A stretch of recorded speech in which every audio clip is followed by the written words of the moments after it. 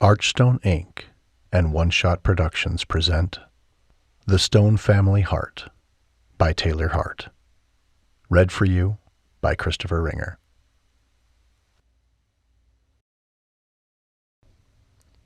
Chapter 1. It didn't bother Kennedy Stone to do things herself. After all, since her mother had passed, and particularly in the last 2 years since her divorce with Jeff, she'd done most things by herself. She hardly noticed it, really, because most things she did revolved around her job in Boston. She'd just been made partner, and she was proud of that. It was no small feat to be made partner at a prestigious law firm in Boston. No small feat at all. Lately, the accomplishment felt less amazing and more like the work it was. She pushed those thoughts aside. At least she was in Southport. Home. Well, kind of home. She and her brothers had technically grown up in Boston, but they'd come to the beach house in Southport every summer. As she drove through the streets, she remembered walking the beaches at night with her mother, talking about law. Ever since she was young, Kensi had wanted to change the world through law. Now, her mother was gone, and Kensi still hadn't changed the world. Cancer had taken her, a little over a year ago now. Kensi's eyes fluttered, and she banged the steering wheel. She would not do this. No. Instead, she sucked in a long breath and refocused. Her phone buzzed. It was Marshall, her younger brother. He was 2 years younger than she and Trey, and the most difficult brother to deal with. Part of her didn't want to answer. All of her brothers were supposed to meet her at the inn this week to help her take care of things, but they'd ditched her. She pressed accept. "You guys think you can ditch me to go fishing in Alaska, and I'll still talk to you?" Marshall grunted. "There's a hurricane headed that way. You okay?" The gruffness was a familiar characteristic of his. "I'm fine. You can't control the weather." She withheld a direct assault. "You want to know what you can control?" "What?" "If you go fishing or not." Marshall cursed. She wasn't proud of the guilt trip, but they'd all hurt her feelings. It wasn't often they got to spend time together. "Do you want us to head your way?" Marshall asked. Kensi hesitated. "No, I'm fine." She wouldn't be the cause of her brothers missing their time together, even if it did sting a bit that they hadn't cared about being with her. "Go fish. Be men." "Fine," Marshall said. "Call if you need something." With that, he hung up. She let out a light laugh and shook her head. "Love you too, Marshall." Her brother could be so annoying. Focus. She would focus on relaxing this week, a prospect she'd been looking forward to. With a smile, she thought of her brother Trey and his new wife, Ava. The wedding 2 months ago had been small and quaint, taking place on the 4th of July. Now it was the middle of September, and Trey had asked if she could watch the inn for 2 weeks while he and Ava took an extended honeymoon to Europe. Ava's son would be with his father in Colorado for his school fall break. Traveling Europe didn't sound like a vacation to her. She and her mother had taken a trip there when she'd graduated from NYU with her bachelor's. She hadn't dreamed about a European vacation for years, though she hadn't imagined that while traveling, she'd meet her ex-husband, Jeff. Why was she thinking about Jeff again? She didn't want to dwell on her ex, but he'd been on her mind recently. Jeff worked at her law firm, and they'd been assigned a recent case together. It hadn't been comfortable for her, but Jeff, well, he had tried to get back together with her again. Her phone buzzed. Think of the devil, and he would call. "Hello?" "Hey," was all he said. "What do you need, Jeff?" She tried to keep her tone professional, cool, unconcerned. "I know you don't want to hear from me, but I need to tell you that I'm worried." Kensi pursed her lips. Through the trial, he'd looked for every chance to remind her of the good times they'd had, but she'd kept him at a distance. "Why?" "You mentioned going to Southport. Did you notice that a hurricane is supposed to be heading your way?" "There's hurricane warnings all the time." "Yeah," Jeff sounded a bit breathless. "I'm watching the news right now, Kens, and this is going to be a doozy." She hated it when he called her Kens. Kens, or Kensi, was a nickname for friends and family only, Jeff was no longer either of those things. I'm fine. Maybe I should join you. I could help with... No? Her pulse quickened, and the center of her gut tightened. Kens, I thought things may have changed after our dinner last week. We had dinner because we were discussing the case. That is all. I'm clean now, Kens. I told you that. His addiction problems had been the major reason they'd gotten divorced. But not the only reason. I want you back. I have to go, Jeff. Wait! She sucked in a sharp breath and hesitated, even though she knew better than to let the man get in her head. What? Kens, Jeff's tone wavered. I meant what I said last week. I'm so sorry for everything. Her thoughts flashed to that night, in the hospital bed, alone. The night she'd lost everything. Sorry isn't enough. She hung up. As Kensi turned down the long driveway to the Stone Inn, she focused on how beautiful the home looked. She'd seen the black and white pictures from when it first had been built in 1855, and Ava had made the outside look startlingly close to the original. After getting out of the car, Kensi painstakingly inspected the gardens. They weren't blooming as they had been in the summer, but they still looked amazing. She paused next to her mother's rosebush and put her hand to her chest. Her mother would love this. Kensi made her way to the front door and pushed her key into the lock. After Trey's wedding, he and Ava had ceremoniously gathered all of Trey's siblings and given them paperwork that had explained that they were partners in the inn. Each of them had a 10% stake. Of course, Trey and Ava had the rest, but Kensi didn't care. She was grateful that she was still part of it all. Their gesture had gone a long way in taking the sting out of her mother solely giving the family beach house to Trey.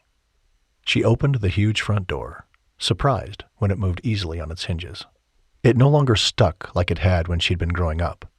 She paused, taking a look around. As children, they had called it the Mansion House, and even a cursory glance at the place justified the nickname. There was an east wing, a west wing, a ballroom, and a total of 15 bedrooms that guests could stay in. That didn't include the library on the 3rd floor, complete with a sliding ladder that she and her siblings used to take rides on. Their father would scold them harshly when he caught them. There was also a music room on the 3rd floor with a grand piano and assorted instruments that they had all taken countless hours of lessons in. Hello, she called out. No one was here, but she felt a bit paranoid. Not too long ago, a thug named Mr. Jones had been chasing the conquistador's treasure and almost killed Ava. It was insane that someone would go to such lengths to chase after the treasure that had been the stuff of myths and legends for so long. It was doubly insane that some reporter had gotten wind of the attack on Ava and taken the story to a national level, broadcasting details about the treasure, the revitalization of the Stone Inn, and about Trey and Ava, and their second chance at romance. Trey had said that random people showed up at the inn sometimes, asking questions. Usually he would be polite, then turn them away. The invasion of privacy was bothersome, but it had been good for business. Trey had reported that the inn was constantly busy, to the point of being booked out all next summer as well. Luckily, there wouldn't be too many guests this week. Trey had informed her that September had slowed way down, and that was good with Kensi. She walked into the kitchen, which was connected to a huge family room and dining room. A little basket sat on the side of the counter with a ribbon attached to the top. A nice touch from Ava. It wasn't a secret that Kensi's love language was gifts. Ava was aware of this because they'd grown up together in the summers. She and Trey and Kensi and so many other beach kids had all hung out here, but she and Ava, well, they'd been close. Until Ava had married Charles, her first husband. Kensi wouldn't think of that. That part of their life was over, much to Ava's great relief, and she and Trey were so happy. Kensi picked up the little card amidst the plastic with her name on it and opened it. Thank you. We love you. Ava and Trey. Sweet. Kensi pulled open the plastic and found some beach sand lotion that smelled of coconut and tangerine. She pulled out a framed photograph of the old beach crew. Warmth filled her. The memory of that night flashed back to her. It had been her and Trey's 16th birthday, August 10th. They had always shared that birthday with the beach crew. She squinted to pick out the details, and a rush of flutters went through her. Her teenage self was sporting her red bikini and perched on the shoulders of Tim Tucker. They'd all been chicken fighting out in the ocean, and her and Trey's mother had insisted they come out for a picture. Kensi and Tim had whipped everyone's butts that day. Ava was also on top of Trey's shoulders, and there were a few more piggybacking couples, Marshall with Kat, Brooks with Dawn, and Hunter with Charisse. She peered closer, but she couldn't pick out who was on Trent's shoulders. She smirked. Both Hunter and Trent had always fought over Charisse. Gently, she pressed her finger to the image of Tim. Dang, she'd been so in love with him then. Too bad she'd always had more of a crush on him than he'd had on her. She thought of talking with him at Ava and Trey's wedding. He'd looked so different, yet the same. So much older. They were the same age, but she never thought of herself as that old. Her amusement died when she thought of seeing Tim briefly at her mother's funeral. The memory forced her to put down the picture. Tim had been in uniform. There had been so much rain. She'd been alone under the umbrella, and he'd pulled her into a hug.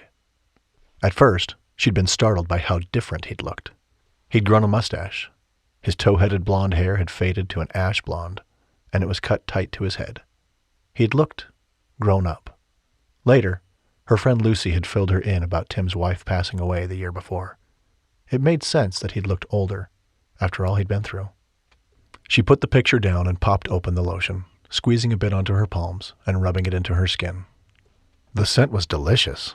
The tangerine was a bit heavier than the coconut, and she liked it. The beach.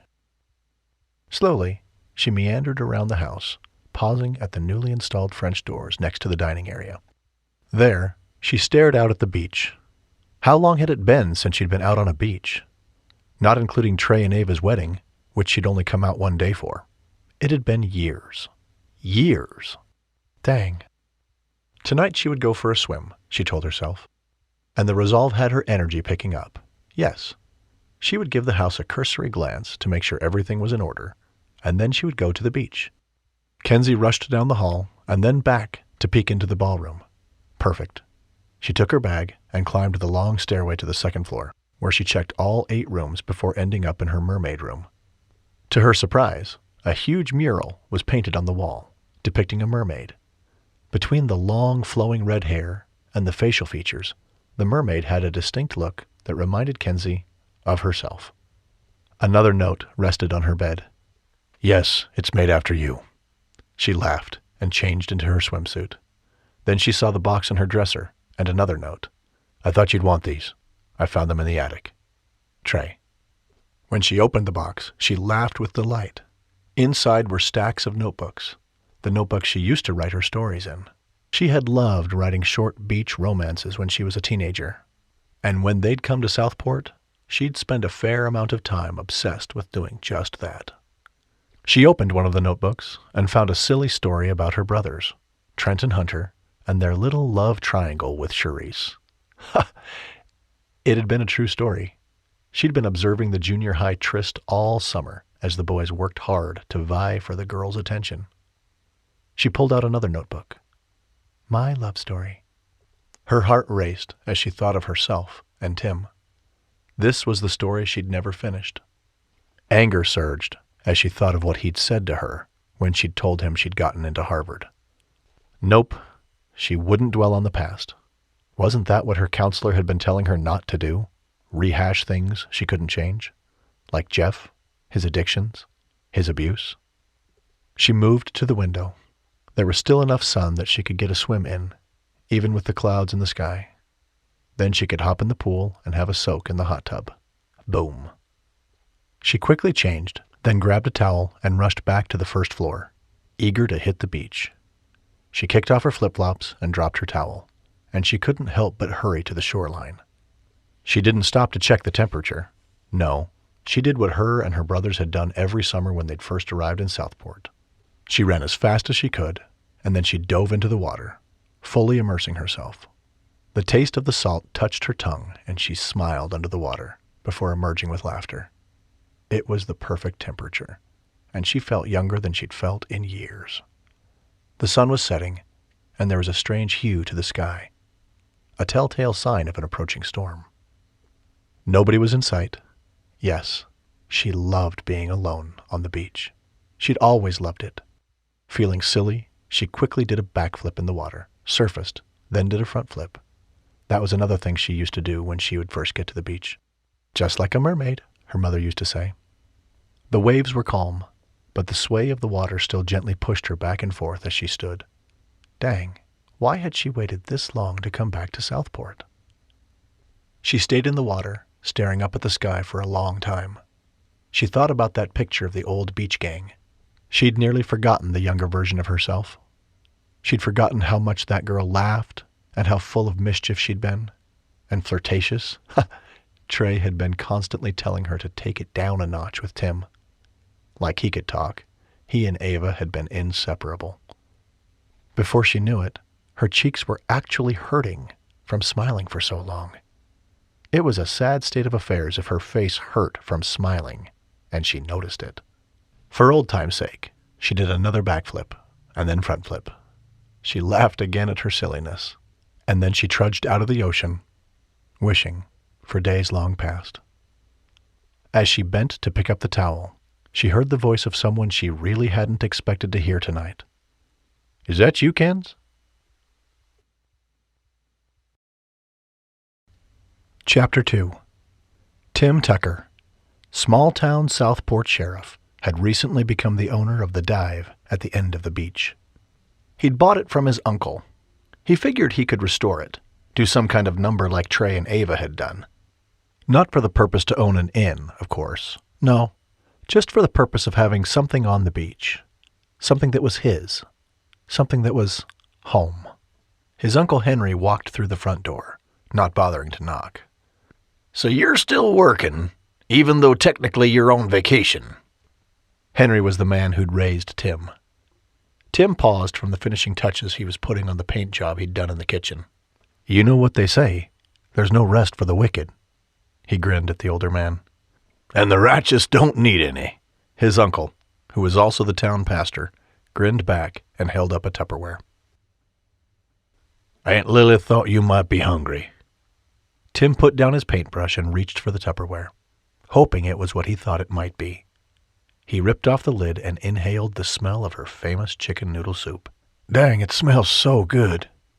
His uncle reached into his pocket and pulled out a spoon. Tim laughed and took it, hesitating briefly, then bowed his head. Praying had been ingrained in him since he was a boy. Well, since he'd come to live with Henry and Lily at age 6. His uncle bowed his head as well. Tim muttered a brief prayer and then dug in, relishing the taste of the homemade soup. He hummed. "She is the best cook in 2 counties." His uncle inspected the work in the kitchen, reaching out to tap the cupboards. "I like this color blue." "Me too." "The white backsplash looks pretty nifty against that blue color," his uncle said. He stopped in front of the new refrigerator and sighed. "And stainless steel. It's perfect." Once he'd examined the oven and then the dishwasher, reverently running his hand over the appliances, he told Tim, "I couldn't have done a better job myself." Tim grinned back at him, knowing that his uncle was slightly teasing. Often, the pastor would comment that he'd been gifted with the Spirit of Christ in his heart, but not the spirit of fixing the Lord's creations. Tim had taken over being the family handyman at a very early age. His Aunt Lily called him whenever she needed anything fixed around the house. Tim liked it that way, too. His uncle had sold the house because it had too many overdue projects for the two of them to tackle, and his aunt had requested that they buy the house by the church. It would save his uncle from having to commute, which always made Tim smile. The commute from the beach to the little church on Main Street was exactly 8 minutes. "What's next, Tim?" His uncle turned and faced the rest of the house. Tim had taken down the wall that separated the kitchen from the living room. He'd also pulled up the flooring, and parts of the house still had rewiring to do. The house was a hodgepodge of projects, which was why Tim had taken off the next 2 weeks. He had vacation.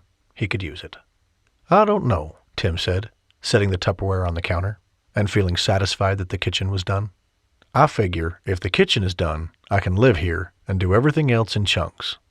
He strode over to his uncle, who was now standing next to the brand-new floor-to-ceiling window he'd had installed last week.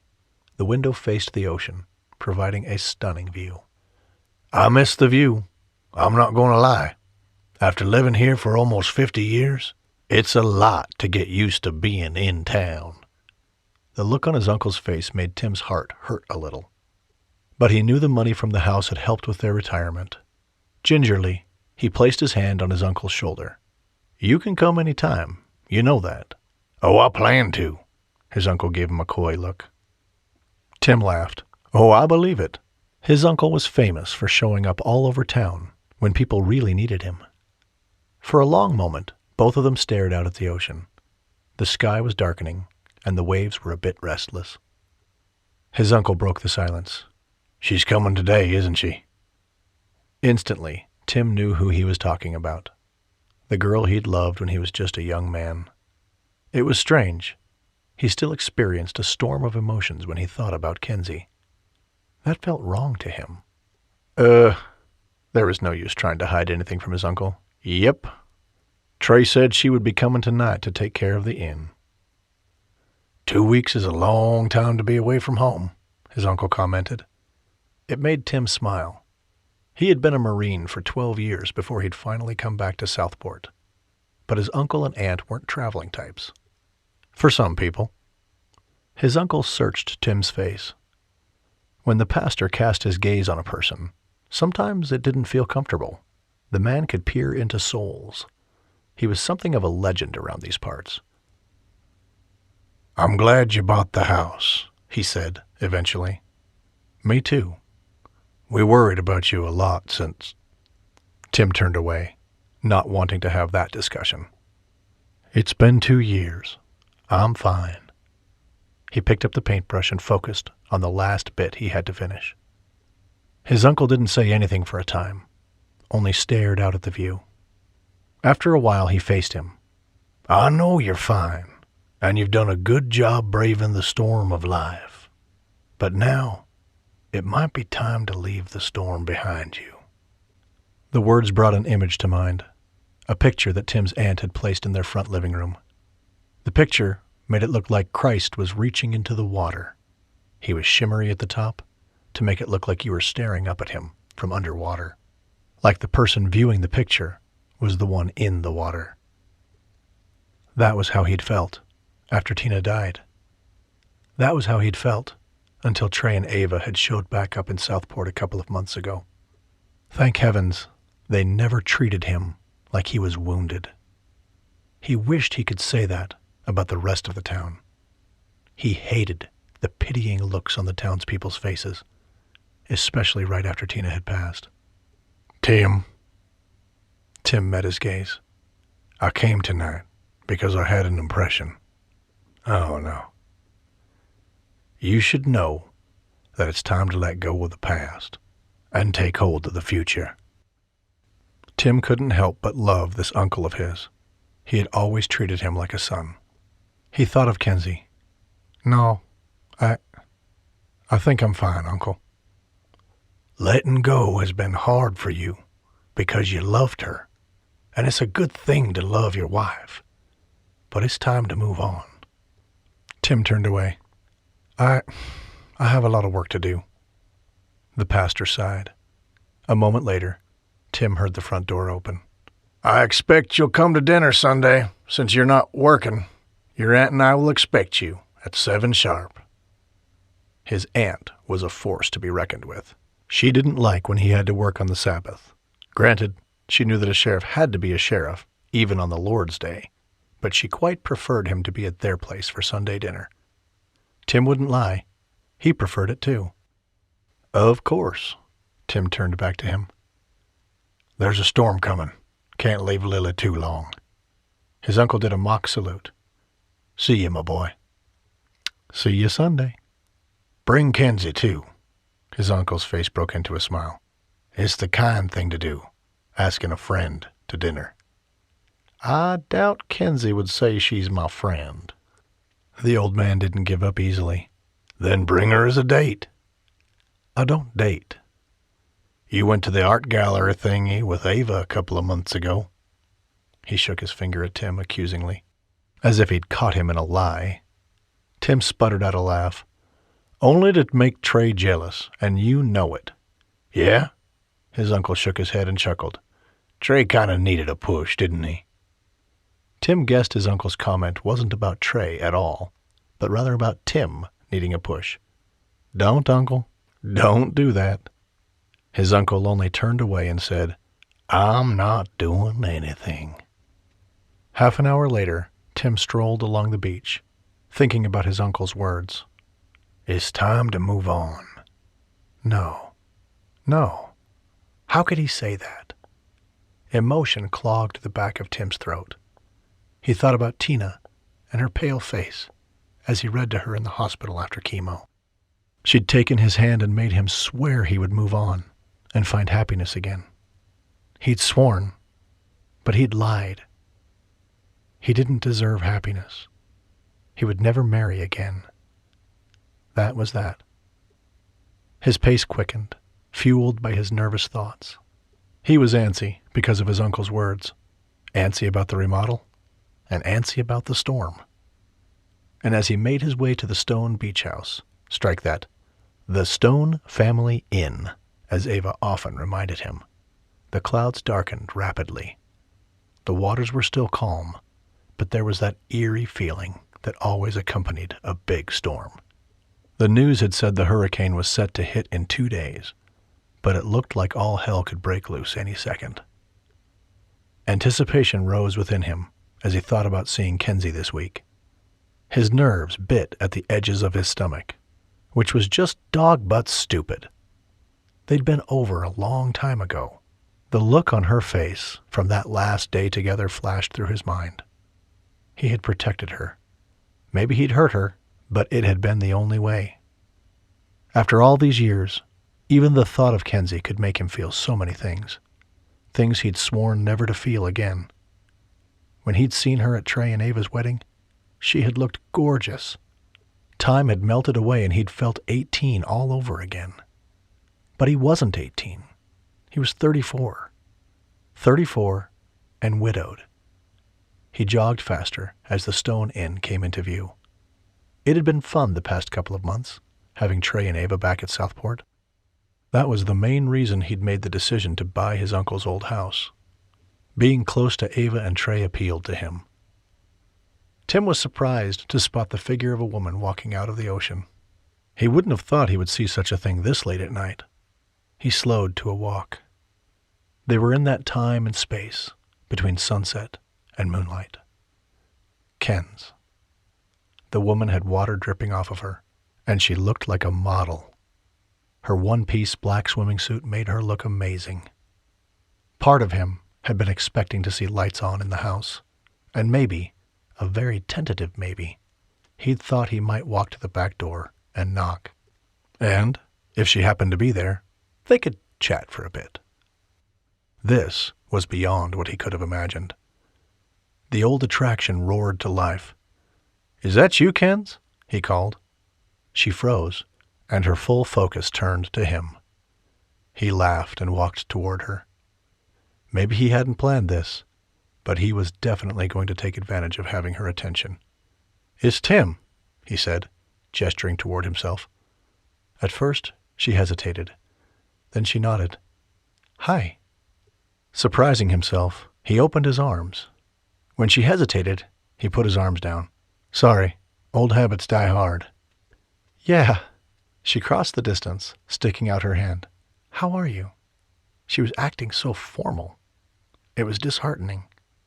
For a moment, they only stood there, staring at each other. It went against everything he'd just told his uncle, but he found himself opening his arms again. Come on, for old time's sake. Why did he care so much? "Fine." With a roll of her eyes, she hugged him. The feel of her wet body against his chest did things to him that he hadn't expected. He pulled back quickly. "I can't believe you're really here."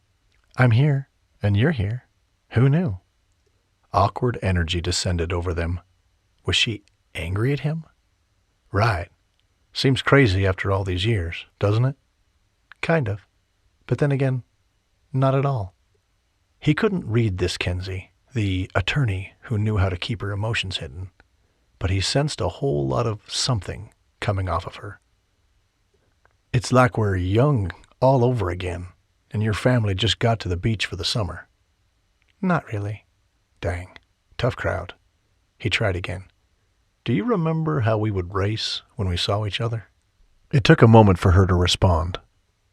I do.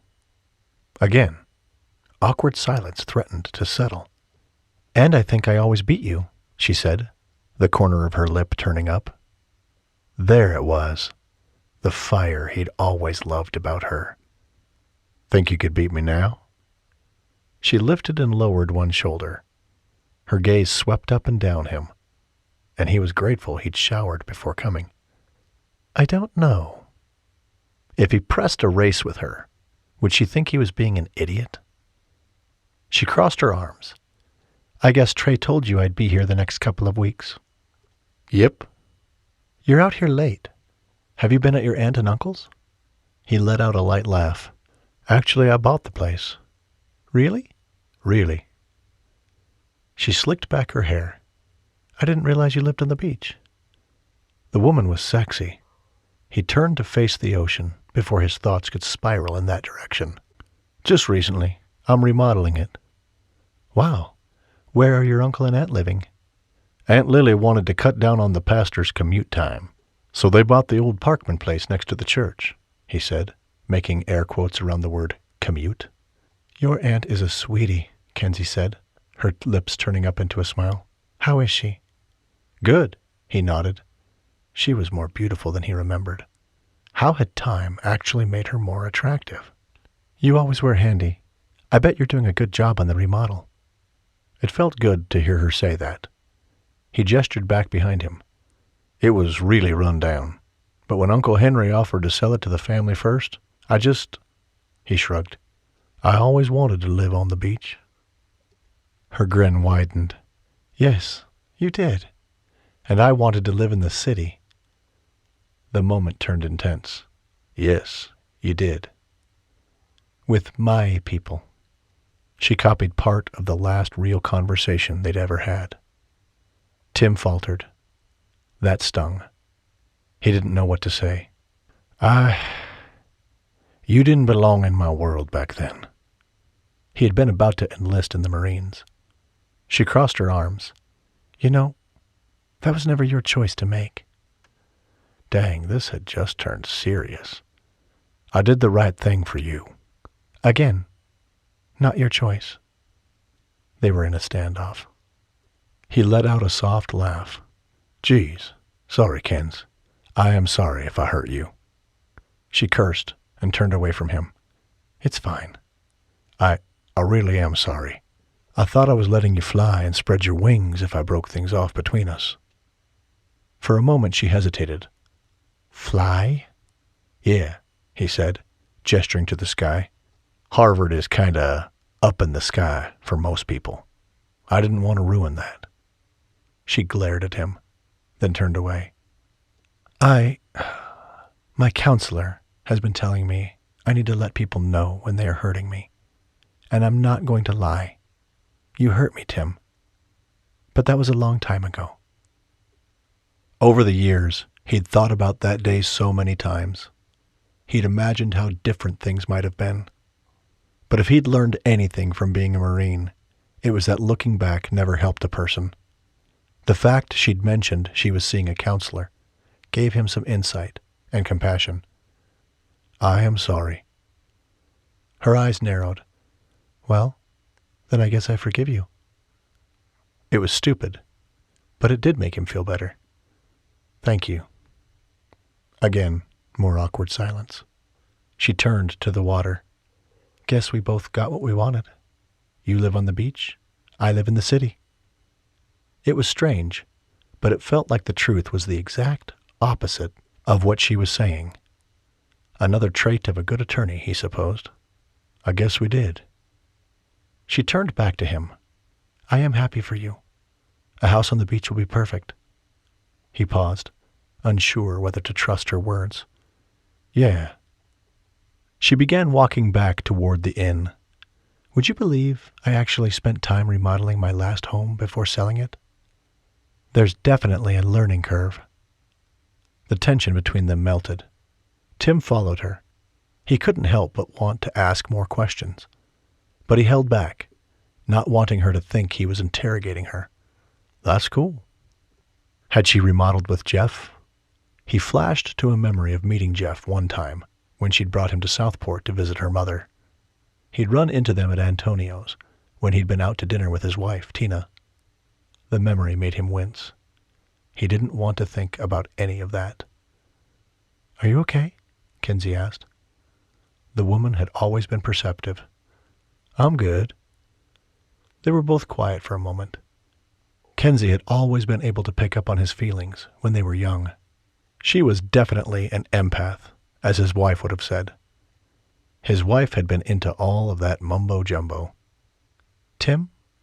Kensi was staring at him perceptively. You look sad. For the past year, everyone in this town had asked how he was doing or questioned how he felt because of a look on his face. He was tired of it. Hoping for a distraction, he gestured to the water. What about that race? I mean, so you can prove yourself. The look on her face went from a passive smile to one of concentration.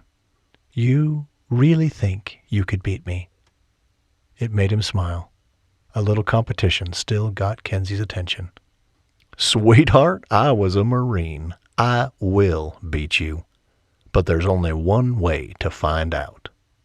Without hesitation, she crouched like she was at the starting line of a track race. We'll do it like we used to. Down to the rock and back here. Then in the water. Anticipation surged inside of him. Hold up, he tugged his shirt off. Her eyebrows lifted. You need your shirt off to beat me? It was silly, but he grinned at her, then flexed. Trey had been teasing him mercilessly about working out, and in the past few months, it had actually motivated him to resume his routine of push-ups, sit-ups, and running. Listen, Olympic runners don't wear much because of what's called drag. It holds them back. She broke into a grin. So you're Olympic level? He crouched, readying himself. Baby, I've been Olympic level my whole life. It was surprisingly easy to tease her like they used to. Cocky as ever. He laughed, feeling like his teenage self. She rolled her eyes. What are the stakes? The usual. The tension in her body relaxed, and she stood and wagged a finger at him. Oh no, that's not the terms. We're not kids anymore. Tim basked in satisfaction as he thought of all the times he'd raced for a kiss. And of course, sometimes he'd let her win, and she would kiss him anyway. Tonight, his desire to kiss her felt strange, and yet familiar at the same time. All the guilt that had flared when Uncle Henry had pressed him about Kensi vanished. What could he say? He wanted to see if this woman would kiss him. Hey, if you're a fraidy cat, then don't worry about it. She tossed a hand at him. Tim, please. We're adults and, he cut her off, both single. What in the crap was he saying? I'm not looking for a relationship, Tim. Who said anything about a relationship? The word was hard for him to even say. Dang it. You're right. Never mind. He bent and picked up his shirt. Hey, she said, sounding disappointed. You don't get to call me a fraidy cat. Then refused to race me. The inkling of fun and flirtatiousness hit him again. He dropped his shirt. Well, okay. Fine. Her lips pursed, and she dropped back into a runner's stance. Remember, don't cry when you lose to a girl. Now it was on. He crouched to her level. I'll let you call it. Fine. On 3. 1, 2, 3. Chapter 3. The race couldn't have been fair, or Tim was slower than molasses, which didn't make sense, because they were neck and neck at one point, and then he pulled ahead of Kensi after the rock. Alas, she found herself beating him into the ocean. As she came out of the water, she put her hands into the air. Rocky Balboa, ladies and gentlemen, the heavyweight champ of the world. She cupped her mouth and bowed to an imaginary audience, just what she and Tim had always done as kids. Then, she pushed one hand into the air and did an impression of Rocky IV. Adrian! Tim followed her out of the water, laughing. Congratulations, she splashed him, feeling strangely weird and nervous. She slipped her body back under the water. He bent back into the water, splashing her back. So when are you gonna collect, Kens? The man was handsome, especially without the mustache he'd sported at her brother's wedding. Your mustache is gone. He put his hand to his face. Yep, I shaved it a couple of weeks ago when Darla, my assistant at the station, told me I looked like an idiot. Not expecting his bluntness, she laughed. Darla was kind of right. He pointed at her. All you can think about now is my stash, right? It was hot. Tell me how hot it was. She giggled. It was crazy that she and Tim had picked up right where they used to be all those summers ago. When he splashed her, she turned away from him. Stop splashing me, he chuckled. So are we kissing or not? Unable to stop herself, she stared at his lips, then his eyes. Do you want to? He moved closer to her. You know, I didn't think I'd ever want to kiss again. But tonight I do. He shrugged. But I'll let you make the decision. Smoldering. That's what this moment was. Tim was smoldering, and she was falling for it. His hand touched her shoulder, and she flinched away. He put his hand up. Easy. Are you demanding a victory kiss or not? That was when she'd realized what he'd done. She pushed his shoulder and marched out of the water. Oh my gosh, you threw that race. He hurried to catch up to her. What? I wouldn't do that. The air hit her wet arms. She ran her hands up and down them. It's gotten even colder. She rushed for her towel. She couldn't even see the stars anymore.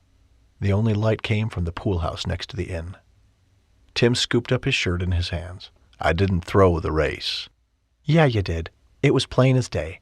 She wagged her finger at him. You wanted to do some little test on me to see if I would kiss you or not. You've always been one for social experiments. She got to the gate and keyed in her code, but it wouldn't accept it.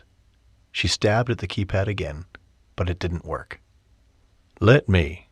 Gently, he pushed her hand out of the way and entered in the code. He laughed as he held the gate open for her. I haven't done social experiments in ages. I don't believe you. She spun to face him. Don't follow me. He lounged against the gate and flashed her a familiar, cocky smile that she wanted to slap off his face. She had indeed slapped him on that fateful day. He'd deserved it for what he said to her. It had been mean, very mean, and it had taken her a long time to forgive him. She stared at him. Had he even meant his apology at the beach? Out of the blue, the wind kicked up. She looked up at the sky. It's getting bad. Jerking as if he'd emerged from a reverie, Tim glanced up. That hurricane slated for 2 days from now is going to hit sooner rather than later. Without asking, he moved past her, letting the gate drop and taking off in a jog to the door. I'm going to borrow Trey's truck and board up my place. He paused as he walked into the inn. She rushed inside after him, worry etching into her. Oh, man. Tim paused. Do you need help putting the shutters in place? Trey had gone over a list of instructions on the mechanical shutters and told her he'd leave a binder with information on it. She moved to the counter that had the gift basket on it and saw the binder. Storm Shutters was labeled on the front. No, I'll figure it out. Tim opened a cupboard and retrieved some keys. Give me 20 minutes and I'll be back to help you. He dashed off. No, it's fine. Her pride did not want to be saved by a man. No, it's not. I don't need your help. He paused as he opened the garage door. A stern expression washed over his face, likely one he often wore as a small-town sheriff. The remote for the shutters is in your father's old desk. Start the process. I'll be back to help. With that, he disappeared from view. Do not come back. I'll be back, he called over his shoulder. Kensi shook her head. Tim would be Tim. When Tim Tucker quit playing teenager, he was a force to be reckoned with. After an hour of using the very modern smart remote to go from window to window and close the shutters, she had barely gotten to the second floor when the remote quit working. She fiddled with it, but couldn't figure it out. Dang it. She didn't want to, but she tried to call Trey. No answer. Crap. The wind blew harder. Banging noises sounded from outside the house. She went back to the kitchen and to the binder Trey had left, but even though she painstakingly went through the instructions, they did not help. She tapped her fingers on the countertop. Hadn't Tim said he was coming back? Again she pointed the remote and she tried to get the shutters to close, but it only blinked. It wouldn't connect. The storm raged. One of the chairs on the deck patio flew through the air and smashed into the side of the house. Kensi cursed and rushed outside, trying to gather up all the chairs, but the wind had increased and the force of the gale nearly knocked her over. She'd seen Tim's number in the binder, but her pride had stopped her from calling. When she went back to the hedges, she arrived in time to see another chair carried through the air, crashing into a window on the east side of the house. Dang it! She punched Tim's number into her phone and called. "Hey," he said, answering on the first ring. "Hey, sorry, but I do need your help." "Okay." He ended the call. She stared at the phone. It wasn't a minute later when the doorbell sounded. Crazy. He couldn't be here already. But when she pulled the door open, there he was, with a huge smile on his face. He took the remote out of her hands and started pushing buttons. "It's tricky. The link doesn't always work because the Wi-Fi isn't the best." He moved up the stairs, and she followed. Kensi's head swam with confusion. "So you were just sitting in my driveway?" "Dang this thing," he said. He pointed the remote at a nearby second-floor window until the shutters started coming down. "You knew I would need your help?" she demanded, seething. "I thought it was better that you ask. You made it clear you didn't want me coming back." It was true, but he didn't have to be so smarmy about it. As he fiddled with the remote, she snapped. "So you would have sat outside as the windows were breaking if I hadn't called you?" "There's a way to get all the shutters to close at once. Trey and I messed with it a couple of weeks ago when they were installed." "Did you hear me?" He stopped. His eyes met hers. "If I've learned anything in my life, it's that you don't help a stubborn, hard-headed, prideful woman unless she asks you to." He pressed some buttons, walking back out of the room. "But you asked, so I'm helping." She followed him. He stopped and pressed more buttons. "Come on." The shutters began to close. "Oh, good," Kensi said in relief. She turned back to Tim. He was so different now. And he was right. You shouldn't help people who didn't ask. Boy, she knew that was true. Her mind flashed to Jeff, but she pushed it away. Bam! Tim looked up at her, a victorious smile on his face. He put his hand up for a high five. Her heart leapt with gratitude. She high-fived him. "Thank you." He pointed to the stairs. "I'll check the upper floor to make sure." She ran up there with him, and yes, the shutters had all closed. Whatever had triggered the shutters had also triggered little lights on the electrical outlets and down the stairs. It was enough light to ward off complete darkness. Wow. She looked around. Trey and Ava had made a lot of upgrades. "This is cool." Tim laughed. "Trey will be glad to hear his vision worked." He nodded to the stairs. "Let's go make sure everything is secure." Kensi followed Tim through every room, just to verify that the shutters had all come down. When they got to the main floor and found that everything was secure, she turned to Tim.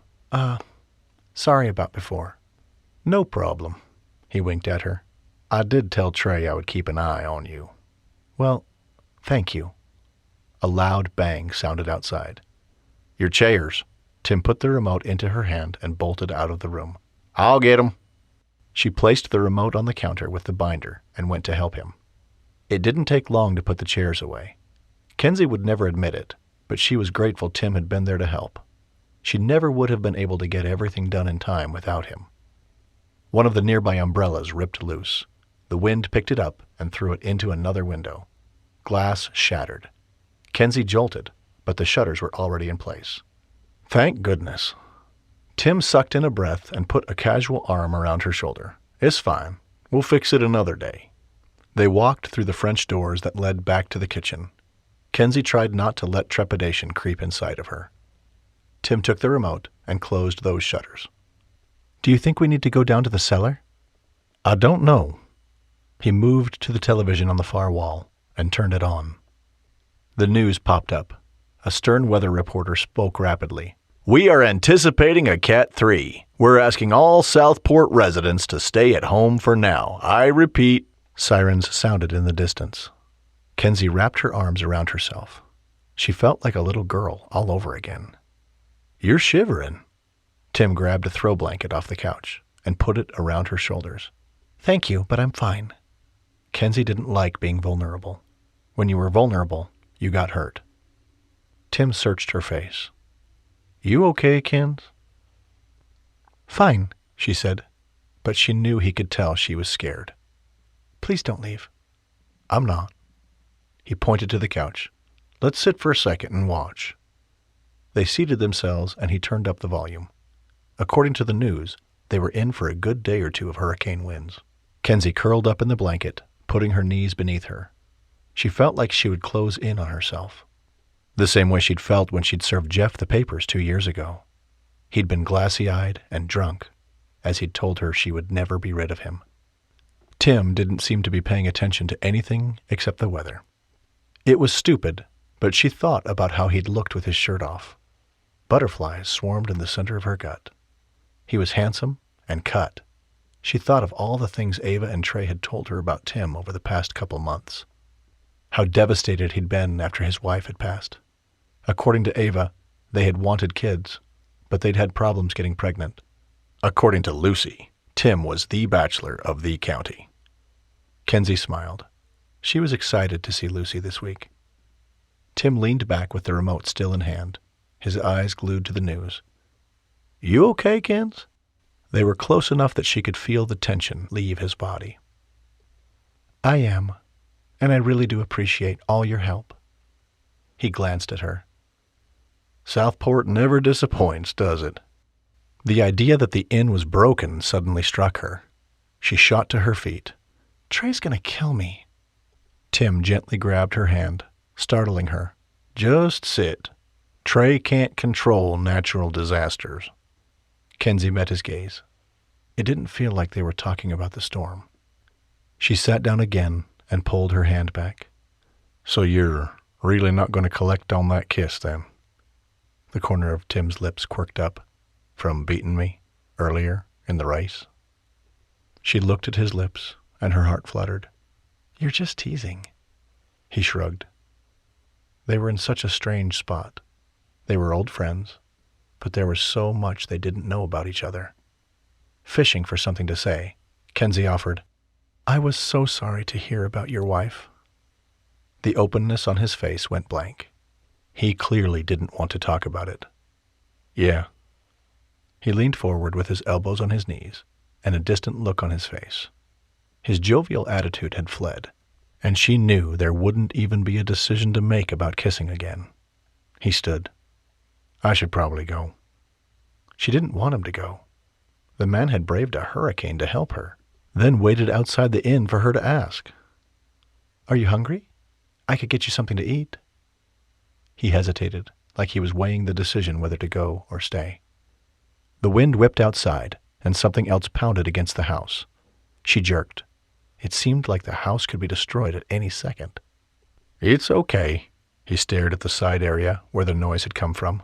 I'll bet it was some garden supplies that Ava keeps out there. The first day I come, and the house gets leveled. This house is not going anywhere. If any house can survive a hurricane, it's the Stone Inn. He cocked an eyebrow at her. She grunted. This house was built from clay and wood so thick that he was probably right. Tim put on a brave face. This is Southport life. I'm glad my aunt and uncle aren't out here on the beach by themselves anymore. He tugged his phone out. Speaking of, I need to check on them. She waited while he exchanged words with them. She was glad to hear that they were hunkered down and everything was okay. Once he got off the phone, she picked up the remote, and they stared at the news coverage of the hurricane. The waves were getting huge, and trees were being blown over. A reporter stood in front of the storm. She had to shout to be heard. The television fuzzed in and out. There was a loud banging on the front door. Kensi jolted. Who could that be? Tim was beside her as they rushed to the door. Did you have guests coming? She hadn't even checked the online registry, as the binder had told her to do. Shoot, I don't know. I don't think it's a good idea to have guests tonight. Maybe not, but she couldn't just leave someone out there. She got to the front door and threw it open, stumbling a bit when the wind smacked into her. Staring back at her was a man in a trench coat. He was soaking wet. Hi, I'm Ryan Banks. I'm staying here this week. Without thinking, she stepped back and let him in. It was the middle of a hurricane, for heaven's sake. She shut the door and latched it, grateful to put up a barrier between herself and the storm. Where are you from? Tim asked, looking suspicious. The man pulled his coat down, revealing brown eyes and a decent face. He looked young. California. Sorry to arrive like this. My plane got in and I rented the car and was halfway here when it just got terrible. I tried calling the owners, but it kept going straight to voicemail. They're on a plane. Kensi hurried to the little desk and computer that was kept in the front of the entrance. She sat and opened it, but the internet wouldn't connect. Why are you here? She glanced over to see Tim, arms crossed, giving the man a critical, sweeping gaze. The man looked him up and down. If the owners aren't here, then who are you people? None of your business, Tim said. We're the ones asking the questions. Kensi's brow furrowed. Why was Tim getting so upset? She stood and moved around the desk, putting out her hand and giving Tim a chiding look. I'm Kensi Stone. I'm Trey Stone's sister. The man seemed to suddenly recognize her. Yes, the only sister. That's right. He shook her hand and held it longer than comfortable. Nervous energy flushed through her. What a strange comment for him to make. She pulled her hand back. How do you know me? From the article a couple of months ago. They featured your family, about the pirate treasure, and that psycho that tried to hurt your sister-in-law. Kensi felt herself clam up, just like she would if she was cross-examining and the witness on the stand was mouthing off to her. She didn't like it when people knew about her personal life.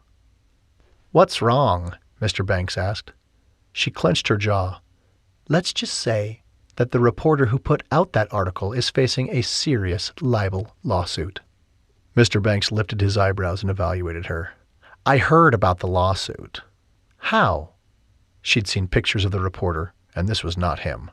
She was trusting this guy less and less the more he spoke. Something felt wrong about him, but she couldn't put a finger on it. He shrugged. Sorry, I make it my business to know about the things I'm interested in, and this, he looked around, the Stone Inn and the treasure is a huge interest to me. Sorry, I am slightly frazzled with the storm, and I'm soaked. Could I check in and go change my clothes?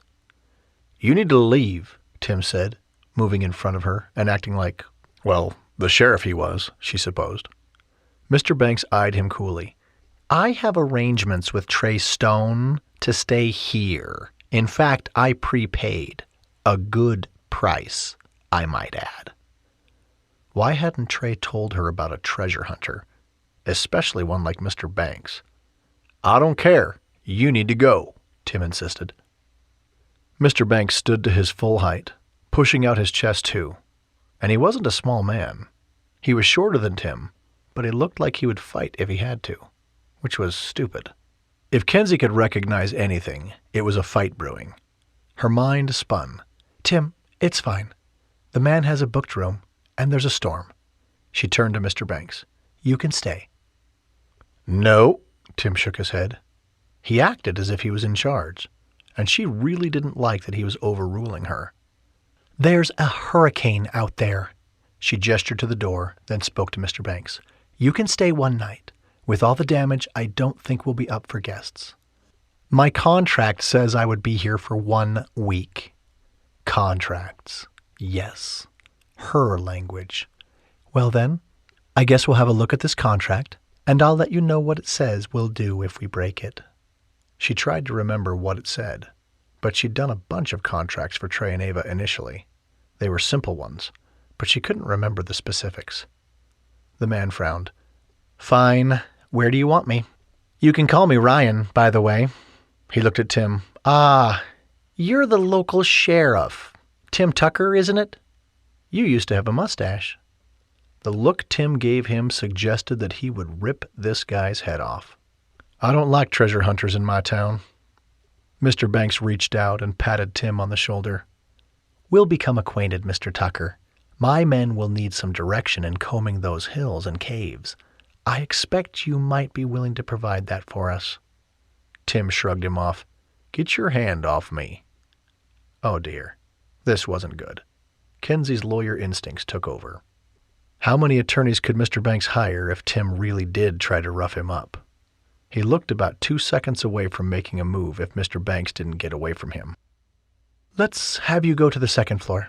Follow me. She led him up the stairs. I don't like to flaunt this around, Mr. Banks said, but if you must know, I'm a billionaire.comer, and I'm fascinated with the conquistador's treasure. I am quite benign, I assure you, as I told your brother. Over the course of the week, my team and I will be doing interviews, combing journals, and taking all kinds of initiation into our project of finding the treasure. Your brother told me I could have access to certain documents under your care, but clearly he didn't tell you this. He didn't, Kensi said flatly. The power flickered, then went off. Darkness engulfed them. She didn't like the dark. Tim? I'm here. Hold up. She felt him at her side. His phone's flashlight flickered on. You okay? Fine, she lied. This was just her luck, having a hurricane and a power outage on the first night she was in charge. Oh, gosh, Mr. Banks said, turning on his own phone flashlight.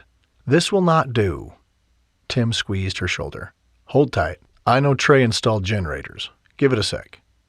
Within 30 seconds, light flickered back on in the hallways and kitchen. Tim's frown deepened. You'll have to stay on the first floor, Mr. Banks. The generator only powers the first couple of rooms, the kitchen and the living room. Call me Ryan, Mr. Banks said, looking around. Which way, then? Kensi turned to Tim. Which room do you think? For Mr. Banks, Tim said, making it a point to call him by his formal name.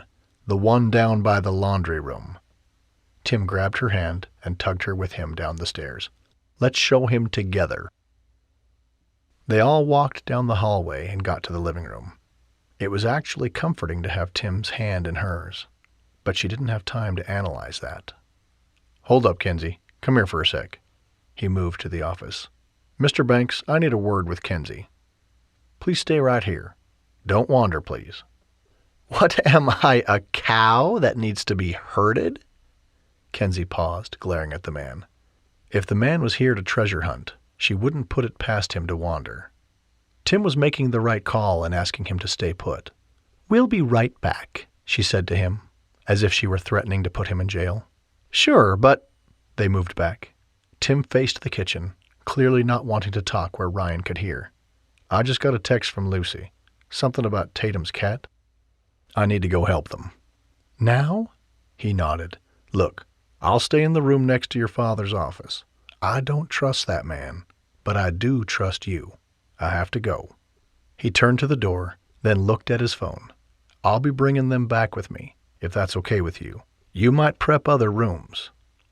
Of course. Her mind spun. She felt like a little kid who didn't want her parents to leave her. Tim pointed to the desk. There's a gun in the second drawer. The code to unlock it is 411. A gun. This had just gotten real. Her heart hammered as she watched him walk away. Be careful. That was the last thing he said before he stepped through the door. Where are you going? She heard Mr. Banks ask. I'll only be gone for a bit. No funny business, Tim said in a threatening tone. Mr. Banks was shaking his head. What is wrong with that man? Should she go get the gun? Her brothers, when they got together and they weren't fighting, often talked about different times they'd been on missions and they had to listen to their inner voices. Her father had spoken of that a lot. Her mother had always said to pray to God when she needed help. Lord, help me. Well, are you going to show me to the room or not? Mr. Banks asked. Yes, she said. Deciding to forego the gun, she moved past him. This way. Luckily, the lights on the floor kept the hallway lit. I don't like storms, Mr. Banks said. That's part of the reason I moved to California. I don't know who does, she said, making her way to the room by the laundry room. This is the fisherman's room. She opened the door and flipped the switch. To her relief, the lights came on. Mr. Banks bumped into her as he entered the room. Sorry, he said, but he looked her up and down. Dang it, she was still wearing her swimsuit. At least she had wrapped the blanket around her, so she had a little cover. There's a bathroom attached, and towels. I'm hungry, he said. The look in his eyes told her that he wasn't talking about food. I'll cook something up. Tim says we'll have a house full. The thought of her friends coming back here actually made her feel better. Hopefully the wind would die down and they'd get back here safely. Lord, help Tim and Lucy, and Matt and Tatum.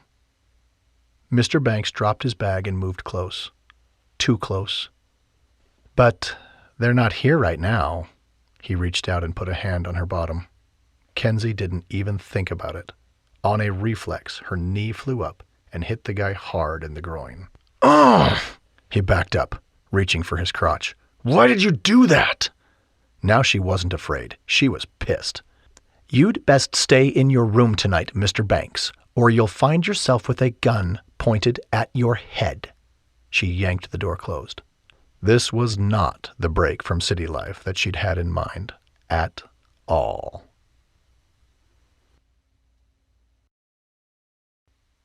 Chapter 4. Tim drove through the maniacal storm. As the sheriff and a lifetime resident of Southport, this town was his responsibility. Darla, he called out as he drove, his phone on speaker. What exactly did Lucy say? She said there was a pack of creeps roaming through downtown.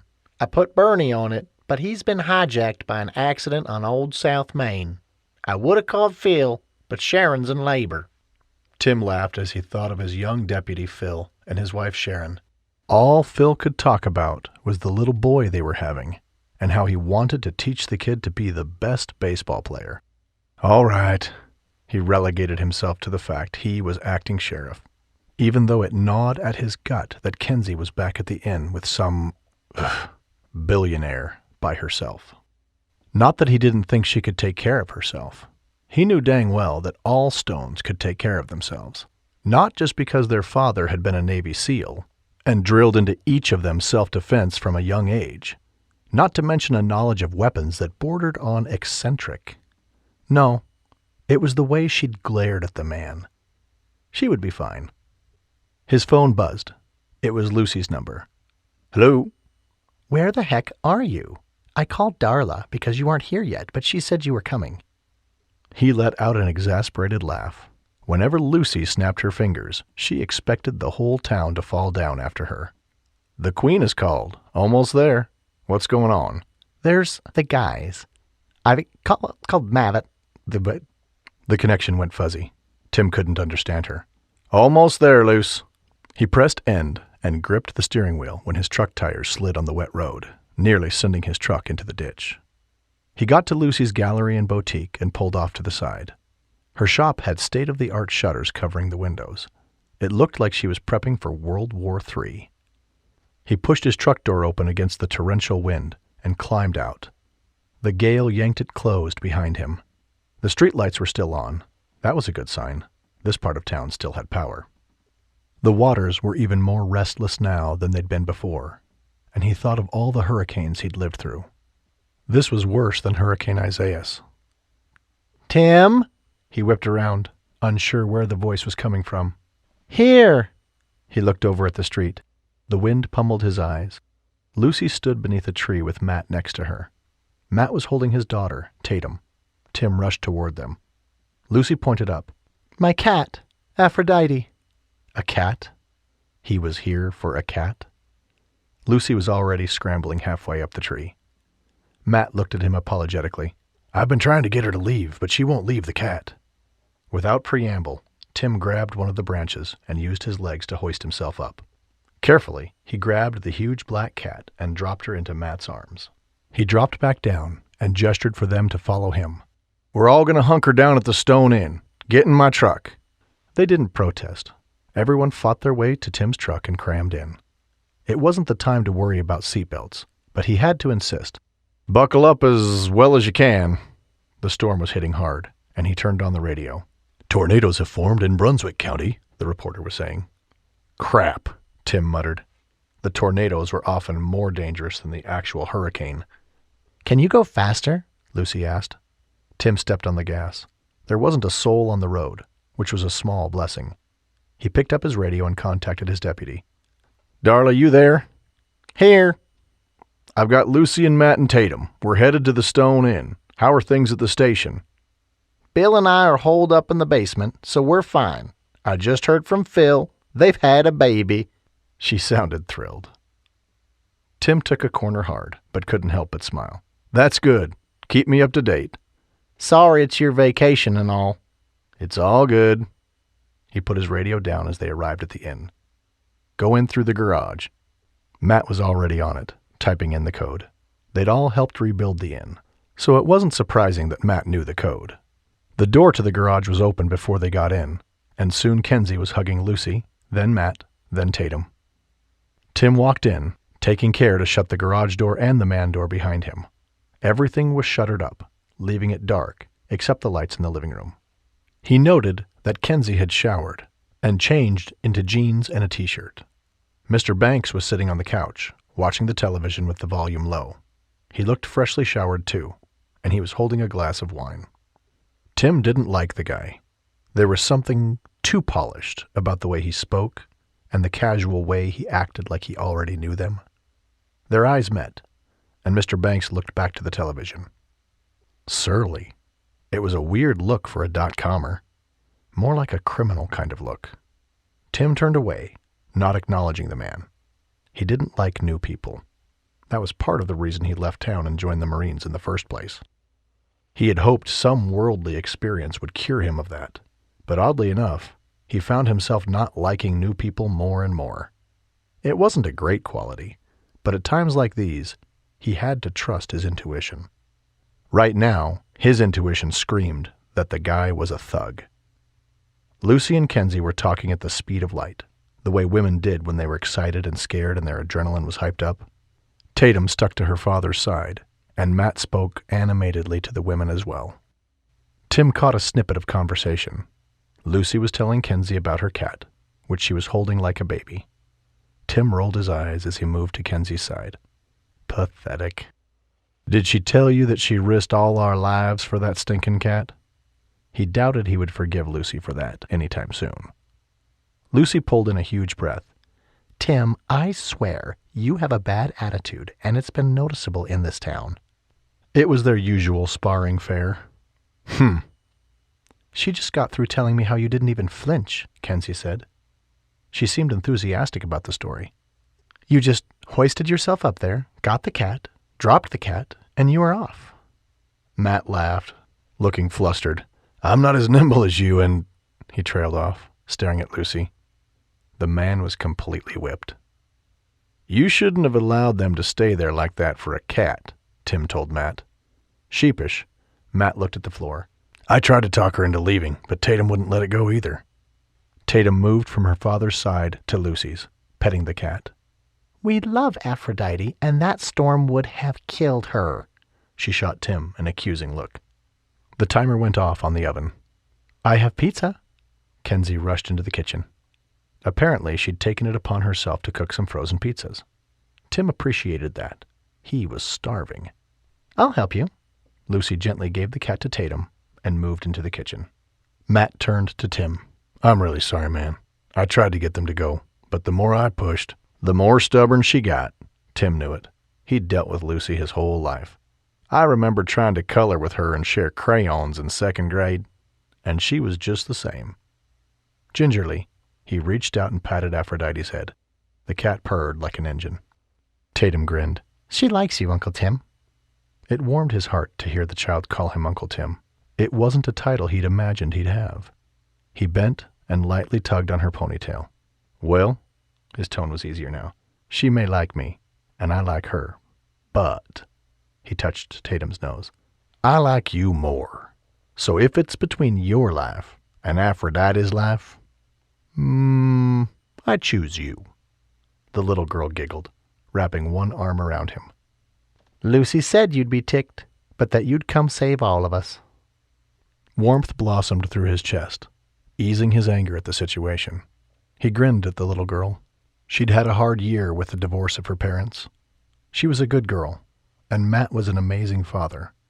Lots of times, she spent her out-of-school time right at her father's side on construction projects. Tim would often stop when he saw them and give her a treat or chat with her for a few minutes. Now that Trey and Ava were in Southport, they'd all become even closer. I'm glad you're safe, he said, hugging her in return. Matt swiveled to face the couch. Sorry, I didn't catch your name. This gave Mr. Banks a chance to stand and formally introduce himself, his plans, and the fact that he was richer than God.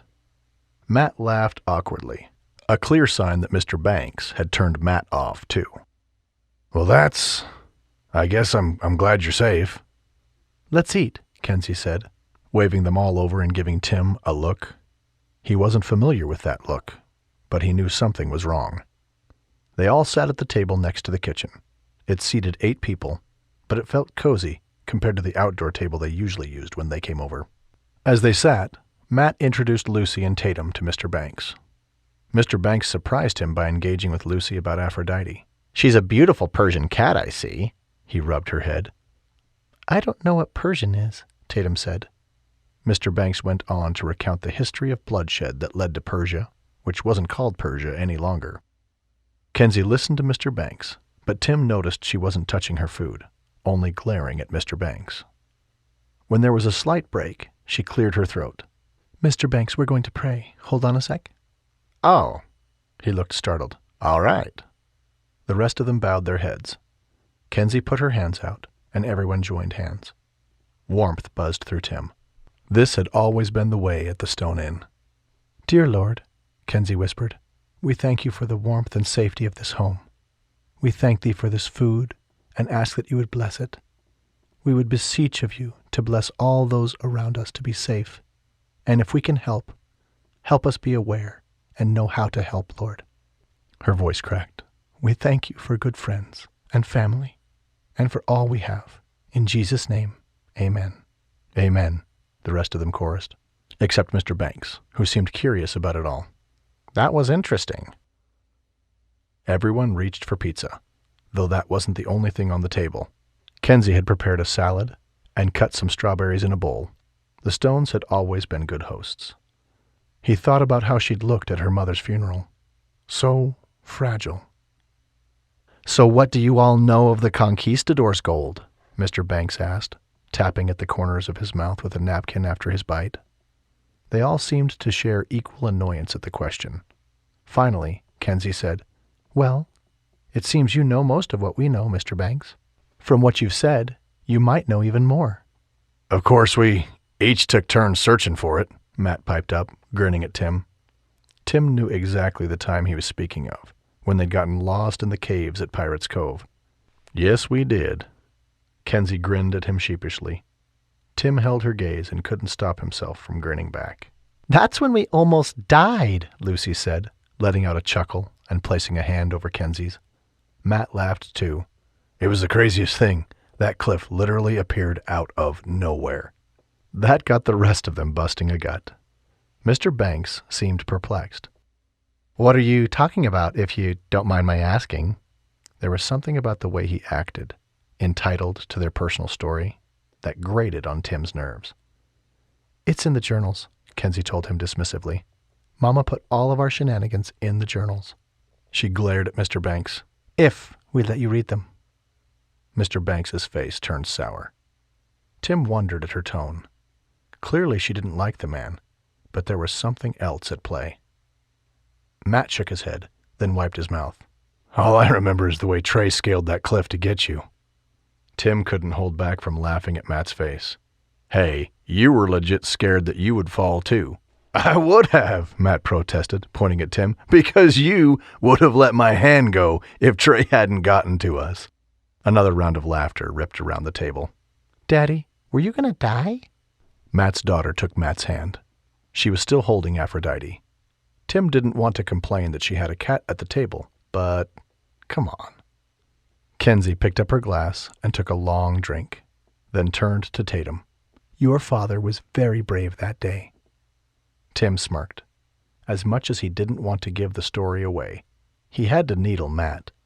He was so good that, if I recall, Trey had to practically carry him off that cliff. Matt glared at him. I remember a time or two that Trey had to save your life, buddy, so shut up. That got both women and Tim laughing. True, Tim conceded. There was ego at play in the room, especially with Lucy. It didn't escape Tim's notice that Matt and Lucy were holding hands. Tatum was snuggled comfortably between the two of them. That was just fine with Tim. If only Lucy would quit denying how she really felt about these two. Mr. Banks leaned forward, his gaze intense, despite the placid smile on his face. You all went to Pirates Cove just to hang out? Tim nodded. The truth was the truth. If the man wanted to take a camera crew in those caves and risk life and limb, more power to him. I'm sure you know that all signs lead to the treasure being there. Because the petroglyphs tell that story? Mr. Banks asked. Tim didn't like the greedy look in the man's eye. I prefer we don't talk about this anymore tonight, Kensi said. There was a severe look on her face, directed squarely at Mr. Banks. Would you like to retire to your room, Mr. Banks? Perhaps rest for the evening? Wow. Okay. Something must have happened. Tim looked back and forth between them. Mr. Banks sat up straighter. Not yet. Thank you. Clipped. Precise. Kensi was in full lawyer mode. He could imagine how good she'd be in a courtroom, staring down the witness. Yep, something had happened. Tim wanted to drag Kensi off and demand details, but the woman had made it clear that she didn't want help if she didn't ask. Matt exchanged glances with Tim, then Kensi, then Lucy. All I can tell you is, whatever curse was put on that gold, before you find it, if you find it, there'll be times you wished you'd never heard of it. And more often than not, you'll get one step closer and realize you're 5 steps behind where you started. He speaks truth, Tim said, turning to Mr. Banks. Mr. Banks grunted. Those sound like the words of men who don't want me to find it before them. The man had some nerve. Kensi stood and glared at him. Please make sure you have other accommodations for tomorrow night, Mr. Banks. She snatched up several dishes and moved into the kitchen. Tim didn't miss the sharp look on Mr. Banks's face. The kitchen and dining room didn't have any walls between them. Tim wished for some privacy so he could chat with Kensi for a minute alone, but he wouldn't get it. Without taking his eyes off the thug, Tim gathered dishes and took them into the kitchen. Mr. Banks lifted his glass. Of course, I won't stay where I'm not wanted. Lucy gave Tim a worried look. Matt stood and wandered over to the television, turning up the volume. We're not getting a reprieve yet, folks. We don't know what Hurricane Charlotte will do, but we do know that storms like these tend to hover. We've had reports of tornadoes forming and then disappearing up and down the Brunswick coast. So hunker down wherever you're at and pray. The television's announcer seemed dazed, and his eyes were glassy. Just pray. Matt turned off the television. Lucy and Tatum had moved to Matt's side. Tatum held Lucy's hand, though she still had Aphrodite resting in her arms. Are we staying here tonight? Lucy turned to Kensi, silently asking for permission. Of course, Kensi said, going into action. We'll have Matt and Tatum take the bottom princess room. Lucy can stay with me in the room next to the office. She glanced at Tim. Tim pointed to the couch. I'll stay right there. He needed a bird's-eye view of Mr. Banks if he came out of his room anyway. Lucy grabbed a towel and wiped the counters. Okay. Lucy, Matt, and Tim went back to the kitchen and helped Kensi clean it up. Mr. Banks was now thoroughly distracted as he looked around the family room, which was a perfectly constructed timeline of the conquistador's gold. Ava and Trey had decided to put the story of the conquistador's gold all the way down the hallway. There was also a shadow box with a famous trunk that had the name of the ship, Lady Rose. The ship apparently was named after the captain's wife, who had originally come with him to Southport. The Stones were actually descendants. That was why they still had all the journals locked away. As Lucy and Kensi whispered over dishes, Matt moved to Tim's side, joining him in watching Mr. Banks. Something feels a bit off. Showing up in a storm like this? I don't care if you're the King of England, you don't show up in a hurricane. Power lines were down from here to Charleston. I spoke with Savvy earlier. She said even they were feeling effects of the tornadoes, and she was worried. He frowned. She's taken cover in her old boyfriend's place. Touchy. Tim sighed. Matt's whole life had suddenly been turned to walking on eggshells, even though he had technically done nothing to cause all of this. Yeah, it's interesting. Tim's gut told him that Mr. Banks had more of an agenda than he was letting on. Kensi and Lucy approached. Thank you, Kensi told him, for earlier. Tim turned gooey inside.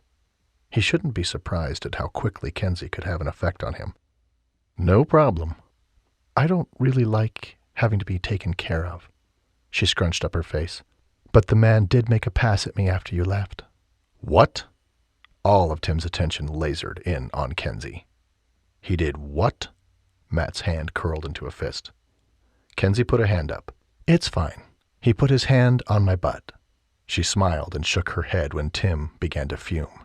And I need him in the crotch. So I think he got the message. Her expression hardened. He's been a gentleman ever since. Tim's fist against the pretty boy's face was a distinct possibility. Well, he's going to learn more of a lesson from us. Matt nudged Tim. Let's go have a chat. No, Kensi said, glancing around. I don't want Tatum scared. There's enough happening. It's fine. She pointed at Matt, then Tim. I mean it. It's fine. I took care of it. Leave it alone. Matt turned his gaze to Tatum and then nodded. Fine. Not tonight.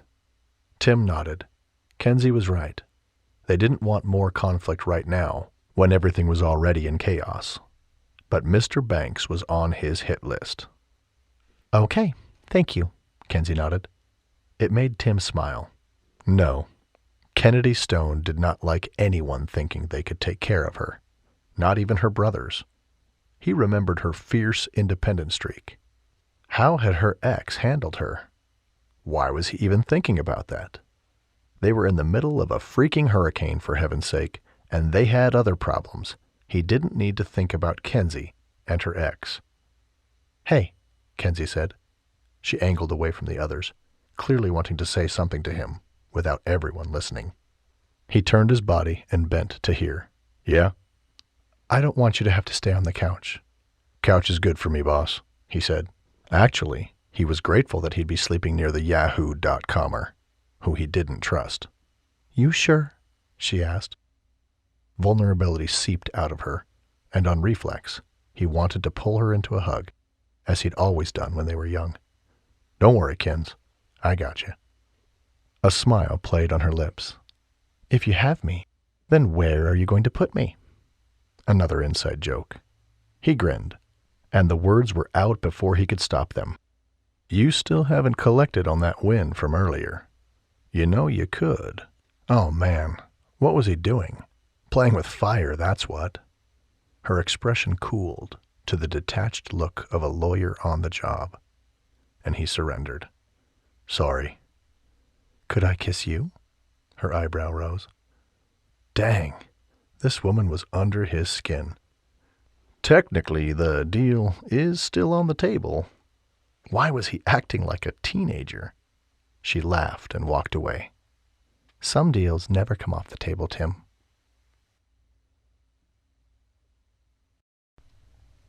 Chapter 5. Kensi woke with a start, sitting bolt upright. There wasn't noise or howling like when she'd fallen asleep. It was quiet. "What?"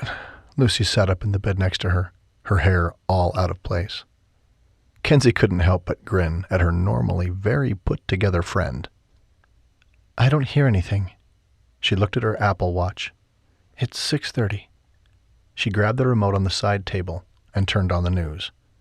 "Good news for the coastal towns. Charlotte is easing up. It took a turn back out to sea, ladies and gents.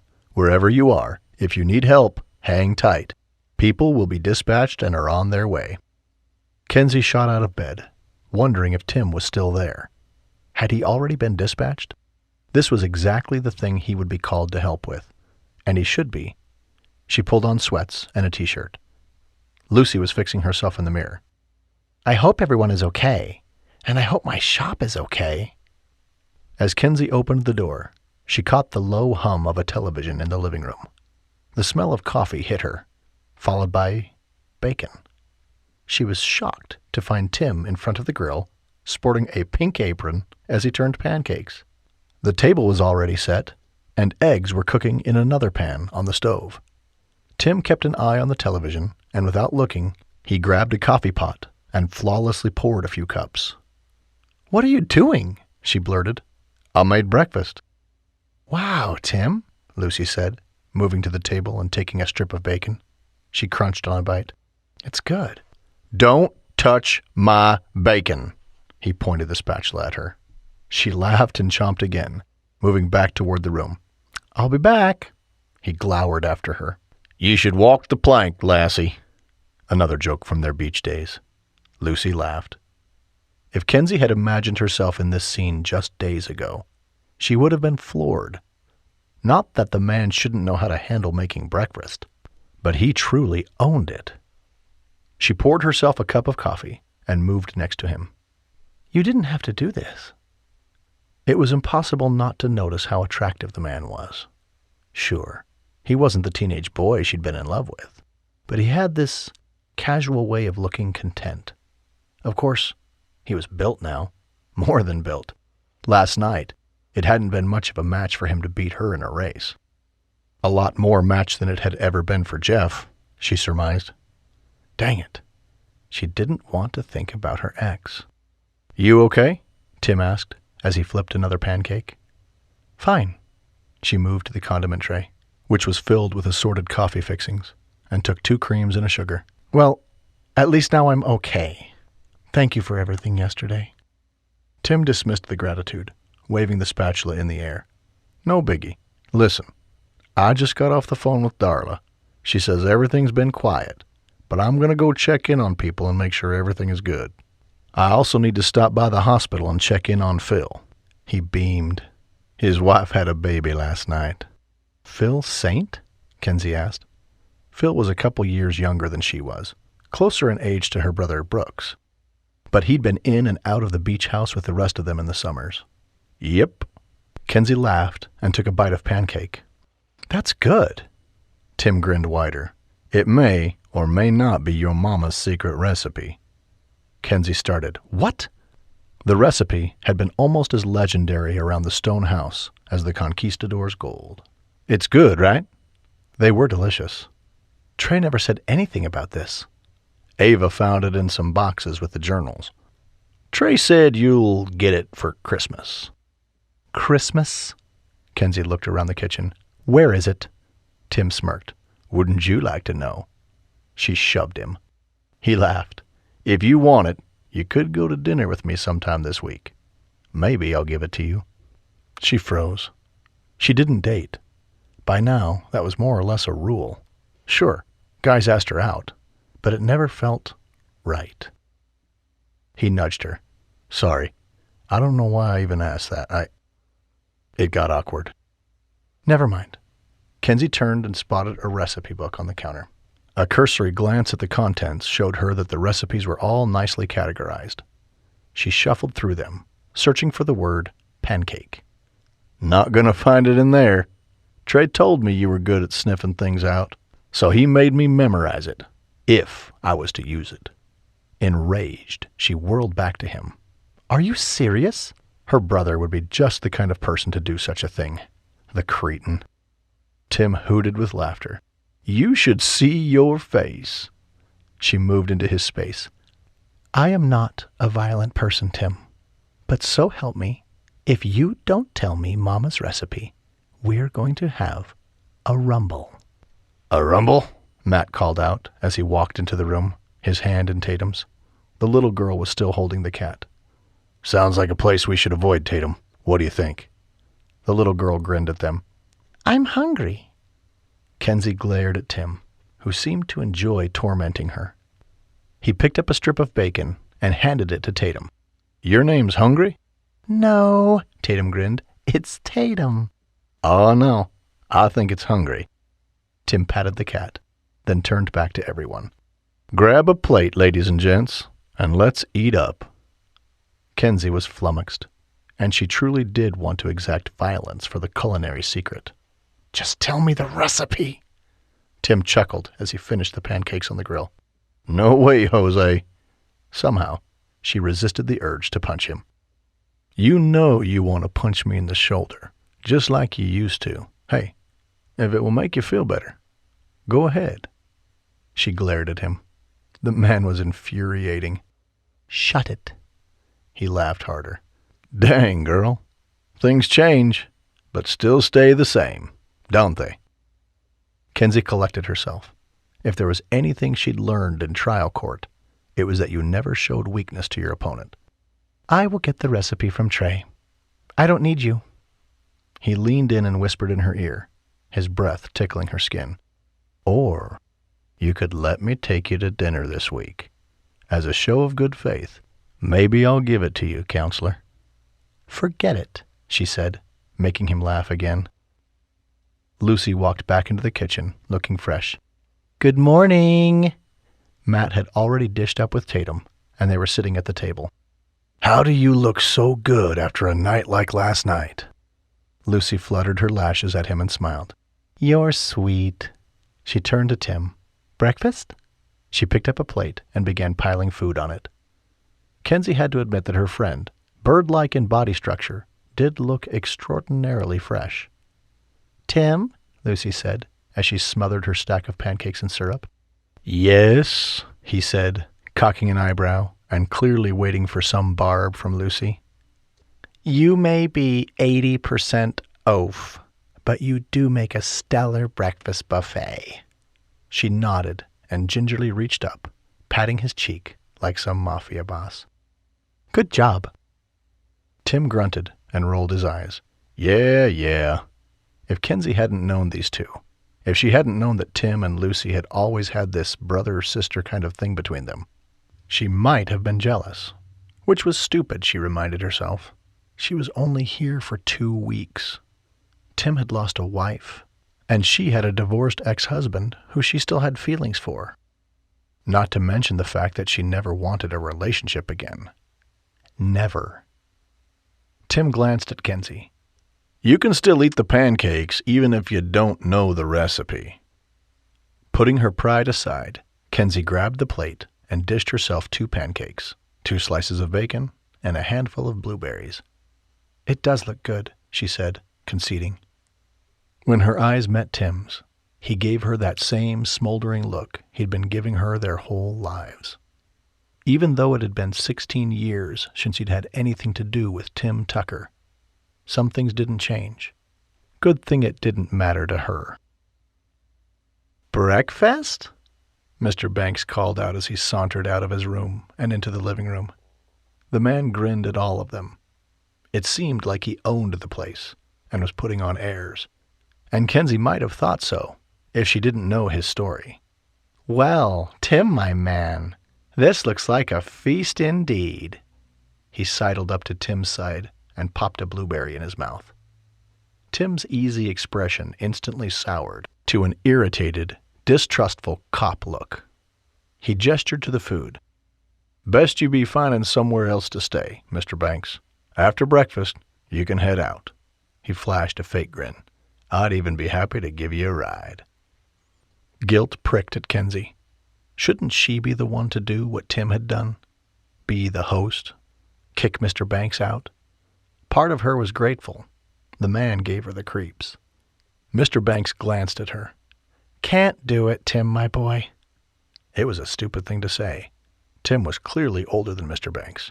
"You see, I have gold to look for, and I'm sure all the hotels are having issues.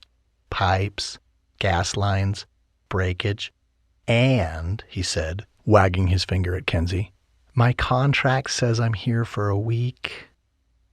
Kensi wanted to argue, but Lucy and Matt and Tatum were discussing how it wasn't appropriate for Tatum to have the cat at the table. She didn't want to cause a scene. Plus, Mr. Banks was right. There might be issues with other places. "He's fine for one more night." Tim gave her a look, and she nodded to assure him. "Great," Mr. Banks smiled and loaded up his plate. "But she's sad," the little girl appealed to her father. Matt and Lucy shared a smile with Kensi. "She's fine," Matt said, taking a bite of bacon. Lucy winked at Tatum. "We have to count our blessings in life.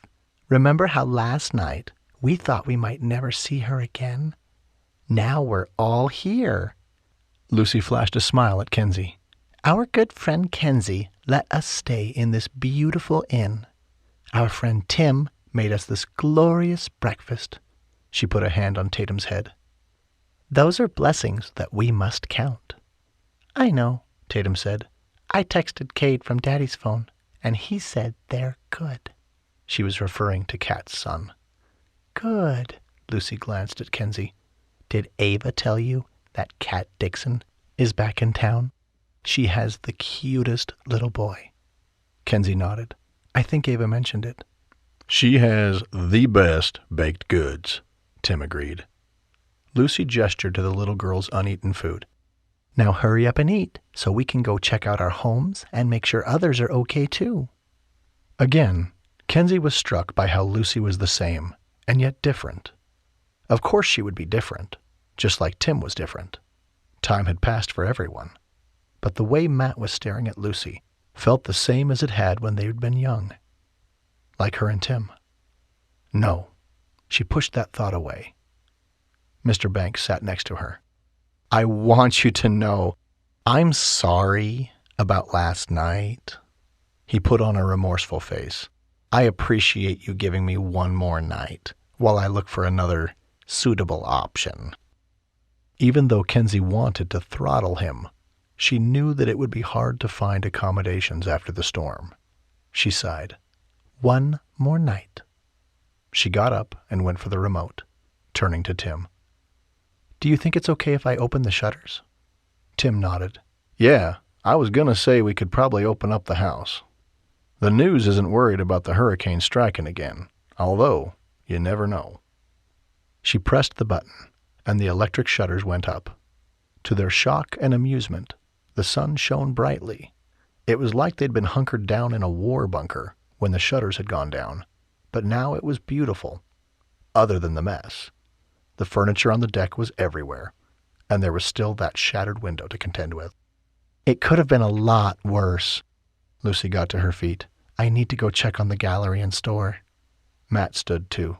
"I need to go check the house and—" He paused, his eyes meeting Lucy's, and he hurried to help her gather plates. As Matt gathered Tatum's plate, Tatum moved for the cat.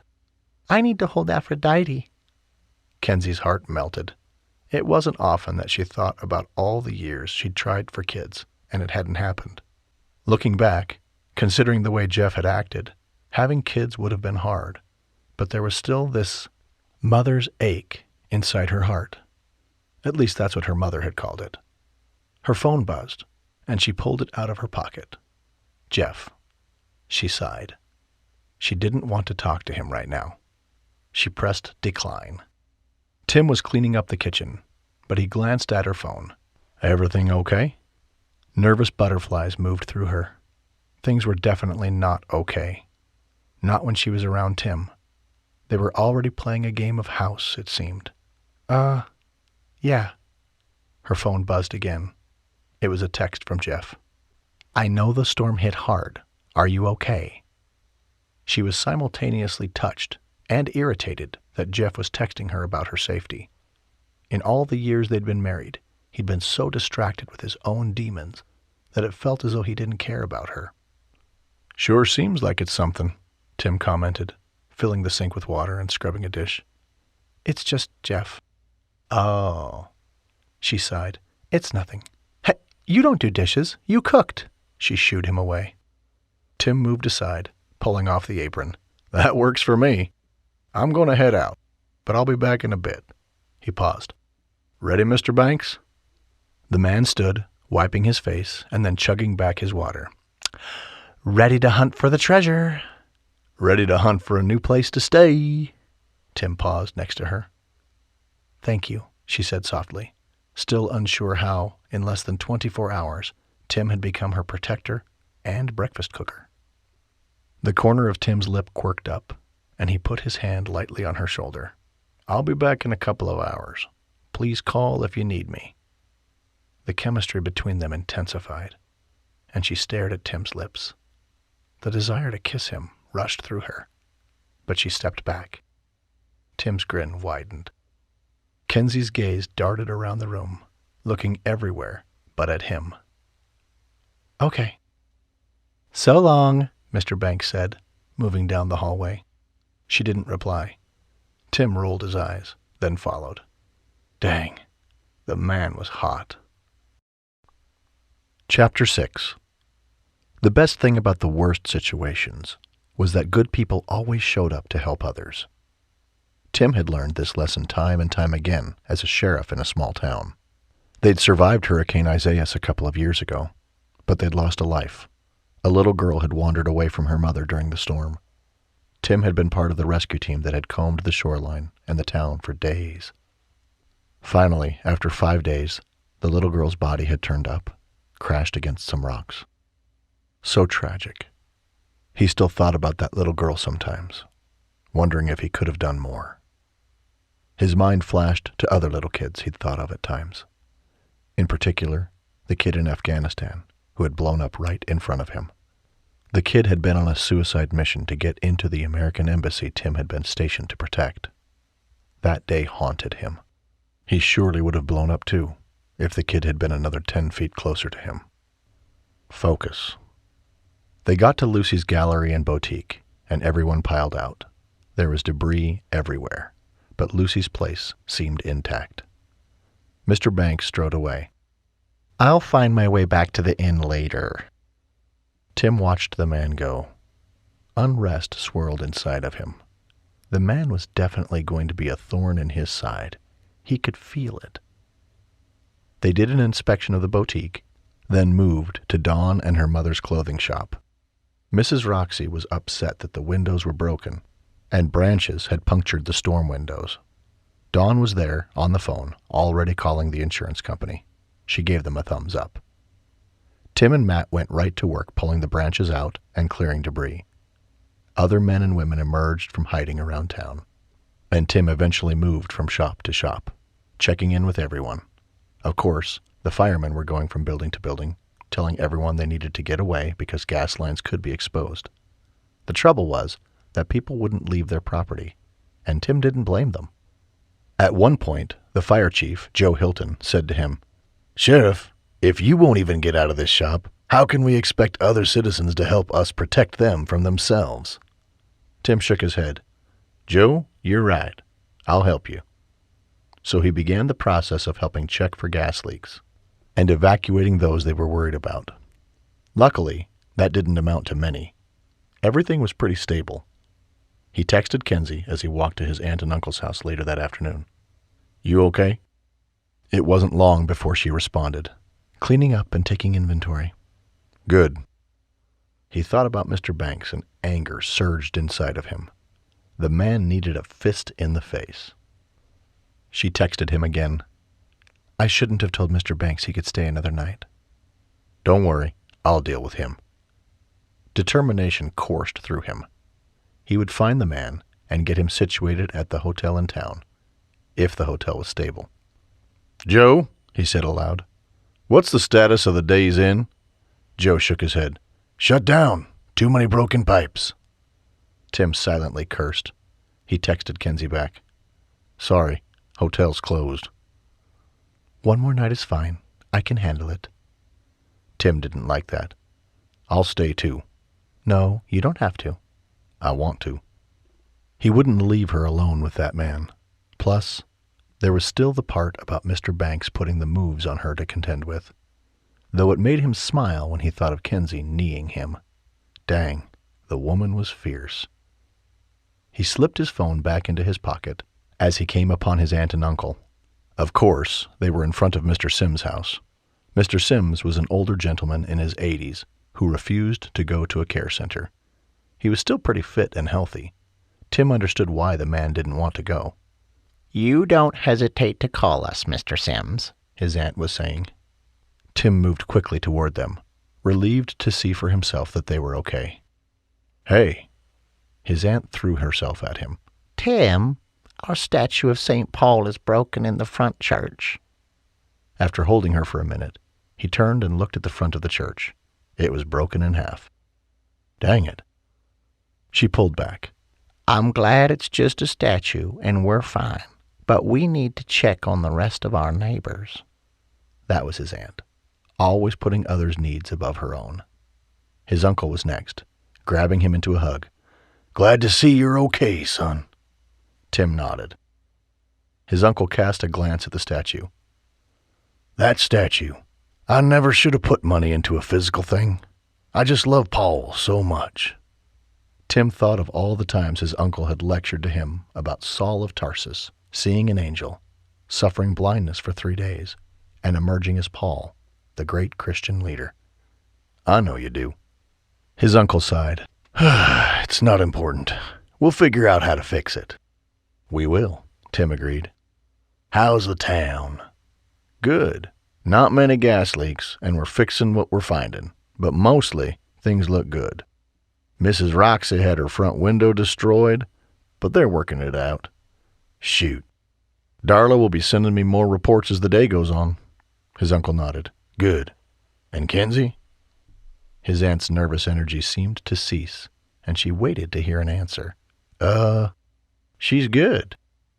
Why did Tim suddenly feel as awkward as he'd been at 16, like he was dating Kensi and his aunt and uncle were waiting for a report from the evening's activities? How does she look? Her aunt asked, leaning into Tim. I know the passing of her sweet mama has been hard for her. Trey told me the other day when I was talking to him that she missed her mama a lot. Tim nodded, not wanting to say that she looked amazing, and in a swimsuit. He shook his head. She looks good. His uncle cocked an eyebrow at him. He always knew things. I bet she does. His aunt looked back and forth between Tim and his uncle. What is going on? Nothing, they both said at the same time. His aunt narrowed her eyes at him. Why don't you invite her over for Sunday dinner this week? No, Tim said. This whole situation was full of contradictions. For some unknown reason, he'd asked her out last night, but he didn't want to invite her to Sunday dinner? Going out wasn't something he thought he'd be doing with any woman for a long, long time, if ever. But he wasn't going to ask her over for dinner at his aunt and uncle's. That would just fuel the gossips in town, which included his aunt, something he would never say to her, but it was true. His uncle clapped a hand on his shoulder. I think this all might be a message for you, son. Oh, dear. He didn't appreciate messages from God. What's that? Just what I told you the other night. It's time to move on. Tim didn't know what to think about the moving on part. I have to go help Joe finish checking in on people. Okay. See you soon, dear. His aunt turned away, already distracted by another neighbor. You're a good man, Tim. His uncle leaned in. And I know you'll feel guilt about Tina for a long time, even though it wasn't your fault. Familiar anger shot through his chest. Then whose fault is it? His uncle shrugged, a sober look washing over his face. Maybe it was part of God's plan. God's plan. Tim was tired of hearing that. His uncle was already being summoned by someone else. Tim took a step back. I'll talk to you later. Thanks for checking in with us. His uncle turned away from him. Tim watched him go, marveling at how in tune to other people his uncle was. Tim could guarantee that the pastor already knew everything Tim was feeling and thinking. He cast his eyes about for a distraction and soon found one. Mrs. Heist, a lady across the street, was trying to remove heavy debris from her yard. He rushed toward her. "Mrs. Heist, wait! I'll help you." Chapter 7. Pastor Henry grinned as he watched his nephew rush across the street to help Mrs. Heist. The boy was in love with Kensi Stone, even after all these years. It was plain as day. If Tim could only have seen his own face when Lily had asked if he wanted to bring her to Sunday dinner. Lily spoke with Miss Bond about how frightened her little dog was, and Henry nodded along, pretending to listen to the conversation. All he could think about was how the good Lord was bringing Kensi back to Southport. Tim had been floundering for almost 2 years, and it would have been heaven sent for him to have someone again. The pastor thought of the little beach house he'd just sold to Tim. Wouldn't it be grand to see Tim and Kensi sitting on the little porch and sharing their day while the sun set? A surge of warmth flooded through him, and he turned to Lily, taking her hand. She didn't seem to notice, still chatting. Miss Bond was the kind of woman a pastor couldn't talk to very often, because she wouldn't quit talking. He immediately felt guilty for even thinking that, and he asked the Lord for forgiveness.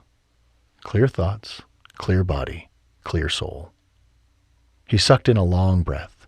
His gaze went back to Tim, who was picking up debris and hauling it to the front street.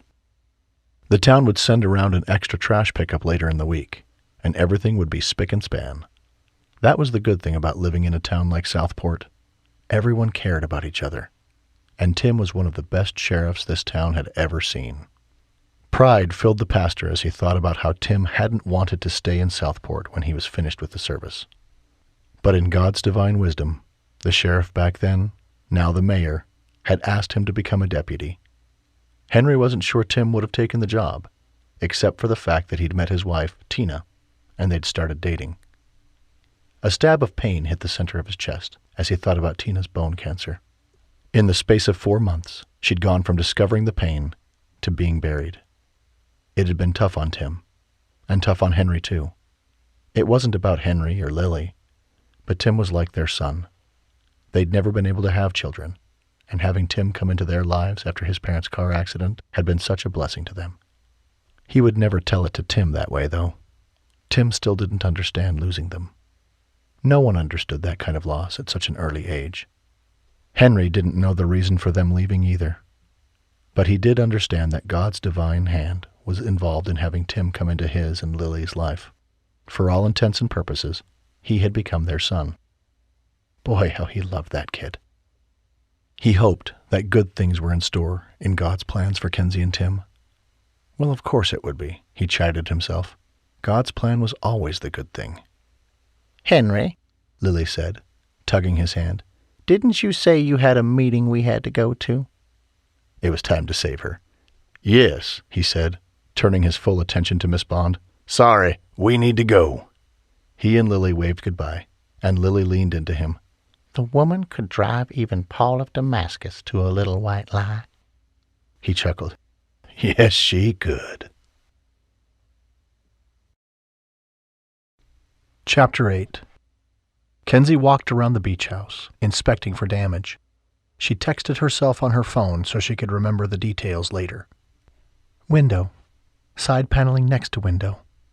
Touch-up paint on the shutters on the east side. Another window. Another window. More siding on the west side. More touch-up paint. Dang it. She put her phone in the side pocket of her exercise clothes and bent to pick up some trash that had collected in the bushes around the property. There was always lots of trash after a hurricane. Another piece of debris was stuck in a different bush, and she pried it free of the leaves. She paused and stared up at the majestic beach house. She had been so angry at her mother when she discovered that she'd left it solely to Trey. Of course, she hadn't been angry at Trey. It wasn't his fault, and he never wanted that. But, looking back, it had been the right thing. Trey and Ava had restored it beautifully. Her heart hurt to think of all the damage that had been done to it. She'd have to talk to her siblings about foregoing any profits to help fix all this damage. Good thing there was money put away in the trust for this place. Kensi surveyed the repaved pool and the pool chairs thrown against the pool house from the wind. And it's not an easy place to manage, she said to herself. It wasn't long before she had fixed the chairs back into place. Her phone buzzed, and she pulled it out. When she saw that it was Jeff, she quickly declined the call and put the phone back in her pocket. She didn't need Jeff in her ear. She was supposed to be relaxing. Her text tone sounded. "Answer the dang phone. I'm worried about you. I saw there was a hurricane there last night." Guilt filled her, followed by anger. Her first instinct was to send him a scathing reply, something like, "Now you know how I felt every time you were on a bender and didn't come home or call." But she didn't. Instead, she responded in a clipped, professional manner. "Thank you for your concern. I'm fine." The bubbles popped up to indicate that Jeff was typing, but he ended up sending her nothing. Kensi headed through the gate that led to the beach. She bent and picked up stray trash, which was scattered all over. She should have brought a big trash bag out to clean up. The sun was out, and the seagulls were circling. Some dead fish had washed up onto the shore, and the seagulls were taking turns with all of it. Blech. Kensi walked past the old Anderson place, then the Hanson place, then the Stout place. Did any of the old family still live there? She'd have to ask Trey about that. As if on cue, a man in a large fishing hat moved from the Stout place onto the beach.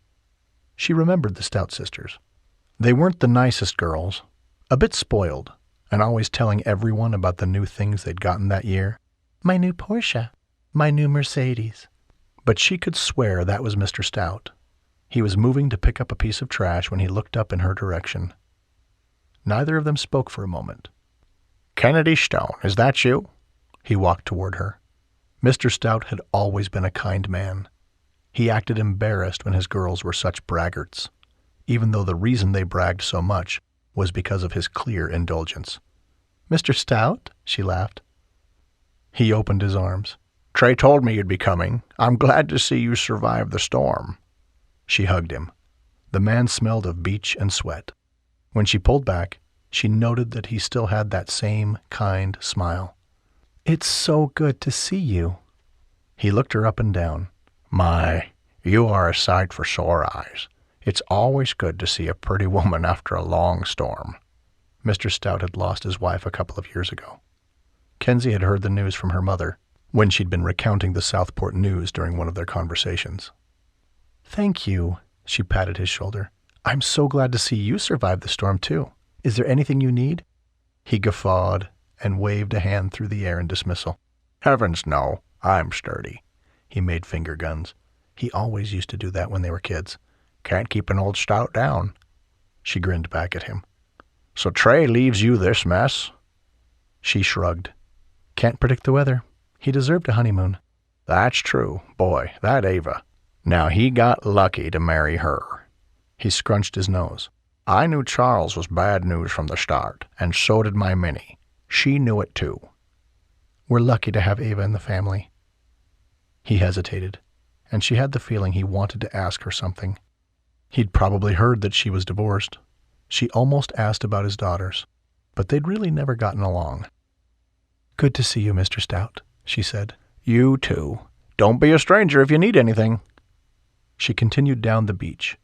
Even though she'd taken the swim prior to the hurricane the night before, she hadn't been able to appreciate the beach in the daylight. It brought her a rush of nostalgia to be back in Southport, just walking down the beach and running into neighbors. Heck, last night had been a whirlwind, not just because of Tim, but because of Lucy and Matt and his daughter Tatum. When they had all been hunkered down together, it had felt like family. Except Mr. Banks, of course. She smiled. The man had insisted on them all calling him Ryan, but everyone had continued to call him Mr. Banks. Her phone buzzed. She ignored it. When it buzzed again a minute later, she slipped out, ready to give Jeff an earful and tell him to quit calling. It was Trey. She was obligated to answer his calls. "Hello," she said, trying to keep her tone light. "What the heck is happening?" He sounded frazzled. We just got off the plane in London, and I'm staring at the hurricane that hit you guys last night. We're okay. Her mind flipped through recent events, trying to filter what she would tell him. We have a couple of broken windows and some damaged paneling, some landscaping, but nothing big. What about you? Kens, her brother pressed her, you have to give me details. How is everything? The inn is fine for the most part. I'll check into getting all the repair work done. She thought of their unexpected guest. You seriously allowed some rich billionaire to come and stay? He paused. Oh, that's right. Ryan Banks. Right. Mr. Let me tell you, Moneybags. He's creepy, and I swear, he grabbed my butt on purpose. Trey growled. What? Don't worry. I need him. Where it hurts. It was quiet for a moment as that sank in. Then he burst out laughing. What? She demanded. I bet the man was happy to leave. Actually, no. He's still staying. He walks around like we owe him something. Frankly, he is strange. Tim almost kicked his butt out, but there's problems at the Days Inn, so I'm giving him one more night. Tim was there? Ugh. She hadn't meant to mention that detail. Not when the guy grabbed my butt. I'm going to rip this rich guy's head off. She knew her brother was serious. Look, I'm fine. Tim came back to check on me and make sure I could do the shutters, which I'm glad he did. Those aren't a picnic, you know. If you would have taken the time to read the file, you would have been ready to use them. Her brother could be so picky. You should be an attorney. I swear, you love details. He blew out a long breath. I never should have left. Is everyone all right? Ava asked in the background. Just a sec. Trey was clearly a bit beside himself. Being the lead on a SEAL team kind of made him a control freak. She didn't know how Ava could stand the man and his perfectionism. Trey, I'm fine. I can handle myself. I'll call Tim, he said. Why? To check on you in the town. I said I'm fine. Listen, little sister, don't jump down my throat because I care about you, okay? That ain't gonna change. It was the truth. Her brothers had always been fiercely protective of her. Even though Trey was only 3 minutes older and the rest of her 4 brothers were younger, they all took on the role of defender if she ever needed it, and she didn't need it much. Her mind flashed to the night when Jeff had pushed her and she'd fallen. In a state of confusion, she'd called her younger brother Marshall, who'd been home that Christmas. After that, one of her brothers showed up every couple months, like they had some shared Google Doc about when to check in on Kensi. She didn't appreciate that. It made her feel weak, and she'd had enough of feeling weak and stupid and ridiculous for even marrying Jeff in the first place. You're really okay? Trey asked, his tone subdued. Because I'll get back on the plane and come home. No, she said, meaning it. I want you and Ava to have a nice trip. I got this. I'll call around and get some bids on the windows and the paneling. Ask Tim. He'll know. Or ask Matt. It was funny how it felt like old times with her old beach crew. Okay, she conceded. Kens, he said, hesitating. Yes? That Mr. Moneybags? I guess, after everything that happened with Ava, I didn't want to hide from the story. It feels like when you hide from something, it tends to get bigger. And when you just face it, it disappears.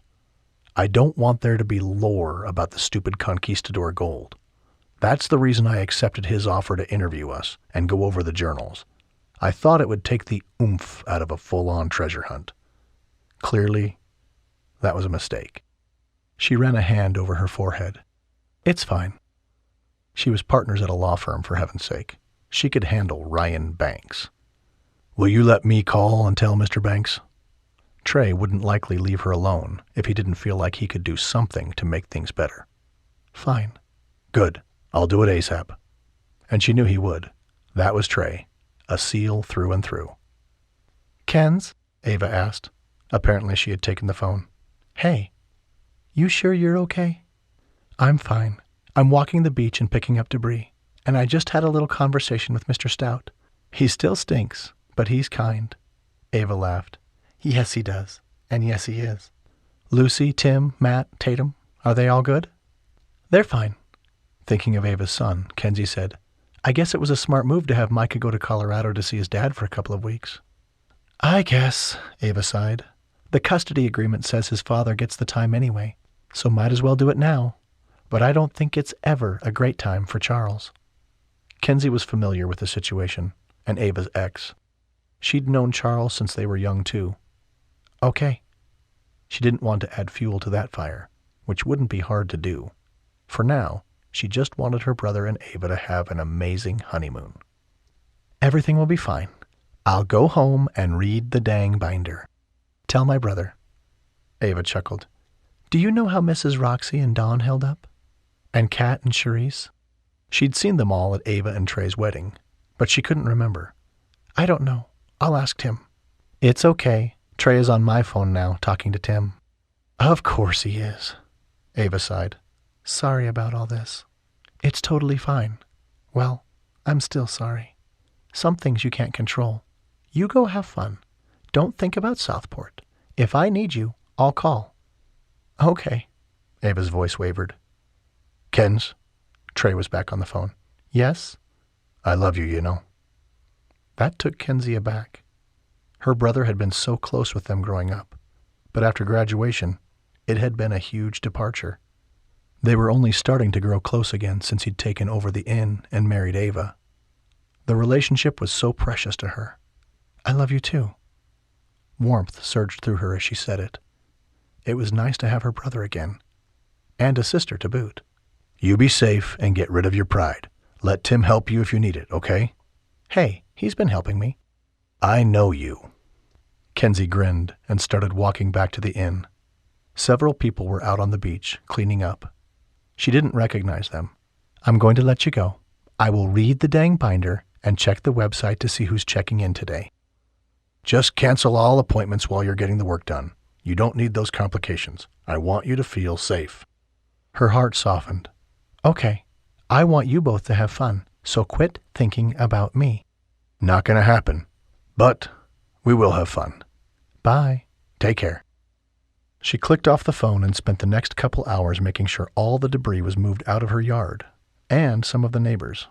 An older couple next door, the Browns, were delighted as she helped clean up their property. Well, you're Trey's sister, I can tell. He's always doing so many nice things for us, isn't he, Betty? It didn't surprise Kensi to hear compliments about Trey. He'd always considered himself the one in charge. Because of that, she knew he'd told Tim to be in charge of her. She would deal with that later. As the sun began to set, she returned to the inn. Mr. Banks wasn't there yet. On impulse, she locked all the doors. She wasn't about to be vulnerable while she took a shower. In the middle of her shower, she heard loud banging on the front door, and then her phone rang. She hopped out of the shower. Lo and behold, it was a number she didn't recognize. Hello? Ah, Kensi, it's Ryan. I seem to be locked out. If you wouldn't mind opening up the place. She rushed to get dressed and wrapped a towel around her head as she opened the door. Tonight, he wasn't by himself. He seemed to have a lady friend. Mr. Banks looked around. I'm glad to see that the place is doing well. I noted you picked up quite a bit. He turned to his friend. This is Felicity. She will be staying with me the next couple of days. It wasn't that Kensi was judging the couple, who were clearly not married. Felicity had her arms lavishly around him, clearly not shy about her strapless dress. No, she wasn't judging that at all. But her mother had cared about things like that. Tonight is your last night, Mr. Banks. Mr. Banks had already begun wandering down the hallway to the room he'd been staying in the night before, but he whirled back. The contract is for 7 nights. She was instantly disgusted. And fine. She was feeling judgy, too. Was this a one-night stand?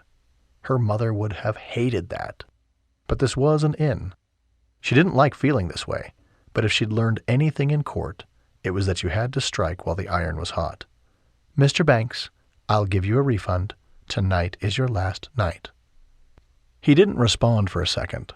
Then he shrugged. I did speak with Trey, and he asked me to find other accommodations, he sighed. Fine, but I'm not happy. You'll be hearing from my attorney. She plastered on her calmest, most elegant court smile. "Oh, I'll look forward to it. It wouldn't be safe for you to stay. And that's fine. I can handle attorneys." His nostrils flared with anger.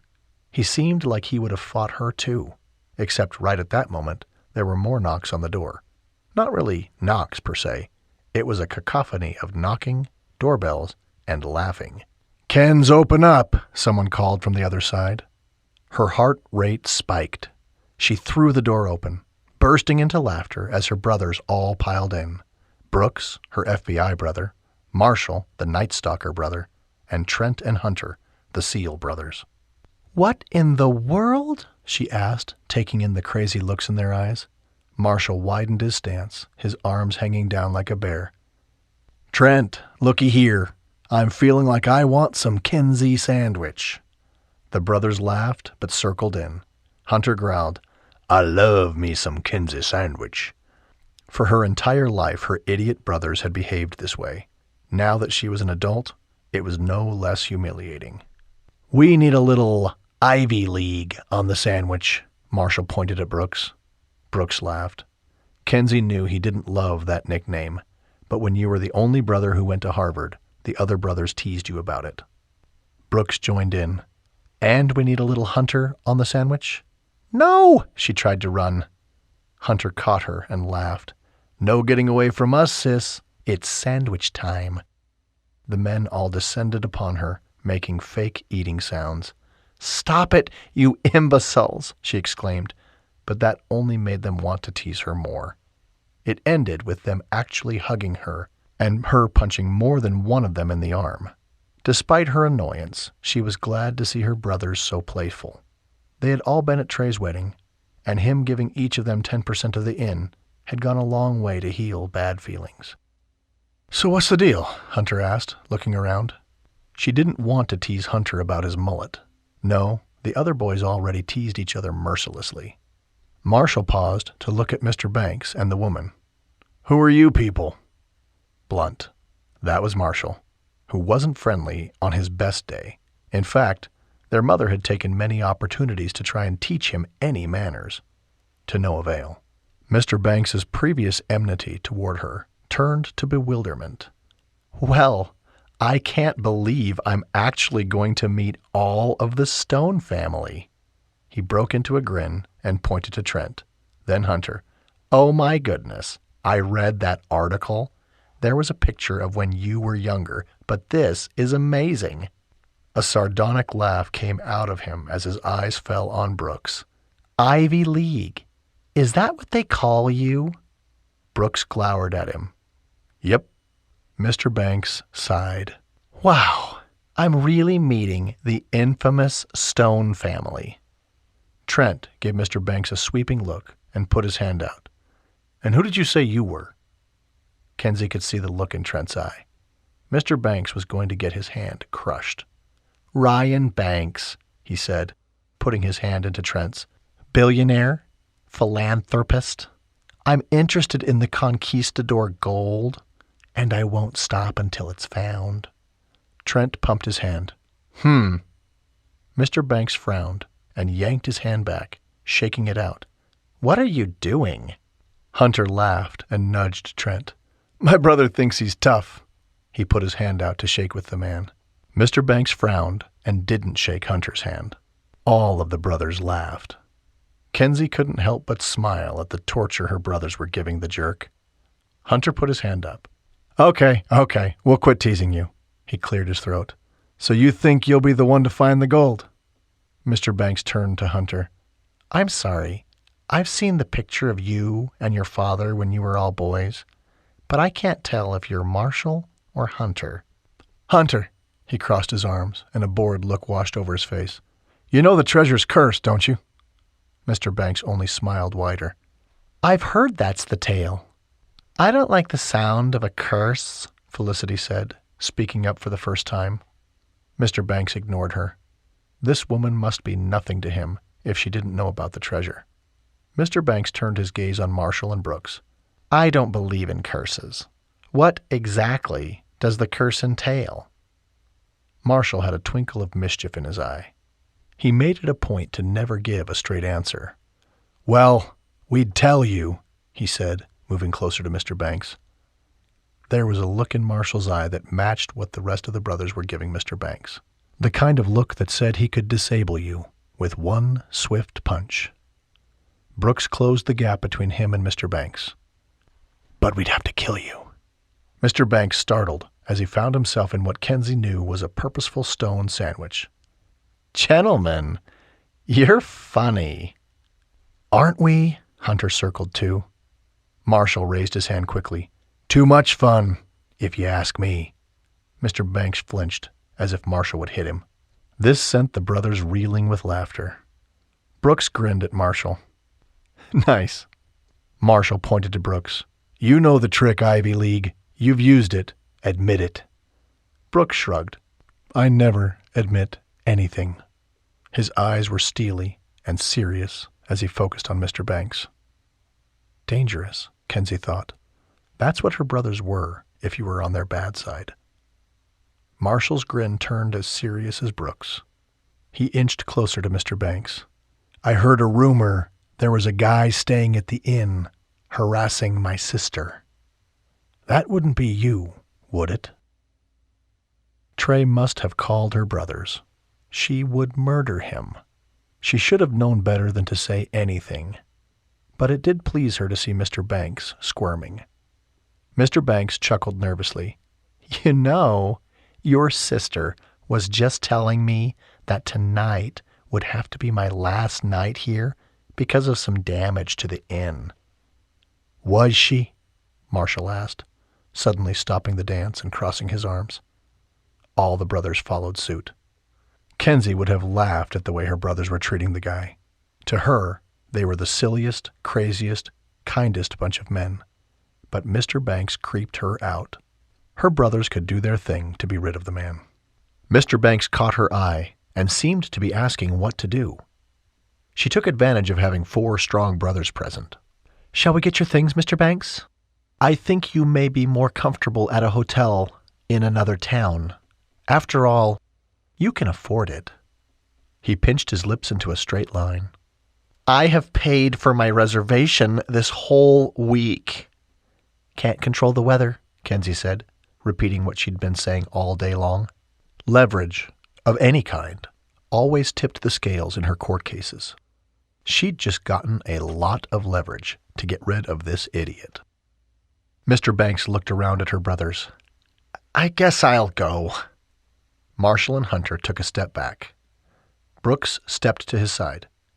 "Good choice. I'll escort you to get your things." Mr. Banks tried to move toward his room, but Trent was in the way. He didn't move. "Excuse me?" Trent flashed a fake smile. "Of course." He moved. Mr. Banks, Felicity, and Brooks headed down the hallway. "Take all the time you need," Marshall said. Hunter glowered. "Yeah, all the time you need." Kensi turned to Marshall, Trent, and Hunter. "I don't need you clowns showing up and saving me." Marshall put his hands up. "Hey, if you didn't notice, Missy," he said, reaching out and tugging a bit of her hair, "there was a hurricane." "Yeah," Trent said, pulling her into a hug so tight she couldn't do anything but give into it. "And what do you think Mama would say if she knew we didn't come help out Kensi?"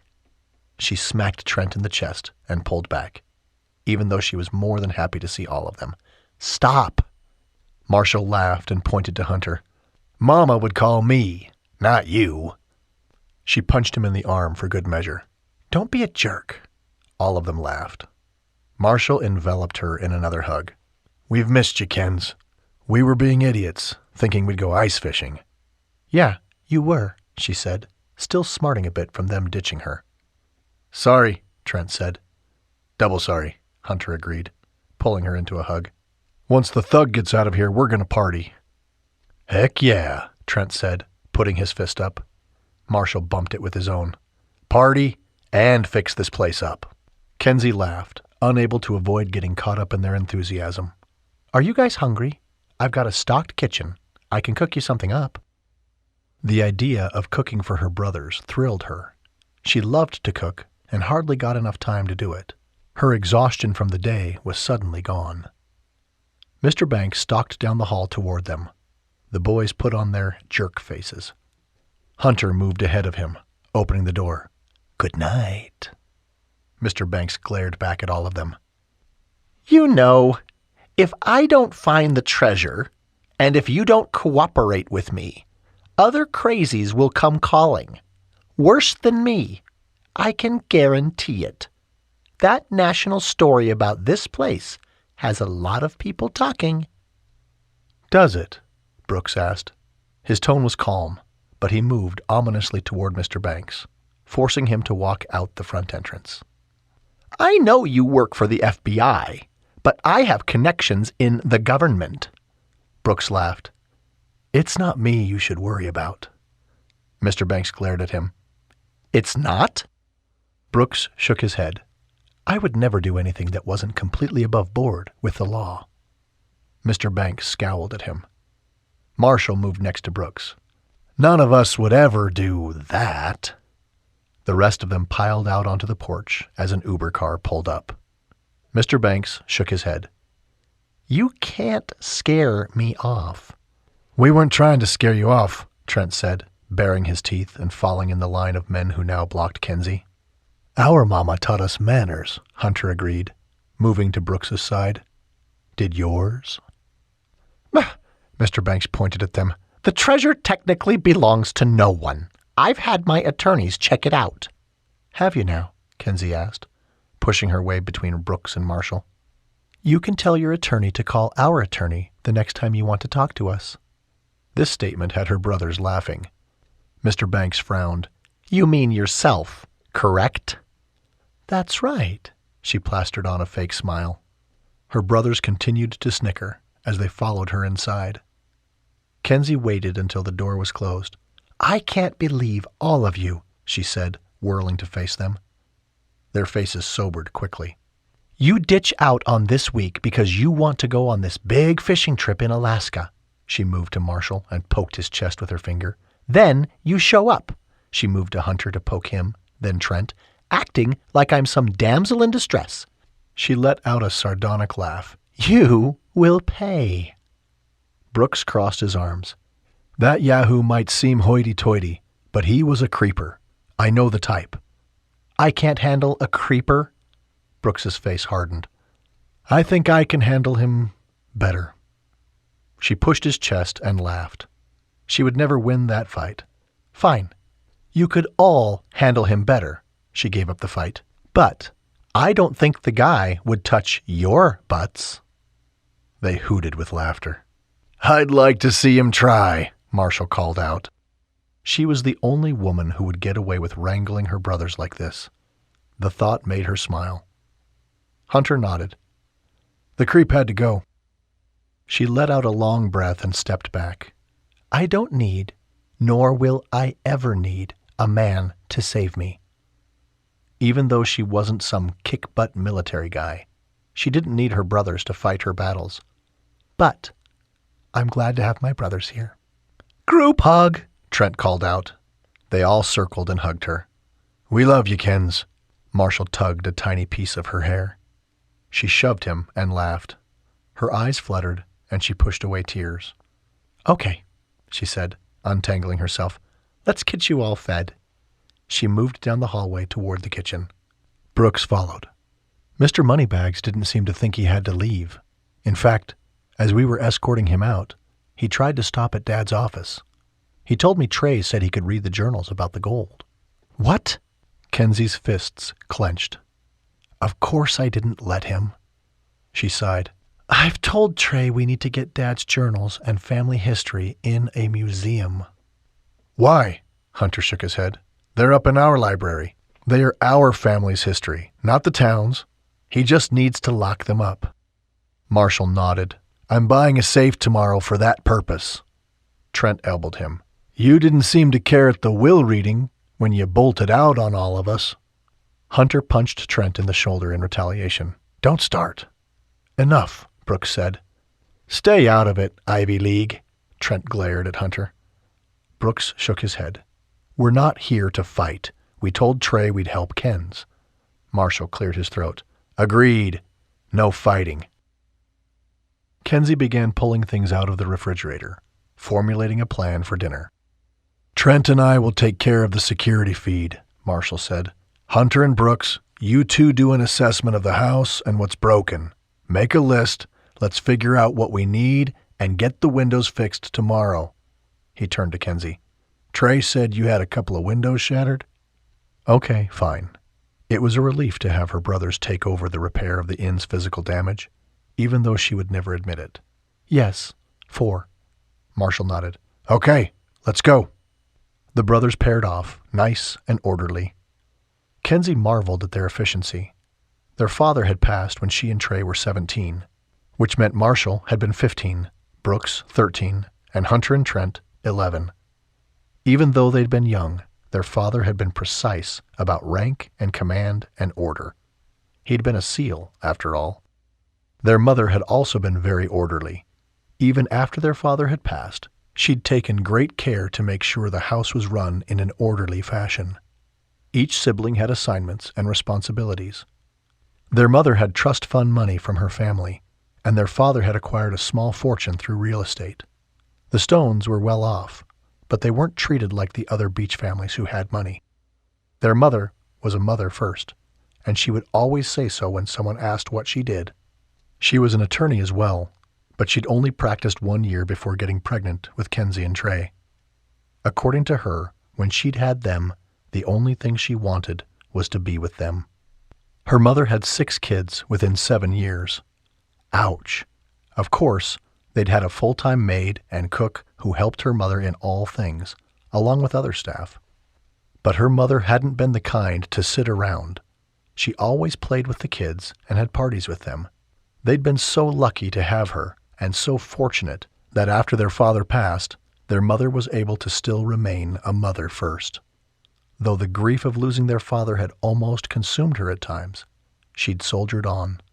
In later years, when the cancer hit, Kensi visited her mother almost every day in Boston, and they had dinner, or tea, or her mother would come to the firm and they would meet for lunch. Her mother often said that she missed her boys and the playfulness and mischief they'd brought into her life when they were younger. Kensi focused on cooking for this crew of men. She'd seen 2 bags of chicken in the freezer, and some rice, and there were frozen veggies. Depending on the spice situation, she could do a stir-fry. She took the chicken out of the freezer, then filled up one side of the sink with hot water and plopped the chicken in it. One crucial rule she'd learned over the years was that meat had to be thawed before cooking. Kensi hummed as she pulled out frozen veggies from the freezer and soy sauce from the spice cabinet, along with salt, pepper, and Montreal seasoning. Yes, she would grill the chicken first, and then dice it into the veggies. She grabbed a pot and began cooking the rice, adding bouillon to give it a nice flavor. She put together the meal, going through the fruit in the fridge and pulling out grapes, black cherries, and blueberries.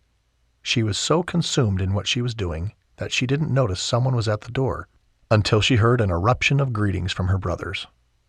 She paused. They sounded happy, so she doubted it was Mr. Banks. Then she heard Tim's voice. A nervous flutter tugged the lower part of her gut. No, she didn't care about Tim or that he was here. Sure, he was a great guy, and he'd been amazing last night, but she didn't want to react to him. She lived in Boston. She was a partner in a firm.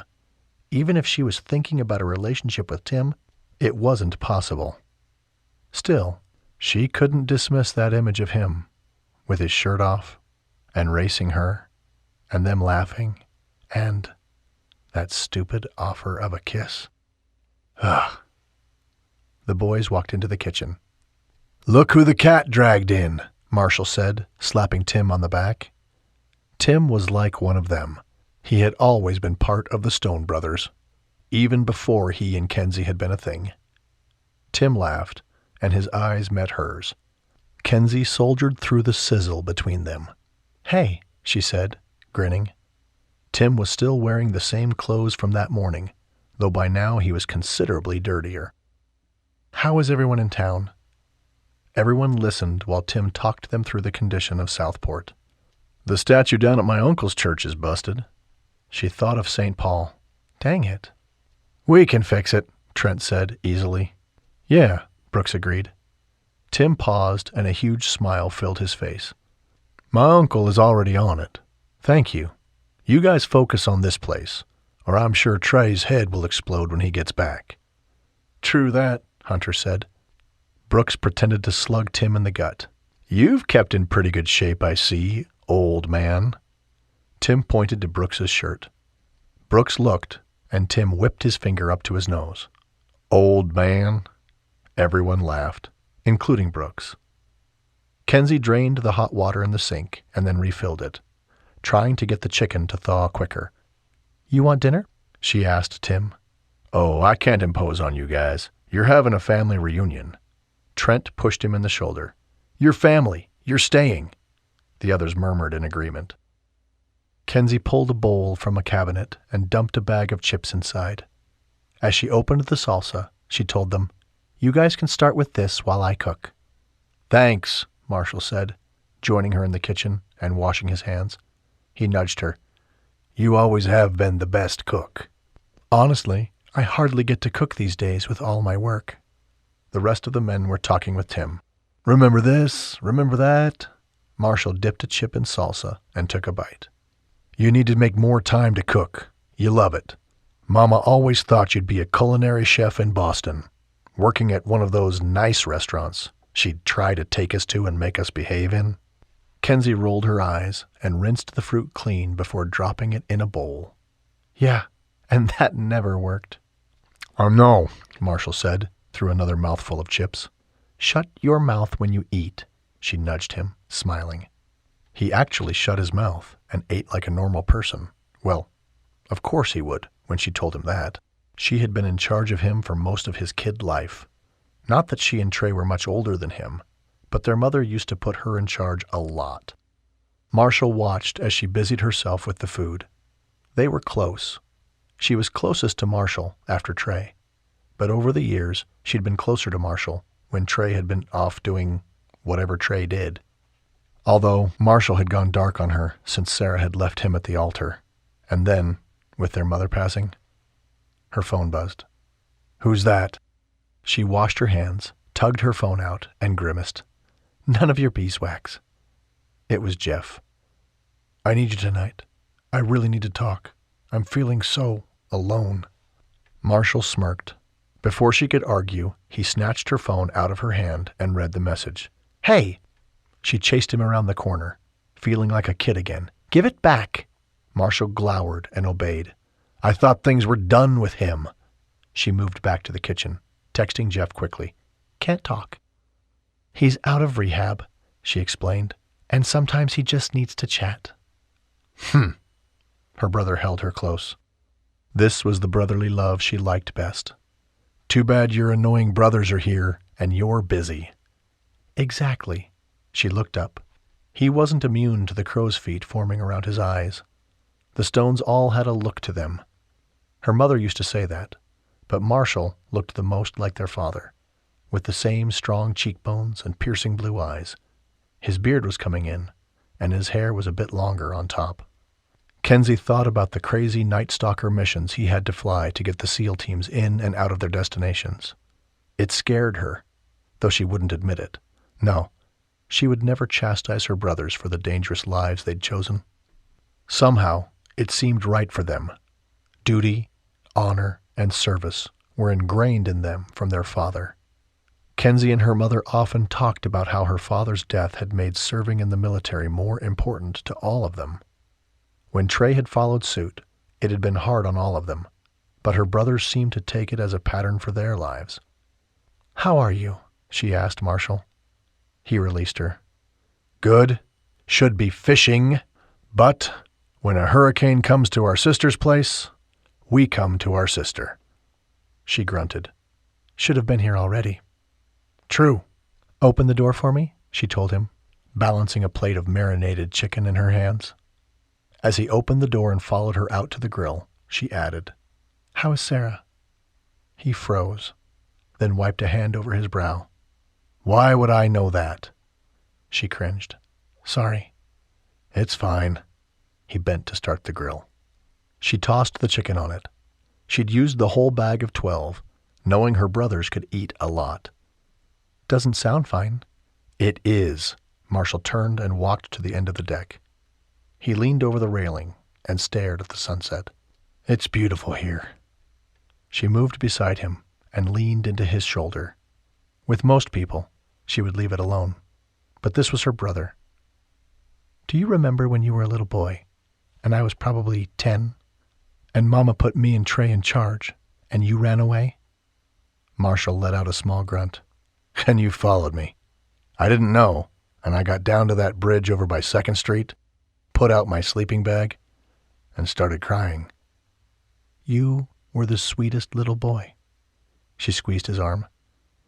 I remember being confused a lot as a little kid, wondering where my place was in our family, and I remember you always being there for me. He turned and put his arms fully around her. You have always been the true heart of this family. Well, you and Mama. Warm chills rushed through her. It was silly, but his words meant so much to her. Hey, he said, and pulled her in for a hug. I'm just telling the truth. All of us look to you to keep us together. And we should have been here before now. I'm sorry. Another round of chills. She nudged him. Stop. Marshall laughed and pulled back, wagging his finger at her. But Jeff has taken advantage of you for too long. And I hate to say this, but you might be addicted to his drama. You have always liked drama. Remember those love stories you used to write? She was processing the truth in her brother's statement. She grunted. Actually, Trey left a box of them in my room. They were dramatic, she said, laughing. Yeah, they were, he grunted. You were so annoying while you followed me around and cataloged whatever I was doing with Kat. I did love that. That struck a nerve inside of her. She had loved to write about people and characters. Granted, back then, she had just been copying other people's lives and dramas. You know Kat's back in town, right? I did know that, he said, carefully, like he was navigating a minefield. She wasn't going to push him. He took her hand. You were a good sister. Even though I was drama? You still are drama. She yanked her hand back, making him laugh. But I love you. And I want to be a good brother to you, too. He shrugged. I realize I haven't been that great the past couple of months. Sarah did a number on me. Well, I allowed it. Accountability, Kensi said, in a stern voice. Yes, that is the Stone way. You sound just like Mama, he said, and she softened. With a sigh, he said, I guess the one thing with breakups is that you tell the truth to each other. She told me I needed to drop my attitude about my family and pull my head out, or I would lose you guys. His admission made Kensi pause. Marshall wasn't usually like this. I'm sure that was hard to hear. It was, but it was needed. Just like I'm telling you that part of the reason Jeff stays in your life is because you like drama. You need to cut the guy loose. Quit feeling responsible for him or whatever's going on in that head of yours. You need to move on, or you'll keep getting more and more lost. I've been watching it. We all have. We don't like it. Kensi bristled. Not just because he thought she was lost, but because her brothers had been talking about her. I'm an attorney at a major law firm. I don't think I'm lost. You hate your job. She turned to open the grill and turn the chicken, ignoring her suddenly racing heart. No, I don't. Yes, you do. It was stupid, but it made her feel weak that he was pointing out something she tried not to focus on. So she fired back. Sarah was right. You have been a jerk, and we've all talked about that. Nice retaliation. She shut the grill and gave him a piercing look. A jerk grin washed over his face. I'm sure I have been, and I'm sure you guys have talked about me. She whacked his arm. No, we haven't. Our brothers aren't girls. He just laughed. Kensi hated that her brothers didn't care about crap like that. She put her hand to her head and turned away from him. She didn't need this right now. I was supposed to relax for 2 weeks, and now I have you idiots to deal with. Marshall's arm slipped around her, pulling her into him. She tried to get free, but he tightened his hold. Nope, I'm holding you. Deal with it. Tears stung her eyes. She didn't want to fall apart right now, but Marshall could draw out the vulnerability inside of her. She wiped her eyes. I do want Jeff out of my life. I try, but... Jeff hurt you, sis. I want to rearrange the guy's face for it. I know he was an addict, but you have to let him go. You have to. Her brothers would have killed Jeff for her if she'd asked them to. There's some things you just have to work through by yourself. Marshall dropped his arm, his face serious. Spoken like a true Stone child. He wagged his finger at her. We don't have to do things by ourselves. I know that was drilled into us. I still struggle with it. Just ask my ex, she'll tell you. But when you go through crap like what you've went through with Jeff, you don't have to do it alone. The worst part, Marshall, is that part of me still loves him. I was in court with him last week, and every time he got up to counter my arguments, I thought about how brilliant he was, and how he's fixed, and he's better. Except he's not. Just from that one text, I can see he's trying to manipulate you. Marshall's tone turned whiny. Wah, I'm alone. Help, he scoffed. He's a wimp. Cut him loose for good.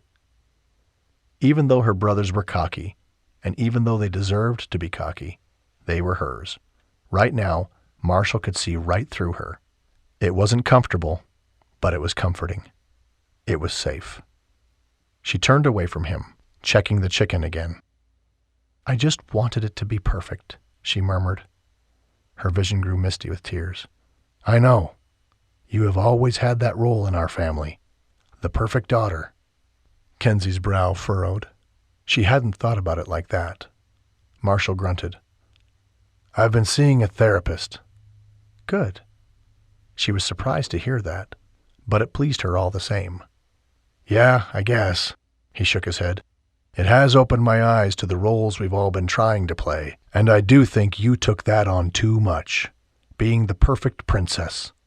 Do you remember Dad calling you that? She hadn't thought about it in a long time, but she did remember. Wow. Marshall nodded. I was his rough and tough Marshall. Dang. She thought of all the nicknames her father had given them. Each one had come true. Marshall was quiet for a moment. You went to Harvard. You lived by Mom and took care of her. Perfectly. You tried to keep you and Jeff together. Perfectly. You're seriously giving me therapy? Hey, I've been doing a lot of analyzing because I want to be different. Better. She was silent, thinking about what he'd said. Could it be true? Can you tell me that you're really happy still being in Jeff's life? That it's not partly an addiction to drama? Can you tell me that you're just not addicted to trying to die? Just saying it had her temper flaring up. That all of you aren't just trying to get yourselves killed? He shrugged. We're living up to our dad, I know. With a wistful expression, he mused. I guess that is an addiction too. She didn't know what they were getting at with this analyzing, but she was overwhelmed by it. I've needed time to process that grief, and I should have explained that to you. I'm sorry. I've been shutting you out. He took her into a big hug, and they both found themselves laughing a little bit. The door to the living room opened. Hunter stuck his head out. Hey, where is the chicken? Oh my gosh. Kensi ran back to the grill. Luckily, they weren't burnt. She took them off the grill and slid them onto a plate. Marshall turned off the grill for her. They walked inside together. The table was set. Everything looked just as it would if her brothers had done it when they were little. There was no consistency as to which side of the plates the forks, spoons, and knives should be set, or where the cups were supposed to go. But they were on the table, so that was something. Let's eat. Everyone sat down. Kensi put her hands out, the same way her mother used to. Who wants to say grace? Everyone joined hands. A warm, satisfied feeling washed through her, and goosebumps swept over her arms. In this moment, She knew that these really were the best men in her life. She was so grateful for them. "I will," Trent offered. After the prayer, they dug in and started talking about Southport and everything that had been hit by the hurricane. About Roxy, about Kat, about Matt and Lucy and Tatum, about Henry and Lily. Everything felt so natural. Tim easily fit in with all of them. It wasn't long before her brothers asked him the questions that Kensi had wanted to ask about his wife and about the cancer. There had only been 4 months between the time she'd gone into the doctor with the pain in her hip and the time she passed away. Tim's eyelids fluttered, and he put his fork down and took a long drink of water. "I'm going on a little less than 2 years since I've lost her." He met each of their eyes around the table. "I'm not going to lie to you guys. I felt really alone after she passed away. When Trey and Ava came back here a couple of months ago, for the first time in a long time, I felt like I had family again." He cleared his throat and smiled. "And you guys know how much I love Henry and Lily. They are amazing to me, but right now, it feels like my brothers and sisters are home." Her brothers all agreed in different ways, some of them nodding, some of them saying so out loud. With the swarm of hyper butterflies in her belly, all Kensi could think about was that Tim definitely made her feel different than her brothers made her feel. Chapter 9. The next morning, Tim went for a jog on the beach. He had stayed at the Stone house until almost 1 in the morning, but he'd awoken restless at about 5:30, so he ran. He looked at the watch on his wrist. He'd been running for about 40 minutes. He was downtown now, close to his uncle and aunt's place. He would stop in, but he didn't want to wake them. As he got to his uncle's church, he put his hands over his head and slowed to a walk. He assessed the broken statue of St. Paul. What would it take to fix it? Would they call people to replaster it? Or would they tear the whole thing down and rebuild it? "Funny thing you're up so early." Tim jerked and looked back. He was surprised anyone else was up this early, but he wasn't surprised to see his uncle sitting on a bench next to the church. He wore jeans, a short-sleeved flannel shirt, and glasses. Tim smiled. His uncle's wardrobe was the same, whether it was summer or winter. "What are you doing, old man?" His uncle nodded to the statue. "I bet you and I were thinking about the same thing, just in a different way." Tim sighed and dropped onto the seat beside him. "Are you going to philosophize to me?" His uncle grinned. "You see, son, while you were thinking about the most efficient way to fix that statue, I was thinking about how God had been efficiently fixing you." Tim couldn't help but laugh. His uncle, ever the pastor. "I didn't know anything was wrong with me." "Oh, nothing is wrong with you." His uncle gingerly put a hand on his shoulder. "Nothing is wrong with you at all." His uncle had a talent for making Tim feel better, just by being present. He had this quiet peace about him. It was why he could say almost anything to people, even if it sounded rude.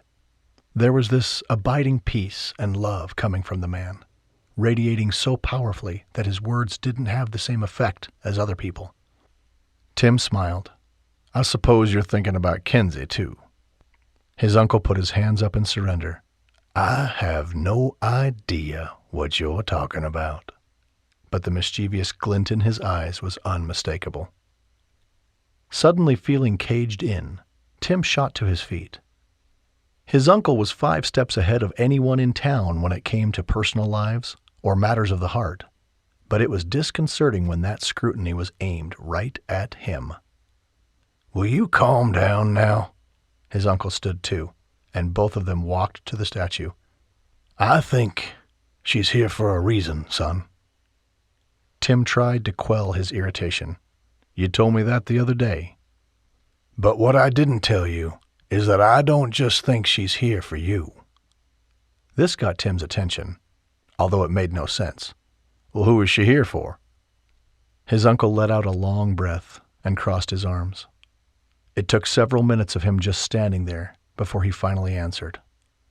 I think she's here for herself. I think it might be time she comes home." It took a second for Tim to puzzle that out.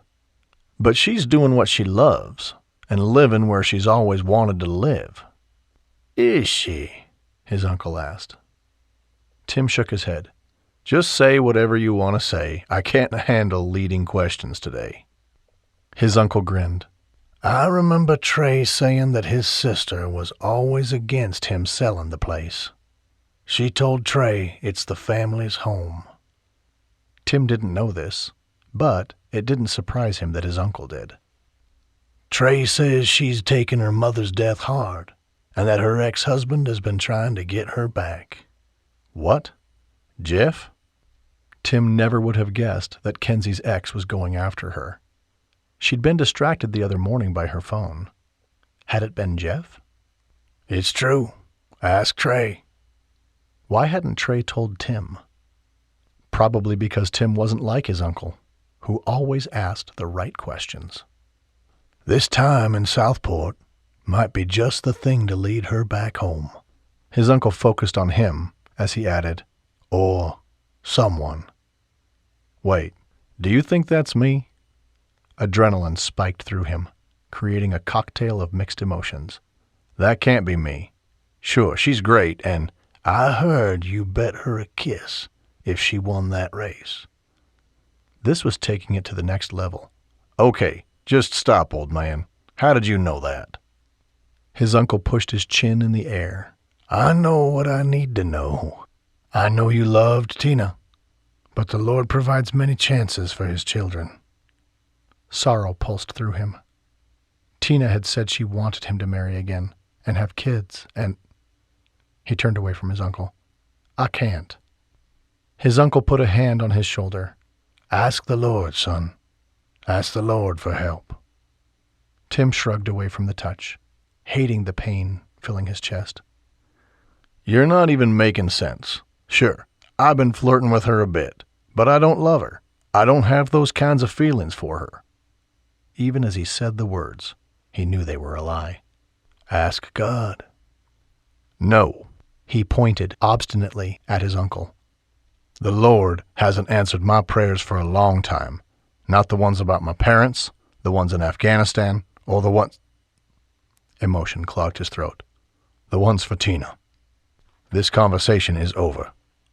Tim took off running, heading back down the street to the beach, and then pushed as hard as he could go.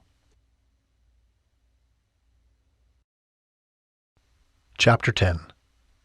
Kensi drove Ava's car downtown to Lucy's boutique and gallery. She'd gotten a text earlier that morning from Lucy inviting her to brunch. The town didn't look too bad. People were out fixing windows and cleaning up trash. Many of the volunteers waved to her, and she waved back. Did they think they were waving to Ava? It felt like she'd stepped into a different life, which was probably a silly reaction to brunch with friends. As a partner at her law firm, she worked a lot. Between her career and her mother, she didn't have a lot of friends. She had a few acquaintances to turn to if she was desperate and wanted to go out randomly, but she hadn't done that in... She tried to calculate the last time she had done that. She came up blank. Kensi parked at the curb next to the boutique, pausing to check her makeup in the mirror. She'd worn a light fall dress, which felt weird, too. She never wore dresses. It was always her business suit. She was excited to see Lucy again. It had felt so easy and natural to catch up with her on the night of the hurricane. They had remained friends over the years, as much of a friendship that Kensi could maintain with anyone. She opened the boutique door. Lucy had arranged the shop beautifully. Local art pieces hung on the walls, which were a mixture of teal and white. Clean-cut frames outlined the art, and well-arranged shelves displayed various expensive pieces. "Is that you, Kens?" Lucy called out as she walked around the corner. "Yes. It doesn't look like anything's out of place here." "It's not." Lucy smiled and embraced her. A light vanilla smell wafted off of her friend. Lucy had always been extremely artistic, extremely feminine, and extremely fun. Lucy pulled back. "I'm so glad you're in Southport." Her grin widened, and she looped her arms through Kensi's, leading her toward the other side of the boutique. And look at your hair. It's gorgeous, as usual. Normally, Kensi didn't think much about her red hair. She simply wore it in a loose bun for work. But today she'd let it flow freely in light curls around her shoulders. When they went around the corner, Kensi was surprised to see 3 other women waiting for them. Lucy waved her hand at the women. You remember Kat, of course, and you know Dawn and Cherise. Kat rushed at Kensi, seizing her in an enthusiastic hug. Of course she remembers me. I was like her little sister. That was true. She had witnessed many fights between Kat and Marshall so many years ago. She'd helped Kat through those times, and they'd been good friends. It's so good to see you. Kat gave her a coy look. I'm the one who catered Ava's wedding, but y'all were busy. Right. Kensi snapped her fingers. The reminder jogged her memory. Your son was there with you, dressed in that cute tux. Cade. Kat's ears widened. They were all so grown up. Her mind flitted to something she'd been wanting to say to Kat for a long time. She took her hand and gave it a gentle squeeze, an unanticipated rush of tears filling her eyes. I was so sorry to hear about J.D. Kat nodded. Thanks. Don't leave me out. Dawn was the next one to hug Kensi. She had also been part of the beach crew. She'd been close friends with Brooks. How's your mother doing with all this? Kensi asked her. Dawn rolled her eyes. We have it duct taped right now with some cardboard. You can imagine how much Mom likes that. Her mother had always been one to dress just so and have her makeup perfectly done. Kensi chuckled. I can imagine. Come here. Cherise would not wait any longer to embrace Kensi. How are you? Kensi asked. You know, the worst part of this whole mess is that my salon has some issues at the moment. She pulled back. And who is going to make sure the people of Southport stay beautiful? They all shared a laugh. True, Kensi agreed, evaluating the gorgeous, brunette, curly-haired woman. Trent and Hunter used to fight something terrible over her. Cherise squeezed Kensi's shoulder. I heard you were in town and that you helped give Aphrodite refuge from the storm. Tatum told me all about it. Kensi grinned, and her eyes met Lucy's. Tatum is such a sweetie. She tried to remember what exactly she'd heard about Cherise's return to Southport. As if sensing her unspoken question, Cherise waved a dismissive hand. We're divorced, so I've been back running the salon. She shrugged. No kids. Pretty boring story. Kat grunted. Right. As if anyone's story is boring. Cherise pointed at her. My clients at the salon can make any story interesting, but I'm all about no drama. Kat sat across from them next to Lucy at the table, suddenly hungry as she looked at the spread of eggs, bacon, crepes, and the fruit before them. Lucy bowed her head and started praying. Lord, we thank you for this day, for the safety of our shops and town, and especially that our Kensi has been brought back to us. Back to us. The words sounded so final. Amen, the other women said. Amen, Kensi said, softly. Silverware was unwrapped, and cloth napkins were put on laps. In typical Lucy flair, everything looked amazing. Kensi was touched. You didn't have to go to all this trouble, she told Lucy. Lucy ceremoniously dished up every plate. It's no trouble. It is trouble, but Lucy's too good to us. Cherise waggled her eyebrows at Kensi. I heard all the Stone brothers are in town. Kensi nodded. It wasn't surprising that Cherise had already heard. Yep, my little bros showed up last night. They're working on getting things fixed today. Lucy sighed. You have a good family. Lucy was an only child whose parents lived overseas. Kat had been in foster care until the age of 9, when she was adopted by the Hansons. Cherise came from a good family, but Kensi didn't know if they were still in town. Kat grunted. How's that bull-headed brother of yours? Which one? Kensi asked, knowing full well that Kat was talking about Marshall. Dawn shook her head. She must be talking about Brooks. He's here too, then? More laughter. Yep, Brooks had a thing for Dawn. Always had. Kensi nodded. Yep. Kat rolled her eyes. The most annoying one? Kensi kept her face innocent. Again, which one? Charisse laughed harder and pointed her fork at Kat. She's got you there. All of her brothers are bullheaded and annoying. Not to be outdone, Kat pointed her fork back. I bet Hunter and Trent might think you're the annoying one. Charisse's face went blank. I don't want to talk about that, she said, picking at her eggs. She batted her eyes. Or maybe I do. Kensi grinned at her. Her brothers would definitely want to talk about Charisse. Lucy sighed. Well, what can we talk about? You and Matt, Kensi teased, making Lucy blush. Kat laughed. She's so gone on the man, and Tatum loves her so much. It's sweet. Charisse nodded. It's true. Lucy shrugged, and a grin worthy of Charisse filled her face. They are amazing people. What's holding you back there, Luce? Kensi asked.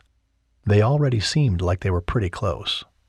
Lucy hesitated, and her expression turned sad. It's not really me, it's Matt. He was hurt by his ex. She shrugged. He doesn't want someone in Tatum's life one day and out the next. It's been super hard on him to watch the way Savvy yanks Tatum's chain all the time. Sometimes she's super involved, and other times she won't even return the little girl's calls. Can you believe that? Kensi couldn't. Her heart ached for all of them. Kat pursed her lips. Savvy was always a jerk. I can think of another word. Charisse picked up her drink and took a long sip. Me too. Lucy's eyes fluttered. Kensi reached for Lucy's hand. It's going to work out. That was something else her mother had always told her. Kat took Lucy's other hand. Yes, it will. Charisse put her hand over Kensi's and Lucy's. So, tell us about Jeff. How are you? Dawn nudged her. Yes, tell all. It was disconcerting to be put on the spot. Surprising herself, Kensi began telling them about the divorce, his addictions, and how he'd recently gotten clean. She mentioned that she'd had dinner with him last week, and now he texted her all the time. Just talking about it really made her appreciate these women. Last night, Marshall told me I needed to stop being addicted to the drama of it all. I actually hadn't thought about that. Marshall said that? Kat asked, looking speculative. He did. What would happen if Kat and Marshall were ever able to get together and talk? Kensi didn't know all the details of why those two weren't friends anymore, but it probably had a lot to do with the fact that Kat had married another. He's different now, after the whole getting left at the altar thing. It changed him. For a moment, they were all quiet. Life has a way of changing a person, Lucy commented, taking a sip of her water. Kat put her hand out to her. Well, whatever you need from us, we'll help. And don't forget about Ava, Charisse said. You have a woman that will go to war for you if you need her. Lucy laughed and blinked rapidly. Yes, she will. All of us would go to war for you. Dawn nodded. All of us. With their supportive gazes bolstering her, Kensi felt warmth creep into her chest. Tears threatened to rise in her eyes. I don't deserve you all. Psh, Kat said, grinning at her. None of us deserve us all. We're just glad you're home, Lucy said. Yeah, Charisse agreed. We've been wanting you to come to our little get-togethers. Have you? Kensi remembered Ava telling her that when she came to town, all the girls would want to see her. Kat shrugged, then held up her glass. Listen, we all needed each other when we were younger, but we need each other even more now. Hear, hear, Lucy said. That's right. Charisse nearly spilled her drink. She was so eager to participate in the toast. Southport Beach Crew forever, Dawn said lightly, a smile on her lips. Kensi liked the sound of that. It felt silly, but she held up her glass too. Southport Beach Crew, she affirmed. They took turns clinking their glasses, and then they continued eating their food. It all tasted so good, especially the cinnamon rolls. Kensi took a moment to swallow before saying, Man, this is amazing. Thanks, Kat said. I needed to hear that today. You okay? Charisse asked her. Kat checked her phone. Yeah, I'm good. I just didn't realize how much work having a bakery and a deli would be. My own fault, I know. She put a hand to her chest. "But I had this horrible guy come in yesterday and eat a couple of things and then complain it was the worst food he's ever had." "Imbecile," Lucy said, making a face. Kat laughed. "That's pretty much what Stan told him." "Stan?" Kensi asked. "Oh, Stan Staley. I don't know if you remember him. He's a bit older than you and Trey. He's a retired Marine, and he lost his wife a couple of years ago. Nice guy. He manages the deli for me." "What did the guy look like?" Lucy asked, eyeing Kensi. "Average height, dark hair. Told everyone that he's looking for the conquistador's gold." "Mr. Banks." Just saying the name made Kensi's blood boil. "Who?" Dawn asked. Lucy gestured to Kensi. "That jerk.com billionaire who made a pass at Kensi." Kat smirked. "The one you need in the crotch?" Charisse threw her head back and slapped her thigh, squealing with laughter. "What?" "He deserved it too," Kensi said, sticking her chin in the air and feeling rather proud of herself. Dawn beamed at her. "I wish I could have seen it." Kat nodded. "I wish I could have kneed him in the crotch too. The guy was a grade A jerkface." "Yes, he was," Kensi confirmed. Lucy picked up a cinnamon roll. "Don't listen to the jerkface. Your baked goods are divine. I swear I've gained 10 pounds since you opened your bakery." Kat feigned modesty. "Stop. Actually, continue." They all giggled. Lucy spoke to Kensi. "Kat has a talent, and now I'm going to use her for everything I cater before I can't afford her because word gets out that she's a baking genius." "She really is," Charisse agreed. "Totally," Dawn said. "Good thing I'm not worrying about performing at the moment, or I'd have to say no to these delightful things more often." "Are you done performing?" Kensi asked Dawn. Dawn shrugged. "I don't know." Kensi hesitated, not wanting to ask too much, but she'd spilled her guts already. "What is going on?" "Since I moved home after Dad passed, I've just been helping Mom." Kat frowned. "Just tell her. My husband, well, he has slept with countless TAs, and he's even been brought up on sexual harassment at the college. But he gets out of it. He always denies it, and he tells me he loves me, and—" Dawn blinked. A tear slipped down her cheek. "I've been in limbo for a long time. I don't know if I should stay in Southport and rebuild my life, or if I'll forgive George and go back to New York." Kensi knew how complicated relationships could be. "Dawn, I'm so sorry." Dawn shrugged. "I'm pretty pathetic, actually." "You're not pathetic," Charisse growled. "Stop saying that kind of stuff. You have a vocal degree from Juilliard. You are the furthest thing from pathetic." Lucy gave Dawn a stern look. Dawn's eyes drifted downward. "Not that it matters," she sighed. "Maybe I should take Marshall's advice too, and quit being addicted to the drama of George." Kensi nodded. "It's good advice." With a snort, Kat said, "That is the state of affairs. We are all taking Marshall's advice." "If it's good advice, take it," Lucy said. "You should perform here," Charisse told Dawn. "I'd come back to see your performances," Kensi agreed. Dawn grinned, twirling her hair shyly. "You think I could really sing here?" "Yes," Lucy nodded. "You just tell me when, and I'll put together an event." Dawn seemed delighted by the prospect. "Okay, I'll let you know." Kensi knew how hard it was to feel like you weren't making a difference in the world, like you didn't have a purpose. She'd been feeling that way a lot lately, but she didn't know what to do about it. Dawn nudged Kensi. "Do you like living in Boston?" "Yes," she said quickly, thinking about what Marshall had said about her being an attorney. "At least, I used to. I just miss my mom." They all nodded. "Your mom was the best," Charisse said wistfully. "I loved her pancakes," Kat said. "Right," Kensi agreed. "Tim cooked them for everyone, and he won't give me the recipe." "What?" Dawn asked, laughing. "That's funny." Kat shook her head. "Sounds like Tim." Kensi's phone buzzed. She pulled it out and grimaced when she saw her ex's name. "Is it Tim?" Kat teased. "Nope. Kensi hit decline on the call and put her phone back in her pocket. "Jeff?" Lucy asked. She nodded. It was quiet for a second. Then Kat said, "Are you going to spill about Tim or not?" Charisse took a bite of her cinnamon roll with a huge grin on her face. "He came in and checked on me in the salon yesterday, and I'm really grateful for that.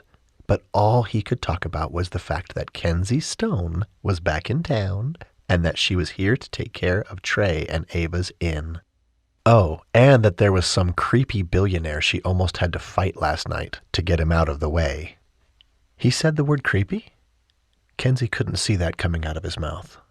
Charisse grunted. "Okay, not exactly. I'm summarizing." "Tim is a great guy," Kensi said, not admitting to anything. Lucy swung a bored gaze toward her. "I saw the way you looked at the man last night." She turned to the other women and explained. "When Tim walked in, she glowed. Even the next morning." Kensi rolled her eyes. "I'm not a teenager anymore." Finally, Dawn put her fork down. "Tim helped us at the store yesterday, too, and he told me that you had stakes for winning a race?" Kensi frowned. She kind of felt set up. "So you already knew pretty much everything happening in my life before I showed up here?" "We didn't know everything," Lucy protested, then winked at her. "Not from your perspective, anyway." Kat grinned and said, "What? You're important to us, so we talk about you." Kensi wasn't sure how she felt about that, but she couldn't help but be intrigued that he'd mentioned the race to Dawn. "He told you about the kiss?" "What kiss?" Kat asked. "What did I miss?" Dawn waved a hand at her. "They haven't kissed yet. Whoever wins the race could decide if they kissed or not." "And you won?" Kat prodded. Kensi rolled her eyes. "Is that even a question?" Dawn looked uncertain. "I just saw how much pain he was in when he lost Tina. I don't want him hurt again." Kensi sobered. "I haven't kissed him. Plus, I'm leaving at the end of next week, so don't worry about it." Dawn's brows lifted. "Well, that stinks. I thought you were thinking about staying." "Who said that?" Kat coughed. Pastor Henry might have mentioned it. Tim's uncle said that I'm staying?" Lucy laughed. "It's nothing. You know Tim's uncle. He was just talking with a group of us yesterday, and he mentioned that he thought you might stay." Bewildered, she said, "Why would he say that? Why does the man say half the things he says? And why do they end up being true?" Charisse gave her a pointed look. "What do you mean?" Lucy piped up. "He totally called it when Trey came back to sell the place. He said Trey was meant to be here." Dawn nodded vigorously. "It's true. He sounded pretty convinced that you were home and you wouldn't be leaving." Irritation pricked at Kensi. "Why would he think that?" Dawn slipped a bit of food into her mouth. "You can see why I'm concerned Tim might get hurt." The attorney inside of Kensi took over. "Listen here. First, I'm not staying. But second, even if I was staying, I could still choose to kiss Tim if I wanted. He's not in a relationship." "She's not wrong," Kat agreed, taking another helping of eggs. "No, she's not," Lucy agreed, meeting Dawn's gaze. Dawn sucked in a long breath and blinked. "I know," she said, backing down. "I know." There was something Kensi was missing. "What's going on?" "I know Tim is fine, and you're fine, and you can't control it if he likes you or not." Dawn met Kensi's gaze and put a hand over hers. "I'm sorry. I'm just in my own junk, and I get all messed up wanting to protect others from pain." Kensi knew exactly how Dawn felt. "It's okay. I do the same thing with my brothers." She grinned at all of them. "My bull-headed, annoying brothers." That made the women chuckle. It felt so good to connect with these women in a real way, like she used to connect with her mother every day. "Could you move to Southport?" Lucy asked in a quiet tone. The idea took her by surprise. "I'm a partner at my firm. It wouldn't make sense." "But you don't have to do that, do you? It's not like you're pressed for money, right?" Kat said. Kensi leveled her with a glare. Kat put her hands up. "Sorry, it's not like it's a secret that the Stone family has money." This might be true in Southport. People talked in small towns. "Fine. I don't have to practice if I don't want to." Do you want to? Charisse asked. It's what I've been trained for. Kensi didn't want to tell them how much she'd been struggling lately. So, Dawn said, I was trained to sing at Carnegie Hall. But plans change. Kensi thought about that. Could she live in Southport? Kat jumped a bit in her seat, then clapped her hands and laughed. Remember how you used to write love stories about all of us? You could do that. No, Kensi's cheeks warmed as she thought of the box of journals that Trey had left in her bedroom. That was just for fun. Shouldn't that be what we do more of in life? Lucy asked. Have fun? Yeah, Dawn said, suddenly all smiles. We should have fun. Do it. Write a romance for me, please. Kat giggled with Dawn. Kensi could write her own romance about her and Tim. Kensi couldn't help but laugh. How would I describe his cop face? She tried to mimic the way he'd looked at Mr. Banks. The women roared with approval. That's it, Dawn said, grinning. Lucy grinned and smiled. There she goes. The old Kensi is back, writing a love scene in her mind right now. Stop, Kensi said, unable to stop smiling. What if she did write again? Lucy gestured at all of them. Women of Southport, right here, ladies. We could have our own reality television show with all of our man problems. I'm not being on reality television, Kensi stated. I would not find it fun to be watched every second of my life. Dawn sighed. We should have it be a reality show like Man vs. Wild. Kat snorted. We'd be pretty boring if you ask me. Well, my love life would be anyway. Not if you give the camera to my mother, Dawn corrected her. She can make anything dramatic. She totally could, Lucy agreed. Kensi's phone buzzed again. She pulled it out. Sis, we need you back here. Got some questions about the window shutters. Dang, I have to go. She stood, texting Marshall that she was coming. The boys need my help. Men always do, Charisse said, wistfully. You haven't even got to play with us that long, Dawn said, sounding like she had when they'd been younger. And I want you to know that I actually think you should kiss Tim. Kensi rolled her eyes. I'm not kissing him. Lucy pointed to her. Why not? He clearly wants you to. Do it, Kat said. Kensi grinned at all of them. This has been amazing. Thank you, Lucy. She turned to Kat. I'll send Marshall your way later. Kat paled. Don't you dare. She laughed. But now that she thought about it, it might actually be a good idea. Dawn pointed at Kat, giggling. Another love story about to happen. Just for fun, Kensi pointed at Dawn too. And Brooks is available. I'm just saying. If you end things with George. Shut it, Dawn said, a look of shock on her face. Charisse grinned. Yes, love stories for all. Kensi hesitated before adding, Hunter and Trey are here too. Lucy laughed even harder. Oh my gosh, you have all this material for your books right in front of you. Charisse glowered. No more men for me. Ever. Kensi smiled and took turns hugging each of them. It's been so much fun. When she got to Lucy, Lucy said, I'll walk you out. They walked around to the other side of the shop and were about to leave when the door opened. 3 men strode into the boutique.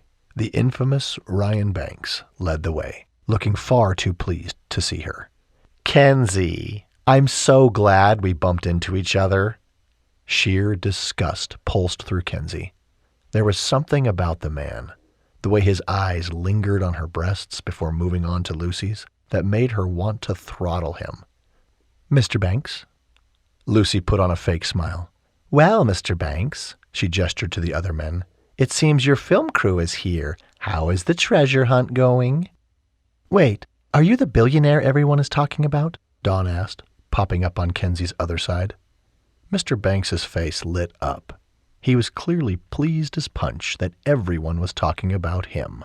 The one and the same. And who, my dear, are you? Dawn? We've already met, Kat said, joining them too. She fixed him with a glare. Mr. Banks frowned. Oh, yes. It appears we have. Charisse wandered over. Have you had any luck? Mr. Banks's eyes roved to take her in. I haven't met you, my dear. I'm Charisse. She cocked an eyebrow. He nodded in acknowledgement. So, have you made any progress? Charisse asked again. Mr. Banks crossed his arms. Not so far, but we've just begun. We're making a deal with the guy who owns Pirate's Cove so we can carve those petroglyphs off of the cave wall, and I can evaluate them. What? Kensi said, her temper flaring to life. You can't do that. No, you can't, Lucy agreed. The whole town goes up there and enjoys those petroglyphs. We all like searching for the treasure sometimes. Yeah, Kat and Dawn agreed. He let out a light laugh. Actually, I can. All I needed was the property owner's approval, and after a considerable amount of money, he agreed to let my crew carve them out so I can add them to my personal collection. That's a historical site. Kensi's mind was on overdrive. You can't deface a historical site. Mr. Banks pointed at Kensi. You see, my dear, it's only a historical site if the town and city council has approved it as one, and they haven't. A sardonic laugh came out of him. Plus, as I mentioned, Mr. Stout, the man who owns the whole area, has given his approval to take those parts out. But, alas, I want it done right, so I've hired some professionals out of the Smithsonian to come and do the work tomorrow. He looked at Lucy. So, I thought I'd come inspect some of the local art you were telling me about the other morning. Lucy crossed her arms. Actually, I'm closed. Mr. Banks frowned. It doesn't seem like you are. Well, I am. Kensi was proud of her friend. The superior look on Mr. Banks's face soured. Well, then I guess we'll go, and you will be missing out on the potential business I could bring you. Oh, well, Lucy said, glaring at the man. I guess I'll miss out. Mr. Banks paused and gave Kensi a look. Just so you know, everyone coming to Southport would have been staying at your inn and giving your family the business, but you made it clear it wasn't safe. He made air quotes around the word safe. So your family will miss out too. Kensi's blood boiled just thinking about the man carving those petroglyphs out of the cave. Now he acted like everyone owed him something. We don't want your business, Mr. Banks. She moved closer to him, getting in his face. In fact, no one even wants you in this town. So why don't you just give up and leave? The man didn't miss a beat. Listen, I won't take the petroglyphs if I can have your family's journal collection on the treasure. Absolutely not, she said, completely flabbergasted. Did the man actually believe there was a way for him to get a hold of that? Even if you can get the petroglyphs, you shouldn't do that. Those have been here since the beginning, Dawn said, her voice cracking. Kat snapped her fingers. It's all cursed, if you haven't heard. I can't imagine what's going to happen to all of you if you touch those petroglyphs. It was a shot in the dark, but Kensi liked where Kat was going with it. Yeah, there's legends about people who try to ruin any part of that hill, meeting their destruction. Yep, Lucy agreed, nodding vigorously. Annihilation. She nudged Kensi. There's books about it. Kensi wrote one. Really? Mr. Banks asked. Was Lucy referring to the romance Kensi had written one summer? Right. Kensi didn't want to discuss her silly romance book. Listen, I have to go. She broke away from her friends and moved for the door. The men let her pass. I will find the treasure, Miss Stone, Mr. Banks called after her. She exchanged looks with her friends before closing the door behind her. We'll just see about that. Chapter 11. It had been another long day. Tim changed out of his sheriff uniform. Darla had chided him for wearing it today, since he was supposed to be on vacation. Even though he was tired, and he had a million things to do around this place, he needed a short run to clear his mind. Darla had harped on him all day that he had plans to fix his place up, but whatever. The town needed him, and he was around to help, so of course he would do what was needed. After slipping on shorts, a t-shirt, and his tennis shoes, he took a long drink of water, and then was out the door and on the beach, moving into an easy jog. 15 minutes later, he wasn't surprised to find himself in front of the Stone family inn. It also didn't surprise him to see the Stone brothers out in full force, taking out a window, well, several windows, and replacing them. He watched for a few minutes, marveling. They'd had 4 broken windows, broken siding, and various other things that had been damaged. But he saw paint on the ground. They had clearly been repainting some of it, and the siding was back up. Matt was there too, and he was helping with the effort. Marshall, who was on top of the ladder, was the first one to see him. "Tim, quit standing around and come help me." Tim couldn't help but laugh. He clambered halfway up a ladder and helped hold the large window as they took it down. "You know there's companies that do this stuff, right?"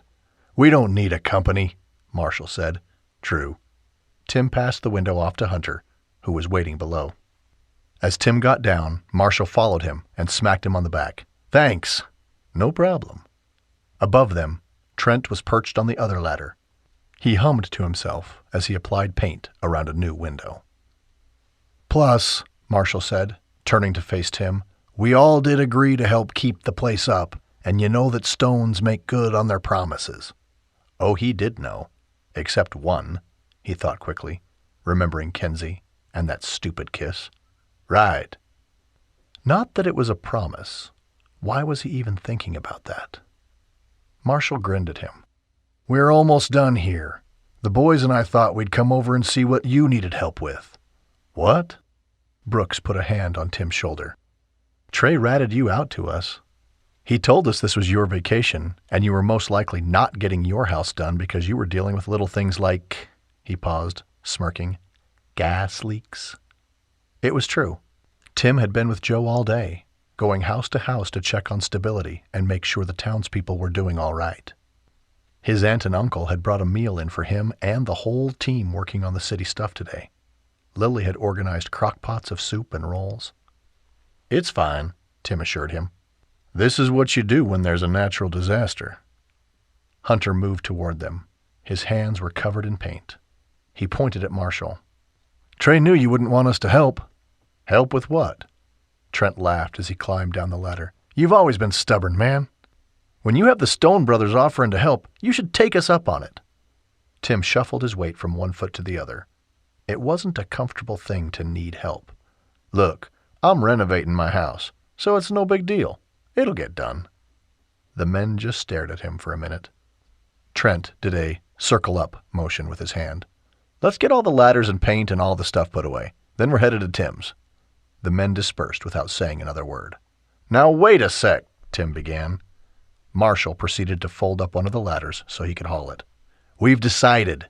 We have one more day before we all have to head out, so get your butt back to your place and make a game plan, or we'll be putting up walls in places I'm sure you won't like." "You don't have to do this." "We know we don't, Tim," Trent said, grunting as he lugged cans of paint along. "That's what we like to do, fix things. You're not the only one who gets to save the world, okay?" Half an hour later, they all regrouped at Tim's house.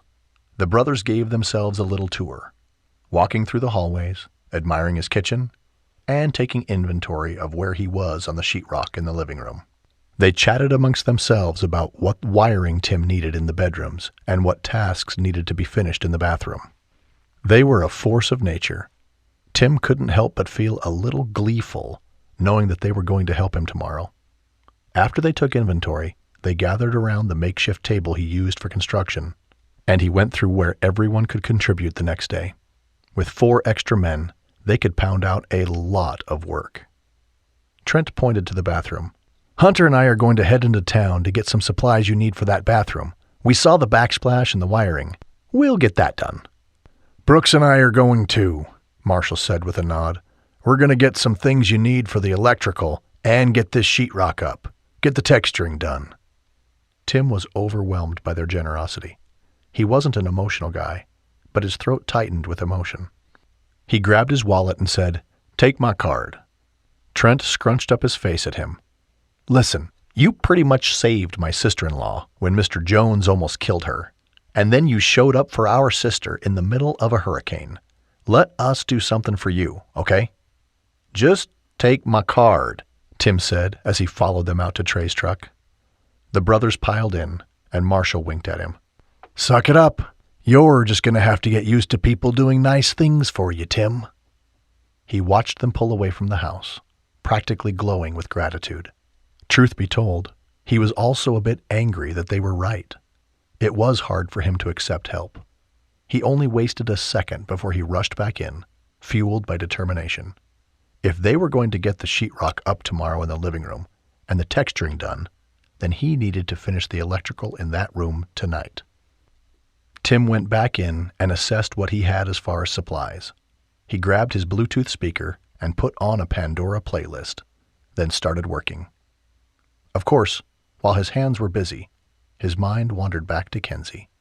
He'd wanted to see her when he'd gone to the beach house, but he'd gotten so distracted by her brothers that he hadn't even asked where she was. He wasn't sure how long he'd been working when there was a loud knock at the door. No, he couldn't have any interruptions. He wanted to finish the living room so it would be ready tomorrow, but he forced himself to pause and fling the door open. He was rewarded with the sight of Kensi, awaiting him on the other side. She looked like she had stepped out of a designer magazine. Her red hair flowed gently around her shoulders, and her green eyes were clear. She wore a summer dress, and it was like the past and the future were all wrapped up in one. She was gorgeous. Her lip tugged up. Hello. The moment stretched forever, and Tim pulled out his phone long enough to turn off the music. Hey. They stared at each other for a moment, and it would have been weird if it had been any other woman. He cleared his throat. I was meaning to come check on you today, but your brothers were fixing the beach house, and then we came here. They told me. She smiled and stepped toward him. He backed up, holding the door open. Sorry, come in. She walked past him, and he breathed in her vanilla fragrance. She smelled amazing. So tomorrow your place is getting a makeover? She twirled slowly in the kitchen, taking it all in. You've already done a lot. It didn't hurt his pride that she noticed his hard work, or that she was standing in his home.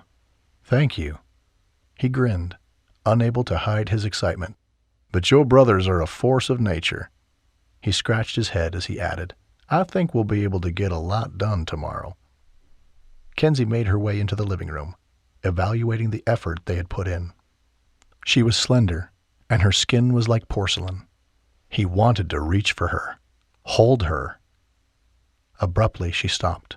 Her gaze went to him. What? Fine. Maybe he was looking at her like a stalker. He swallowed and decided to tell her the truth. You're beautiful. For a moment, she didn't respond. Then she smiled. Tim, don't do that. What? Say things like that. It took him aback that she was acting so dismissive. What? She asked, her expression turning sober. How did he have such strong feelings for this woman? He hardly knew her anymore. Nothing. Tim moved to the window that faced the ocean and sucked in a breath. The thing his uncle had said to him, Kensi is back for herself, had been running through his mind all day. What did that mean? Why would her return be for herself? Kensi wandered over to share the beach view. It's gorgeous here. They'd argued over this very thing so many times. But you like city life, right? She turned to face him. Why are you angry? I'm not. He calmed himself. For a long time, they stared into each other's eyes. Then Kensi turned back to the sunset. I ran into Mr. Banks today. Tension filled him. Really? She explained what Mr. Banks had said about cutting out the petroglyphs. He can't do that. That's what I thought, Kensi said, nodding. But I looked up the law, and the fact is, since Mr. Stout owns the property the coves, caves, and falls are all on, he has the rights to anything that happens on that property. Tim knew Mr. Stout well. Let's go talk to him.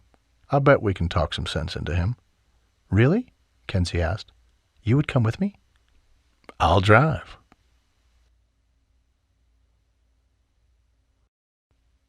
Chapter 12. For some reason, Kensi was nervous as she and Tim walked up to Mr. Stout's house. Tim leaned into her. "Do you remember that time Elizabeth was so mean to Kat? You punched her, and your mom made you come and apologize." The memory made her smile. "You insisted on coming, even though Mama didn't want you to." Tim put a hand to his chest. "Hey, I was a witness. Justice had to be told." Warmth filled her. "You have always been the sheriff, haven't you?" Tim shrugged. "Guess so." It was surreal to think about she and Tim hanging out as kids, dating as teens, writing Kensi plus Tim over and over in her notebooks. It's so weird how time feels so long ago, and then not so long ago. They got to the door and Tim paused, glancing at her. It is weird.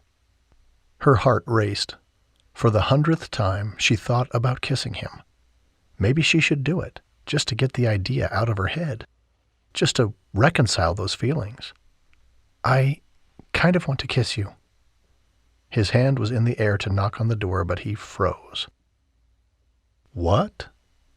Instantly, she regretted it. "Nothing." Tim put his hand down and turned to face her. "No, you can't take it back." Her mind shuddered. Never mind. What was she doing? She couldn't kiss Tim Tucker. "Kens?" Carefully, he reached for her hand. The truth surfaced, pushing its way to the top amidst the murky waters of life.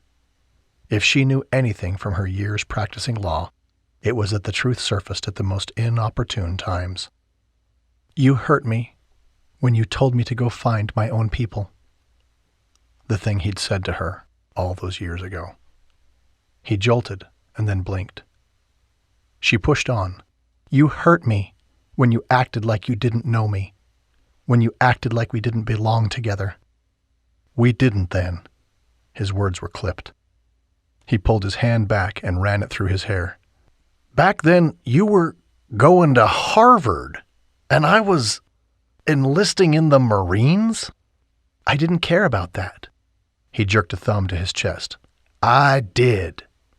My brothers are all military. My father died serving this country. I value that." The look on Tim's face turned sad. He let out a long breath. "I never felt good enough for you, Kens. I didn't want to hold you back. I couldn't allow that." His lips tugged into a soft smile. "And you've soared. I'm so proud of you." So many whacked-out emotions surfaced inside of her. She'd been devastated when Tim had said that to her. But Trey had told her the same thing. He didn't want to hold her back. "Don't... It wasn't your choice to make, Tim. You didn't get to make that choice for both of us." The old anger from 16 years ago surged inside of her. He frowned. "You're right. What can I say? The world felt so black and white back then, Kens. It felt like there was a right way and a wrong way to look at things. But now," he trailed off, "it's not that way. I see that now. I'm sorry about that." Again, that chemistry pulsed between them.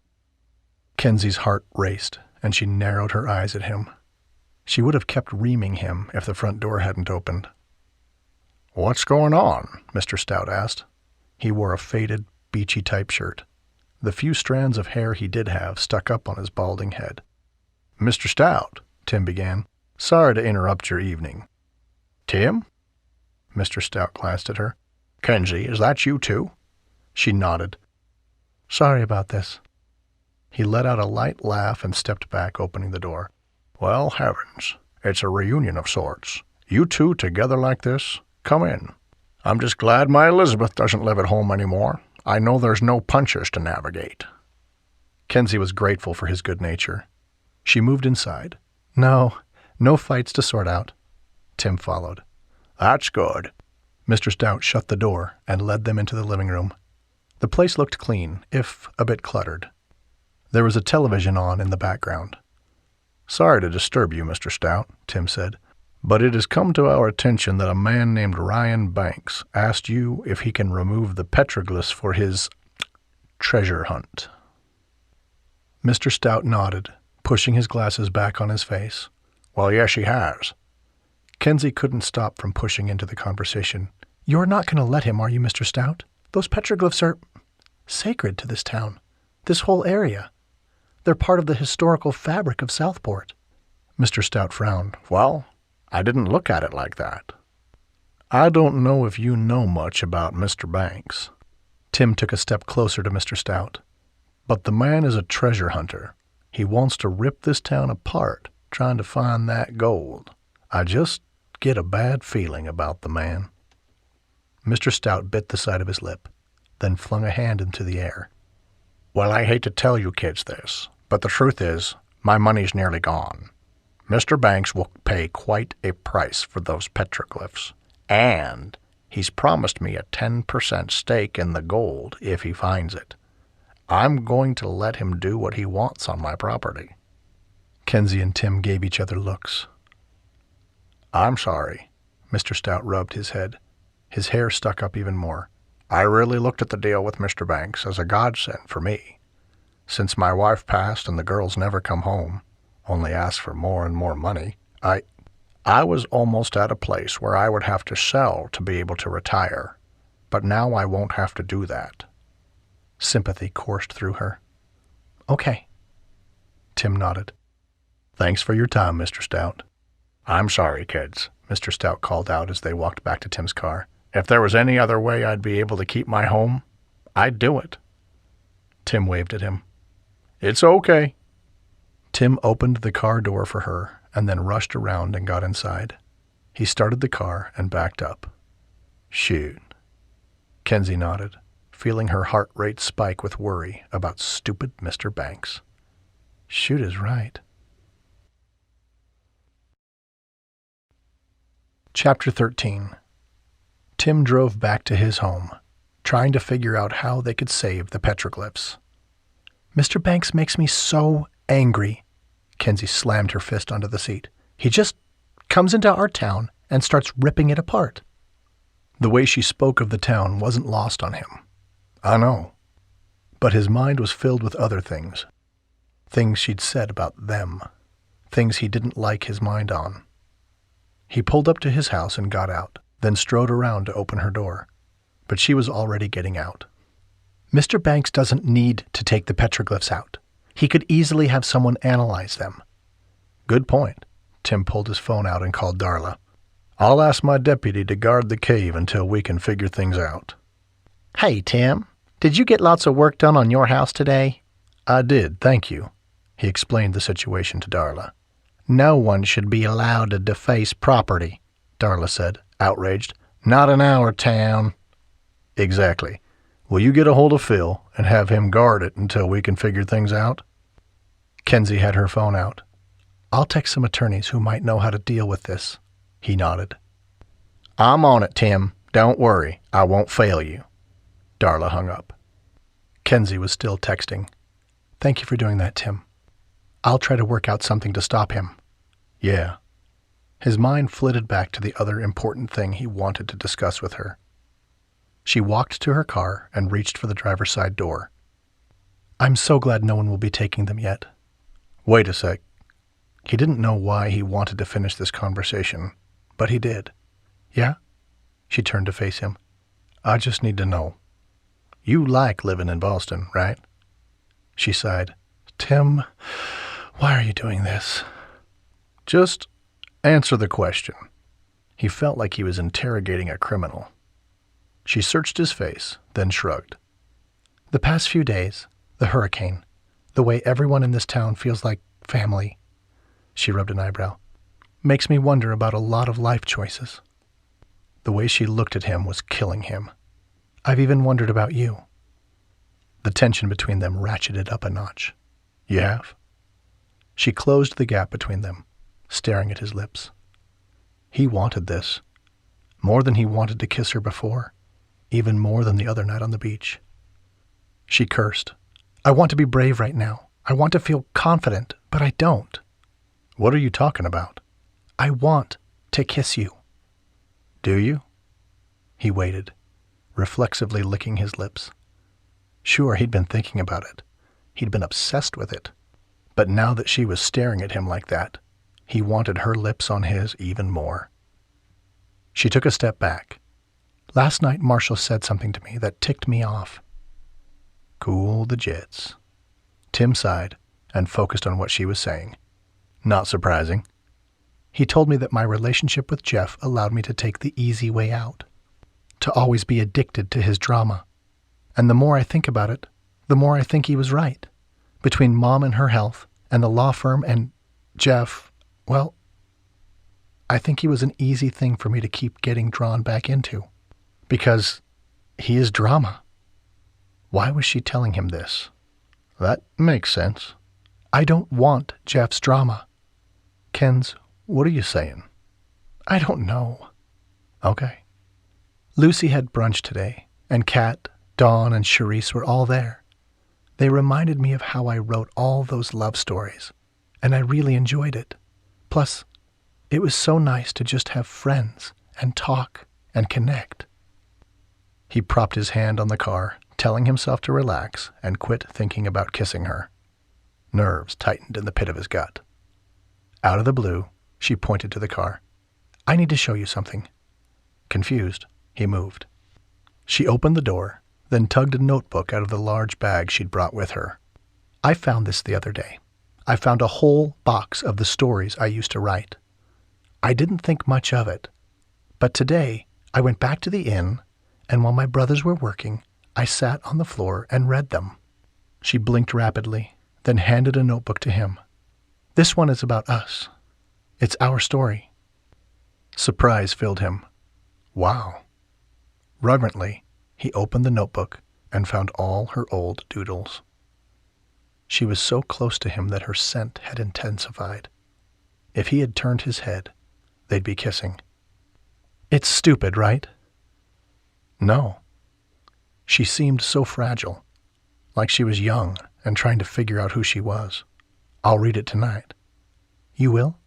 "I will." He flipped it open. "Or I could do it now." She let out a light laugh. "No, don't read it now. Just wait." "Until when?" He flipped the notebook shut. "Until I'm done kissing you." Impossibly, more tension sizzled between them. Tim nearly dropped the notebook. "You want to kiss me, Kennedy Elizabeth Stone?" Kensi laughed. "Do you want me to kiss you, Timothy James Tucker?" She leaned in, gently placing her hands on his shoulders. Unable to stop himself, he set the notebook down on the top of her car and turned back, putting his hands on her hips. He pulled her close, relishing her softness. "I probably shouldn't, but I do." "I'm going to kiss you, Tim." She said it like it was a warning. He grinned and leaned in, stopping just short of brushing his lips against hers. "I'm waiting."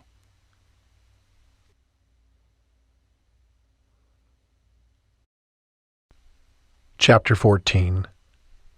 Kensi moved her hands from Tim's shoulders to his face. It was a bit prickly, with a sexy 5 o'clock shadow.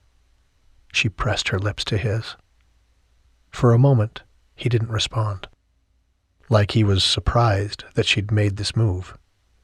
Then he pulled her closer. Their lips remembered the language of kissing from all those years ago, and what she thought would be a gentle, sweet kiss turned into more. Hunger took over.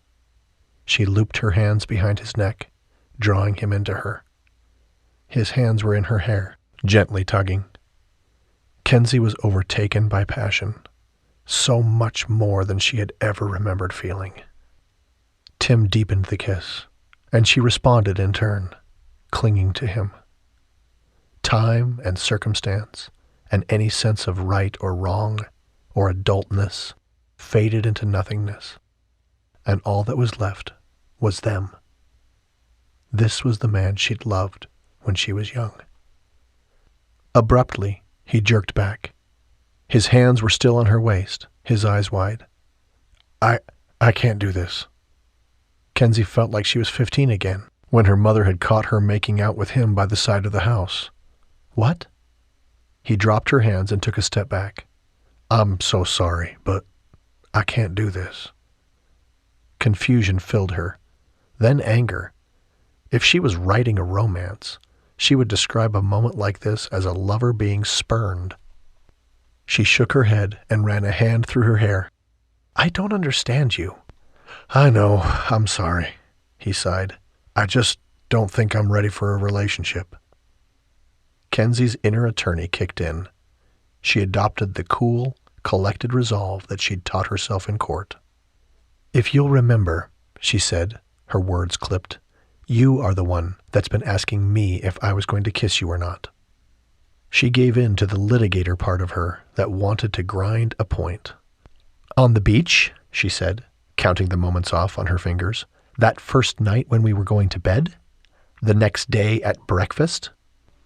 Even though she knew it wasn't court, there was no judge, and this issue was totally stupid, she couldn't stop herself. Need I remind you of the way you played footsie with me beneath the table at dinner with my brothers right there? And you asked me for a date, too? I know. He reached out to touch her again. She pushed him back. Just don't, Tim. Why was she reacting like a teenager? Like a spurned woman? It had only been a kiss after all. The memory was too fresh, though, and it filled her with so much desire that she reflexively stamped down on it. It's me, not you. I wish I could explain, but Are you seriously giving me that line? A crazed look washed over her. Really? Not that line? I'm sorry. It's fine. She reached for the car door. Goodbye, Tim. I killed her. Kensi froze. Her mind raced to the times anyone asked about Tim's wife. His expression always shut down like he was Fort Knox. She jerked back to face him. Sure enough, he looked the same way he used to. Irritation was more prevalent in her than compassion, though. What do you mean, you killed her? He looked down and picked at a fingernail. He used to do that when they were younger. She remembered the shy version of him, the boy who had been awkward and unsure of his place in life. She told me about the pain. She told me about the pain, and I dismissed it. He said, throwing a hand through the air. I didn't think it was cancer. We'd been married 2 years, and we were trying to have kids. The mention of trying for kids hit her square in the chest. For the first time, she wondered if they'd had problems too. But Tina was the physically active type, always running, doing yoga, teaching exercise classes, he grunted. She forced me to do a marathon with her. That's how intense she was. Unwillingly, Kensi smiled. He'd always hated distance running. That is bad. His smile didn't reach his eyes. By the time we took her to the doctor and then got into a specialist, it was too late. She had stage 4 bone cancer. He put up 4 fingers. Stage 4 bone cancer, and she was 28 years old. And with tears in his eyes, he broke off, his voice cracking. She was a fighter. He swallowed, and then wiped beneath his eyes, tossing a hand her way. She was like you. She wasn't going down easily. She did chemo, radiation, every herbal diet or shake or... As he spoke, Kensi's anger rushed out of her, leaving her deflated like an old balloon. Her own mother had fought breast cancer too many times, done too many treatments. Her heart softened as she thought of Tim making the smoothies and helping his wife to the treatments. His angst and trepidation about diving into a relationship suddenly made sense. He was a good man who had been hurt. It was no one's fault, but these were scars he couldn't compartmentalize. He was a Marine. Kensi inhaled a long breath. She understood how to deal with military men. Her father had been the most typecast military man she knew, and her brothers had followed in his footsteps. They were still her crazy brothers, but in the quiet moments, she saw the haunted expressions on their faces. She knew better than to ask what they were thinking about. Most of the time, it wouldn't unburden them to talk about it. They always felt like it was their fault. Any of it, all of it. I'm sorry, but it's my fault she died. I should have listened. I should have taken her in sooner. I should have done so many things differently. Semper Fi, she said, speaking the Latin motto of the Marines. Tim's eyes narrowed. He nodded. Exactly. Semper Fidelis meant always faithful. Kensi looked at him with new eyes. It wasn't your fault. He put up a hand. Please. Please don't. It was pointless to argue with him. It always had been. He was stubborn anyway, but this was territory that he couldn't see any other option about. I shouldn't have kissed you. He hesitated. A small smile played at his lips. I taunted Kensi Stone. I should know better than that. Unable to stop herself, she smiled at him. That's true. You should know better. He clicked his tongue. Kensi Stone doesn't just take the hill. She wins the war. She chuckled. Trey used to say that to her when they fought. She takes prisoners, Tim finished. Kensi shook her head. How had she gone from immense attraction to hate, to compassion, to friendship, all within the space of 5 minutes? He reached for her. I'm sorry. She crossed the distance between them. She didn't know why she did it, but she took his hand. It's okay. He looked down at their joined hands. We've always been friends, Tim. You reminded me of that. And you were right. No matter what happens in our lives, I'd still like to be friends. Even as she said the words, she knew she was being more lawyerly now than she'd been when she was angry. She had feelings for this man. She didn't think she'd ever quit. The goodness in him made her feel so many things, so different from what she'd felt with Jeff. Jeff had never been a man of honor. He was an amazing attorney, but he was slimy. He would do or say whatever it took to get what he wanted. The difference between a man like Jeff and a man like Tim were as wide as the Grand Canyon. Tim squeezed her hand. We are friends. It would have been the perfect ending, the perfect finale to whatever had happened between them only moments ago in the midst of attraction and desire. It would have been an ending, and Kensi would have left his house and moved on, until Tim pulled her hand to his mouth and gently kissed the back of it. We are. Kensi didn't want to ask him what that meant, so she removed her hand from his and turned to the car. Dang him. Her heart raced, and she tried to think of something other than how much she was attracted to him. I'll see you tomorrow. I'll bring dinner for you guys. She reached for her notebook, feeling silly. He took it out of her hand. No, I still want to read it. No, I'm taking it back. No, he said, holding it out of reach. It really doesn't matter. Tim's expression turned intense. Exactly. Since we're friends, I can read it. He flashed her a smile. After all, it wasn't just your past. It was my past, too. No, she felt like a fool. Tim, you're still grieving your wife, and I get that. I don't think it's appropriate for you to read our love story.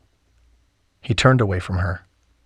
Don't make me resort to your brother's kind of antics to keep it, because I will. He turned and smiled at her. Night, Kens. Reluctantly, she got in the car and backed up. Tim turned and waved as he got to his door. She waved back. She and Tim were just friends. Perfect. Too bad she couldn't get that kiss out of her mind. Chapter 15. The next day, Tim moved about his home, trying to get a grasp on the amount of work being done by Marshall, Brooks, Trent, and Hunter. They were like a wrecking ball, and a storm, and a perfectly organized anthill, all at the same time. Of course, they were military men, 2 SEALs, a Night Stalker, and an FBI guy. They had been trained to set up camp in the middle of a desert and do whatever it took, including electrical, plumbing, and woodworking. Sure, none of them were professionals, but they were all pretty good. And they were just the catalyst that Tim's little place needed. They'd started at 6 a.m. While Tim and Brooks finished the wiring, Trent had done the plumbing in the bathroom. Marshall and Hunter had finished the sheetrock in the living room and bedroom, and they were now starting to texture it. It was almost 1 o'clock now. Tim was sweating, badly. He wiped off some of his tools. Marshall and Hunter could reasonably start putting the trim on if he didn't want to paint first. Despite his exhaustion, satisfaction rolled through him. These men had been what his uncle would call a godsend. He didn't want to think about his uncle, or what he'd said to him early that morning by the broken statue next to the church. "Maybe Kensi is here for you." Crap. He'd hardly slept last night. Actually, that was an understatement. After Kensi left, there'd been no settling down, so he'd taken a drive. He'd gone to the only place he could think of, a place he hadn't been to in a long time. Pirates Cove. Maybe it was because he and Kensi had so many great memories hiking up to the cove and then swimming in the falls. Maybe it was because Mr. Banks had been snooping all over town and talking to people about the cove, saying he would find whatever he needed to get the treasure. Tim couldn't stop thinking about the way Kensi had felt in his arms, the scent of her coconut suntan lotion, the softness of her hair, and the differences between Kensi as a woman and Kensi as a teenager. He'd been obsessed with the girl for so long growing up. When he had held her, kissed her, it had all come rushing back. Disappointment crushed him as he remembered the look on her face when he'd told her he couldn't have a relationship. If someone else had told him that story, he'd want to belt the man. Tim clearly had feelings for her. Things were so easy between them, and that made him feel guilty. How could he feel those things? He saw Tina's face as she passed from this life to the next, felt her fragile hand in his. He tamped down on all the feelings of intrigue and attraction between him and Kensi. It wasn't right. He had failed Tina. It was his fault. He deserved to be tortured, to be alone. He deserved to pay a price for the life in his care that he hadn't been able to save. "Who peed in your yard?" Trent asked, moving to Tim's side to observe Marshall and Hunter. "Nobody," Tim answered quickly, trying to squelch his feelings. Trent nudged him. "Doesn't look that way." Tim didn't respond. The best thing about guy speak was that nobody minded if he didn't say anything. After a bit, Trent asked him, "Would this, have anything to do with the bad mood my sister came home in after being at your place?" Tim turned to face him. Trent was a big guy, a couple of years younger than Tim, but after 18, it all worked out. He was like a little brother to Tim, a little brother he didn't have to share with. "Best keep out of things that aren't your business, don't you think?" The words came out harsher than he'd meant them. He just didn't know how to handle the situation with Kensi. Trent grunted. "If it wasn't you, Tim Tucker, you'd be on the ground right now." This took him aback.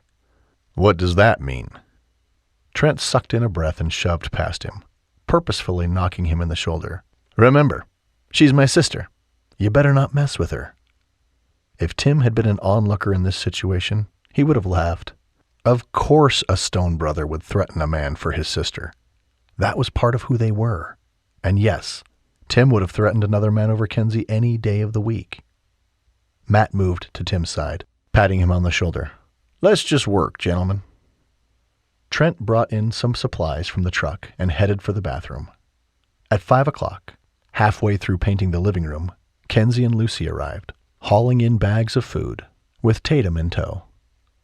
Nervous energy buzzed through Tim. He held the screen door open as the women carried in boxes from Cat's Deli. He spotted the cooler Kensi was carrying, and he reached for it. "I got it." Without looking at him, she handed it off and called out, "Dinner time, boys." "Uncle Tim," Tatum called, clinging to his leg for a second. "Hey, Buttercup, how are you?" The little girl pulled back and held up a little doll. "Aunt Kensi bought me this." Of course she had. He grinned. "I like her. How many of those little dolls do you have now? 50? The little girl laughed. moving into the house. No, only 22. She paused and grinned up at Marshall. Are you really Uncle Trey's brother? Marshall pointed at her. Big brother, he flexed. Don't forget to tell him that. Brooks, Hunter, and Trent joined them, all laughing at Marshall's joke. Trey might not get a kick out of it, which would make the sentiment even funnier. Kensi and Lucy arranged the pizzas on the counter. Lucy had a bag full of paper plates and napkins. She spoke to Marshall. Kat told me to tell you that she sent extra napkins for you. Marshall's face went blank. The rest of them laughed. She said that? Marshall asked, his mouth half full of potato chips. Kensi winked at him. Yes, she did. Tim didn't know what had happened between them to end their friendship, but clearly Marshall was a bit rocked by the fact Kat had said anything about him. He moved to the counter and put the cooler on the other side, turning to Kensi and Lucy. Thank you, ladies. This is nice of you. Kensi's eyes flitted toward him before settling on her brothers. Nonsense. You're all hungry. You've been working since dawn. Lucy paused. I hope you know that Mr. Moneybags is rallying forces to try and stop your deputy from protecting Pirates Cove. What? Tim asked, whipping out his phone. He'd kept it off today, but now he saw a couple dozen texts from various people about Ryan Banks and how he was getting everyone stirred up. Lucy filled everyone in on what Mr. Banks was planning to do at Pirates Cove.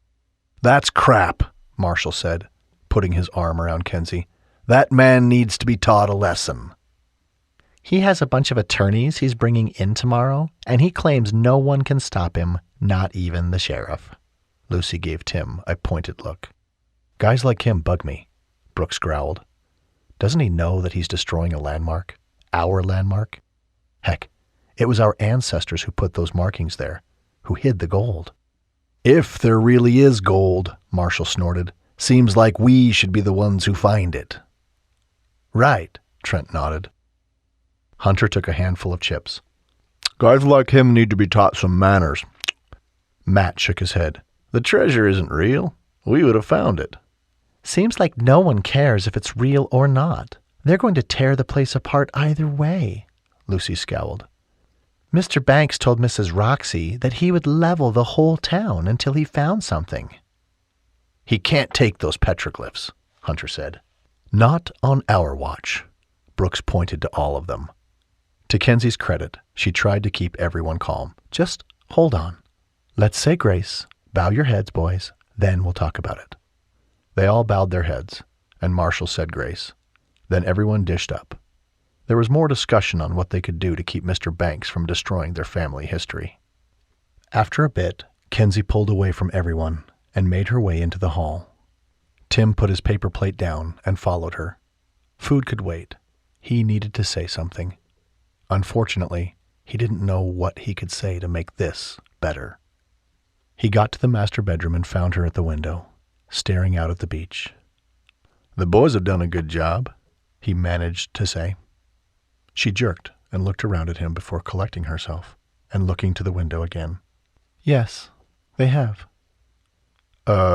He said, already sounding like a babbling idiot. I'm sorry about yesterday. She didn't acknowledge his apology. She simply kept her stare fixed on the beach. It got awkward, or maybe he just felt awkward. Thank you for bringing dinner. I can Venmo you. Still nothing. He backed up. Okay, then. I lost a child, she said suddenly. He paused, not sure he'd heard her correctly. I was barely 3 months pregnant. But after you told me about Tina and how hard that was for you, I want you to know that I understand. I blame myself, too. Cautiously, he moved to her side. Her eyes remained fixed on the view. I felt like it was my fault for a long time. I still do. He didn't know what to say. He wanted to reach out and hold her, but it didn't feel like the right time. She sucked in a breath. A tear leaked out of the corner of her eye. Mama, well, she told me it wasn't my fault. She broke off, wiping beneath her eyes. She told me that God has a plan. Some spirits make it and others don't, but God always has a plan for them. Maybe they would come down next time, or maybe they were living in heaven with God. She turned to face him, her face blank. I want to believe her words, but I don't know. Slowly, Tim reached out and took her hand. Her eyes stayed on his, and he saw torture and pain within them.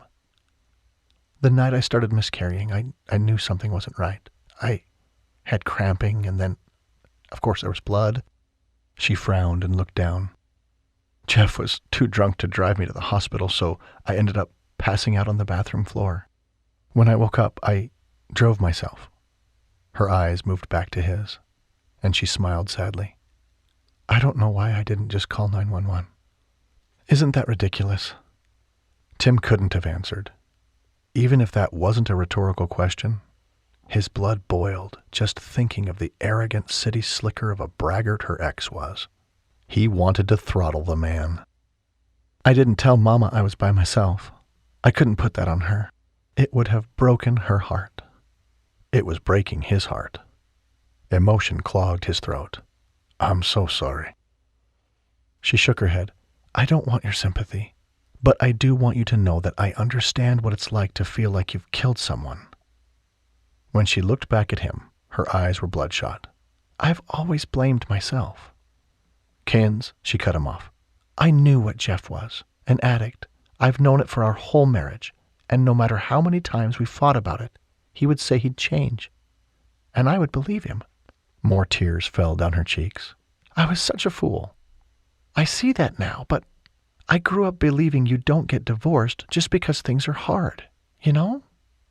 He nodded, remembering how stoic and intense and duty-bound her father had been. Often, Tim had been present when their father gave his lectures. I thought I was doing the right thing by not giving up. Plus, I was busy. I was slaving away at the law firm, trying to become something. Someone. Trying to live up to the Stone name. She wiped beneath her eyes. But the truth is, it got easier to just put up with Jeff than to divorce the man. Mama was sick, and all my brothers were deployed, and pain filled his chest. And this time he lightly touched her shoulder. She shrugged him off. No, I need to get this out. For so long, after I lost her, I wondered what it would have been like if I had insisted Jeff get clean. Or if I had been pregnant with another man's baby, a man who would have been able to help me, to take me to the hospital. Would she have lived? I blamed myself. Of course, I blamed Jeff too, but I took the blame because I was a mother. She said the last word with emphasis and pointed to her chest. And I shouldn't have let myself be in that situation. That was on me. Marshall pointed out to me the other day that I might just be addicted to the drama of Jeff. But maybe it's my drama too. Tim didn't know what to say. I think he might be right. Not just about Jeff, but about my constant need to go at the law firm. My need to help my mother so completely. She bit her lip. I feel so lost. He wanted to argue, to tell her she wasn't right, to offer sympathy. But he knew all too well how much grief could eat at a person, how it could convince someone that it was their fault. She lifted her chin. I want you to know that I get it. I know what it is to feel responsible, solely responsible for another's life, a life that is gone. Unable to help himself, he pulled her into him. Kens. She tried to pull back, but he tightened his hold. She relaxed against him. So many thoughts and feelings and emotions circled inside him. He knew she'd been right by her mother's side through her cancer, but he hadn't known. He couldn't have known. It made sense. She had gone through struggles and pain, and she had been through her own war too. Of course she had. He felt foolish for believing she couldn't understand his loss. Tim wanted to hold her for a long time, to somehow absorb her pain, obliterate it, like he would obliterate a target. But he wasn't naive enough to think that pain would ever really leave her. He thought of his uncle's words. My uncle just told me the other day that I should pray and ask the Lord for help. Her eyelids fluttered. and she turned to face him. Did you? I haven't. But when I was listening to you, that advice came to me, to tell you. His vision swam with tears. Isn't that funny? I can see what you need to do, but I can't do it for myself. She clung tighter to him. Tim felt a rush of warmth, and what he knew to be the Spirit of God. He'd felt it many times as a boy in his uncle's church. I think we should both try it. Okay, she said, softly. He let out a chuckle. Boy, my uncle will be so happy. Too happy. Right? He pulled her back, and they gazed at each other. Time seemed to stand still, but Tim knew one thing. He wanted this woman back. Not just as a friend. He wanted to make her his. Slowly, he leaned down, pressing his lips to hers. The kiss was soft, slow, tender. Well, what's this party? Tim heard the front door screen pop open. His uncle had shown up. Kensi tried to wriggle away. We need to get back. Desperation filled him. Let's go cut those petroglyphs out before Mr. Banks does. She gave him a look of complete confusion. What? The noise from the kitchen grew louder, and he heard Marshall call out his name. Tim, where are you? A sudden shiver of excitement pulsed through him. It's illegal, but I won't tell if you don't. She frowned. I don't know, Tim. I don't think so. Tim, Marshall called again. He squeezed her hand. Please. She shook her head and took a step back. I guess it actually might be the best option. When the time is right, we can give it back to the town? Marshall bustled into the room with Tim's uncle in tow. Tim, there you are. You need to show your uncle the fine work we've accomplished today. Tim turned to his uncle. Hey. Henry ran a hand over his head, looking baffled. I can't believe it. Seems you're almost ready for flooring in this place. I thought it would take forever. Marshall seemed to be assessing his sister. Kens, you okay? Fine. She reached for Tim's uncle, and he hugged her. Hey. The woman I've been looking for. I just stopped at the inn. She kissed his cheek. You did? His uncle grinned. I told Lily I would make sure you were coming over for Sunday dinner so we could all catch up. Kensi stepped back, casting a glance at Tim. I'm not sure. Well, sure you'll go, Marshall said, clapping a hand on his uncle's back. I'd be going too if I wasn't leaving in the morning. Kensi let out a light laugh. That's really nice, Henry, but I don't think... Tim moved to her side. Please come. I want you to. Yeah, come. If his uncle was surprised, he hid it well. Kensi seemed to wrestle with the decision. Finally, she relented. Fine. Good, Henry said, nodding. He turned and continued to examine the workmanship. Marshall followed him around, pointing out different things they'd done as they'd walked out of the room. Kensi turned on Tim, something akin to worry and excitement on her face. Are we really going to do this? I think so, but I think we might need your brother's help. Help with what? Trent asked, moving toward them. Yeah, what? Brooks trailed along after them. Tim hesitated, not wanting to involve his uncle. He waved them off. Wait until my uncle leaves, then we'll work it out. Kensi grinned. Man, it's like we're teenagers again. Work what out? Hunter joined them. You guys look guilty of something. Shh, Brooks and Trent said to him. Tim laughed. What's going on? Marshall asked, emerging from the bathroom with his uncle. Nothing, they all said at once. Marshall grinned at Tim's uncle. This must be good. His uncle crossed his arms. Must be. Reminds me of when you all had a plan and didn't want us adults to figure it out. Nervous angst wove into Tim. But he laughed. No, we're just giving you plausible deniability. His uncle narrowed his gaze at Tim, then grunted. I actually think you're telling the truth. That got them all laughing. His uncle left a short time later, and Tim told the Stone brothers about his plan. Tonight, we go to the petroglyphs. I distract Phil, and we take the landmark ourselves. That way, we can preserve it. Everyone in the room nodded. We're in, Marshall said, looking determined. And if Banks is there, well, He just might finally get a little stone justice, too. Tim shook his head. I guess there's the spirit of the law and the letter of the law. He grinned. I'm choosing the spirit of it right now. Oh, yeah. Marshall high-fived him.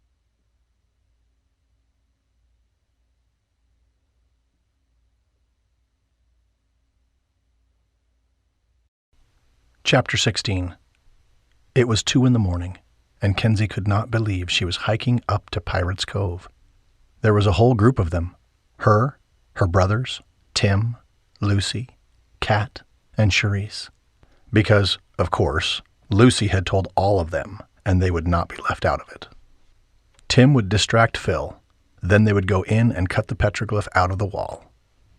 Kensi had no idea how they planned to cut the stone out of the cave, but she didn't need to worry.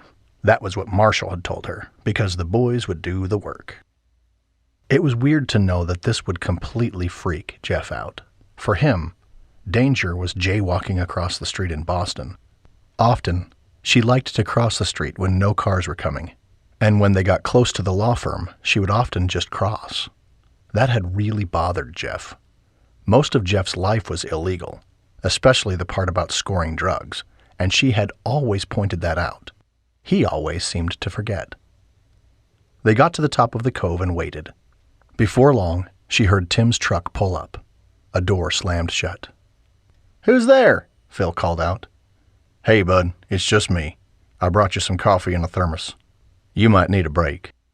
"Hey, thanks, Sheriff. As a matter of fact, I want to go call my wife and check in on the little one," Phil said. "You bet. Go do that. I got things covered here." Kensi wasn't sure how long they waited while Tim talked with Phil. Eventually, Marshall put his hand up and made some signals like they should move forward. They rushed into the cove. Tim stood alone, gesturing for them to pass. But when Kensi tried to go with them, he took her by the hand and jerked her to him. "Wait. What are you doing?" He held her close to him and gently pressed his lips to her neck. Just the feel of his lips melted her. "Tim?" "Phil is going to talk in his car forever. I'm serious." Tim chuckled against her ear. "Just hold still. You're not needed for this part of the mission. Your brothers are going to do this part." "I thought you didn't want to have a relationship." "I know," Tim said, letting out a long sigh. "I know I told you I wasn't ready, but I was still stuck in grief. I know this is going to sound stupid, but ever since we talked about asking God for help, I have felt better. All I can think about is you. Us. A future. I want those things, even if I don't deserve them." He was saying everything she had been feeling, everything that had fought for a place in her heart. Tim gently pressed his lips to hers. Kennedy Elizabeth Stone. It was something they used to do as teenagers. The first person to kiss would always repeat the other one's full name. She kissed him back. He deepened the kiss, and she pushed closer to him. She wanted to ask if he was okay with moving to the next step in their relationship, but she was afraid. After what he'd revealed to her about losing Tina, she knew he had demons he still wrestled with. But everyone had demons, and if Marshall had struck a chord within her, it was that you couldn't get addicted to those demons. She knew the road to dealing with her own grief about losing her child would be a long one, but it had touched her. In places she hadn't realized she needed emotionally to be dug up when he had told her that maybe they both could ask the Lord for help. Even thinking about that statement brought tears to her eyes. Tim seemed to sense her emotions, and he pulled back. "What's wrong?" "Nothing." "You're lying." "Tim," she said, wishing there was more time right now to explain everything. "My mother always talked about miracles and second chances. But after she passed, I decided I didn't believe in either of those, until I watched Trey get a second chance with Ava. That felt like a miracle." "It is. Do you think we could be getting one?" "I want that." Without thinking, she leaned up and pressed her lips against his. She held nothing back now, and she pushed her hands through his hair, feeling so much love for this man. She thought about the lessons her mother had tried to teach her all those years. She even thought about times when she went to meetings with Jeff. Alcoholics Anonymous focused on forgiveness and believing in a higher power. At the time, she could process that and see it all and think about what needed to be done with his life. She had been able to think about what she needed to do with hers. As Marshall had pointed out, she had been addicted to the drama. Now she was full of hope and anticipation for a new beginning. She hung back and smiled at him. "I don't want to be an attorney anymore. I want to write books. I want to write silly books, maybe about romance, maybe about people's families and faith and forgiveness and miracles and God. I want to write." "You do?" "I do." The decision was monumental enough that she had to laugh. It was probably too loud because suddenly they heard, "Who's there?"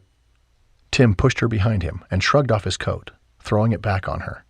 "Nobody's here, Phil. Nobody's here. Just me. How's your baby?" He walked away from her. Kensi clamored to get closer to the cave wall.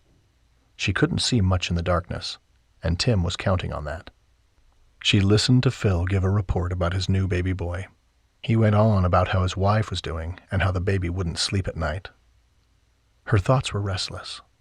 When would her brothers and her friends be done getting the wall cut? She didn't have to wonder long, because she heard a bird noise. That was the signal. Her heart beat quickly. What was she supposed to do? Tim and Phil were right there. She was stuck. "Hey, Phil, do you have any extra water in your car?" Tim asked. "You know I have extra water. You always got to carry water." She grinned, unable to stop the smile from crossing her face. "Nice work, Tim." Suddenly, the coat moved. Tim pulled her up and gave her a push and a kiss on the cheek. "I'll see you back at my place." Chapter 17. Tim waited. Shouldn't his friends be back to his place by now? He'd gotten no text, no phone call. No one was there. What would happen if they were actually caught? Kensi would probably know. Could she defend them? Maybe they should have talked through that factor before proceeding with the plan.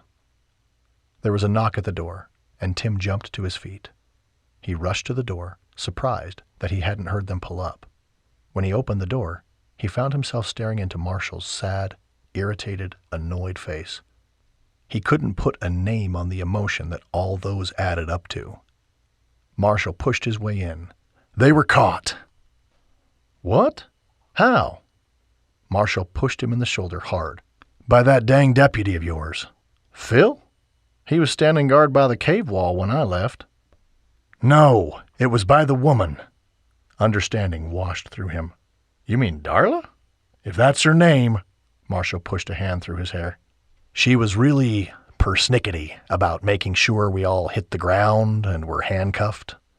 I'm not good at following orders, so I booked it. But the rest of them, they're all in jail." No wonder he hadn't received any texts from them. "Oh my gosh." "We've got to get them out of this," Marshall gestured with his hand. "You don't put SEALs and an FBI agent in jail." He let out a sardonic laugh. "You know what the commanding officers are going to do to them? This is not going to be good." Tim's mind raced. He didn't need to be told what would happen to those guys if they got caught.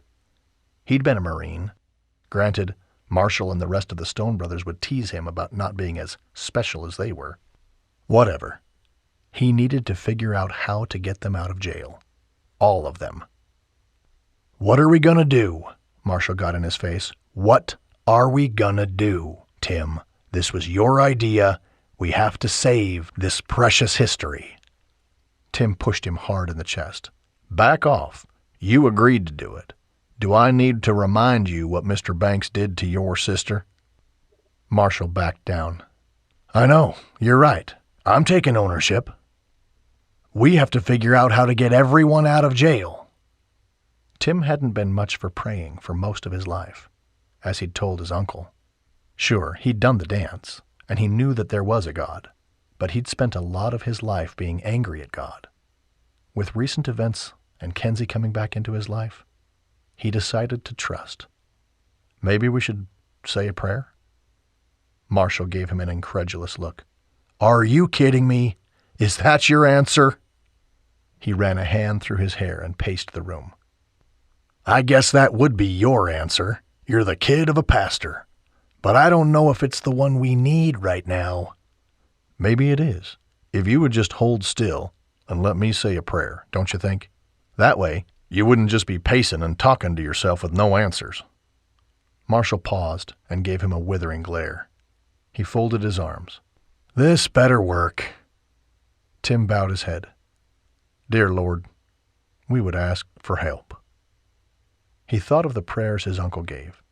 He thought of all the times he'd taken part in family prayer with his aunt and uncle, whether to show gratitude for their blessings or to petition God for help. He hadn't realized it then, but those words were coming back to him, along with the same feeling he'd felt growing up and having those family prayers. My friends are in jail, and it's our fault. It was stupid. We shouldn't have done it, but we need help. Please show us what to do.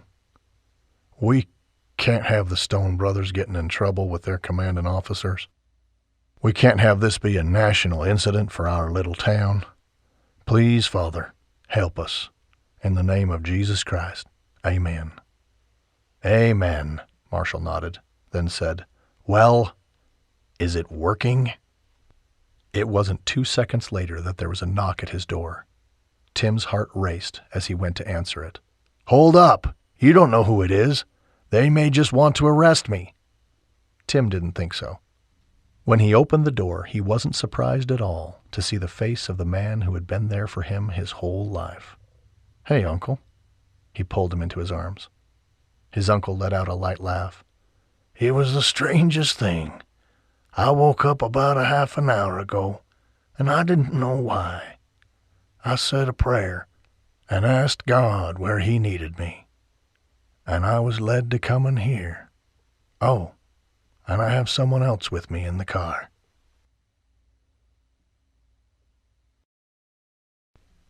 Chapter 18. Kensi sat in a crowded cell, her chin resting on her propped-up fists. If nothing else, she could take comfort in knowing that Southport's jail wasn't too bad. What are we going to do, Kens? Trent asked. What are we going to do, Kens? Brooks tapped his foot against the bars of the jail cell. Dawn shot to her feet. Why don't you back off, Brooks? Brooks swerved to face her. Funny, you telling me to back off. Dawn threw up her hands. What's that supposed to mean? Brooks, who never got ruffled, was clearly ruffled. It means this feels a lot the same way it felt when I showed up at Juilliard and saw you kissing that cheating husband of yours. Don't even talk to me. Dawn spun away from him. Kensi pinched the bridge of her nose. The night had started out in light-hearted fun, until they'd gotten arrested. Seems my brother has a point, Hunter said, moving to Brooks's side. Yeah, Trent said, agreeing. Charisse moved to Dawn's side and pointed at both of them. Why don't you guys shut your traps? Did you just tell 2 Navy SEALs to shut their traps? Hunter looked mock offended. Charisse glared at them. You think you could bring up the fact you're a Navy SEAL one more time, just in case someone forgot in the last 30 seconds? Yeah, Trent said, puffing his chest out. Not that you would care. Charisse glared at them. Who said I didn't care? Everyone stopped talking. Kensi shot to her feet, moving between them. This whole thing could not explode more than it already had. Luckily, Darla technically wasn't a sheriff's deputy. Kensi had pointed that out to her several times, once they'd all realized she had no authority to arrest them. In fact, Kensi had made quite a scene when she'd spurred Kat and Lucy and Charisse to confront Darla about that fact. The only thing in their favor was that Darla had agreed she would consult with Tim before taking the next step. But Darla had also made it very clear that this petroglyph thing was a big deal, and the fact that they took it out of the cave without the owner's knowledge was a criminal offense. Voices echoed from outside. The door to the building opened, and Tim rushed in. His face was ghastly as he looked around. "Is everyone okay?" "Of course we're okay." Brooks moved to the door of the cell.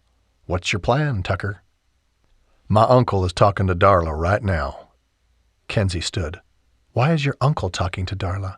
Darla has no authority to arrest us. We should be released. We could file charges against her for unlawfully arresting us." Just then, her brother Marshall walked in, with Darla on his heels. "You're the one who ran," Darla was telling him. "You're the one who evaded police authority." Marshall whirled back and pointed at her. "You had no police authority." Darla narrowed her eyes. "It doesn't matter. You broke the law." Tim's uncle followed behind Darla. "Now hold on, everyone. Calm down, and let's talk about this. Let's talk about what reasonable people would do." Gently, he put a hand on Darla's shoulder. She shrank back. "Pastor?" "Darla, it's okay. Now let's go through this. There has to be some way that we can prevent these military officers from being in jail and having charges filed against them." He dropped his hand. "And there has to be a way to make sure they don't file charges against you." Darla's eyes widened, and she threw her hands up. "Charges against me?" Someone walked in behind Tim's uncle. He was all official-looking in his suit. With briefcase in hand and his hair slicked back, he looked exactly the way he did whenever he was about to go to trial. Jeff. Kensi's heart stuttered. What was he doing here? Jeff didn't acknowledge any of them. He turned to face Darla. "I have a lawsuit filed here." He put his briefcase down and ceremoniously pulled out a stack of papers that were paper-clipped together. "This lawsuit is on behalf of Brooks Stone, Hunter Stone, Trent Stone, and Kensi Stone." Kensi squirmed a little when he glanced her way. She knew he was looking at her because he was upset that she had switched back to her maiden name. He glanced at her friends. "And on behalf of these three ladies, if they want." "We do," her friends said in unison. Jeff stared at Darla. "It is a serious crime in the state of North Carolina to impersonate a police officer and to arrest someone without authority." "They broke the law," Darla said, but her voice was shaky. "I arrested them because they broke the law." Tim spoke. "I know they did, Darla. I helped. I won't be there on this arrest. I'm probably going to disappoint you. You see, I started this operation to get the petroglyphs off the wall." Darla sucked in a breath, looking horrified. "Tim, how could you do that? You are the sheriff. You are the most respectable, honest, law-abiding person I know." She threw her hands up. "All of this can go away." Jeff held up a stack of paperwork that Kensi was pretty sure was actually the lawsuit from last week. He turned and glanced at Kensi again. "You see, Darla, I had someone talking to me a lot in the last 5 years about grace and about forgiveness, and I struggled with that. I'm not saying my situation is at all like this one.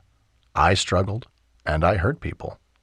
He set the stack down, and then he gestured to the cell.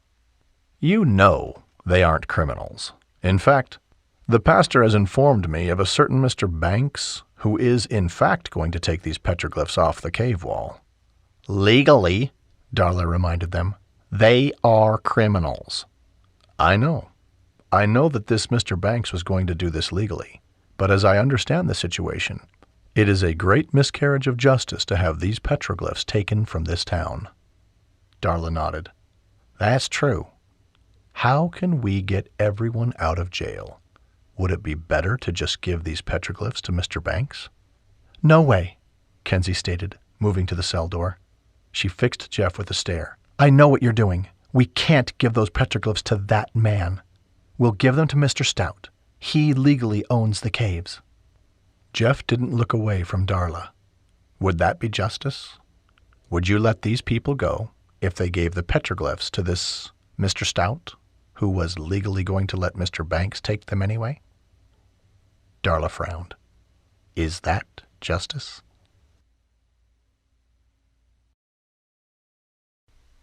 Chapter 19. Luckily, Darla accepted the offer of justice. They all decided that Tim would tell Mr. Stout the following day, and Tim would give him the petroglyphs. If he chose to give the petroglyphs to Mr. Banks, so be it. They'd lost the war, but winning the battle to get all of them out of jail was a big deal. Everyone else had gone home, but Tim was waiting for Kensi. He couldn't hear what she and Jeff were saying, but they were talking animatedly, and he saw Kensi break down and start crying. Somehow, he managed to hang back. It was in his nature to fix things, situations, people. One thing was for certain. He wanted to fix her problems. Jeff pulled her into a hug. Nerves created a bowling ball in his gut. He didn't like Kensi in Jeff's arms, but it wasn't his place to interfere. He might not have a place in her life at all if she decided she wanted to go back to Jeff. It was a real possibility. Go home, son. His uncle appeared at his side. He put an arm around his uncle. You saved us tonight. I don't know how you got here so quickly, but you saved us. His uncle grinned. Well, the fact is that on the way to your house, I was prompted to stop at the Stone Inn. Jeff was already there. The news made Tim seethe. If Jeff had already been coming here, then he definitely wanted to reconcile, right? Go home. His uncle nodded toward them. You can't fix this. It's not your place. Trust in the Lord. I can't. If there was any time to trust his uncle, it was now. His mind whirled with possible reasons Jeff had come. He couldn't deny that Jeff's appearance was part of the huge miracle that had happened. The Stone brothers would be able to return to duty. Lucy and Kat and Charisse could return to life as normal too.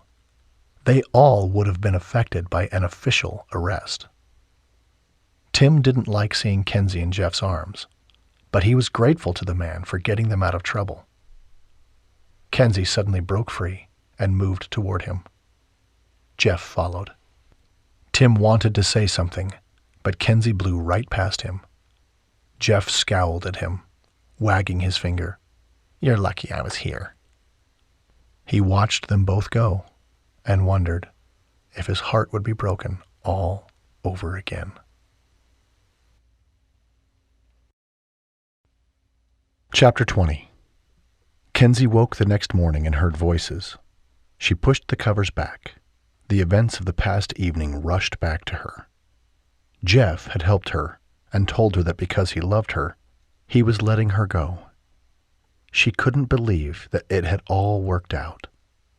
Part of her wondered if she had only dreamed that Jeff had been in town to ask forgiveness. The events had played out perfectly. Tim's uncle had driven by the inn in time to pick up Jeff. He had been instrumental in getting them all out of jail.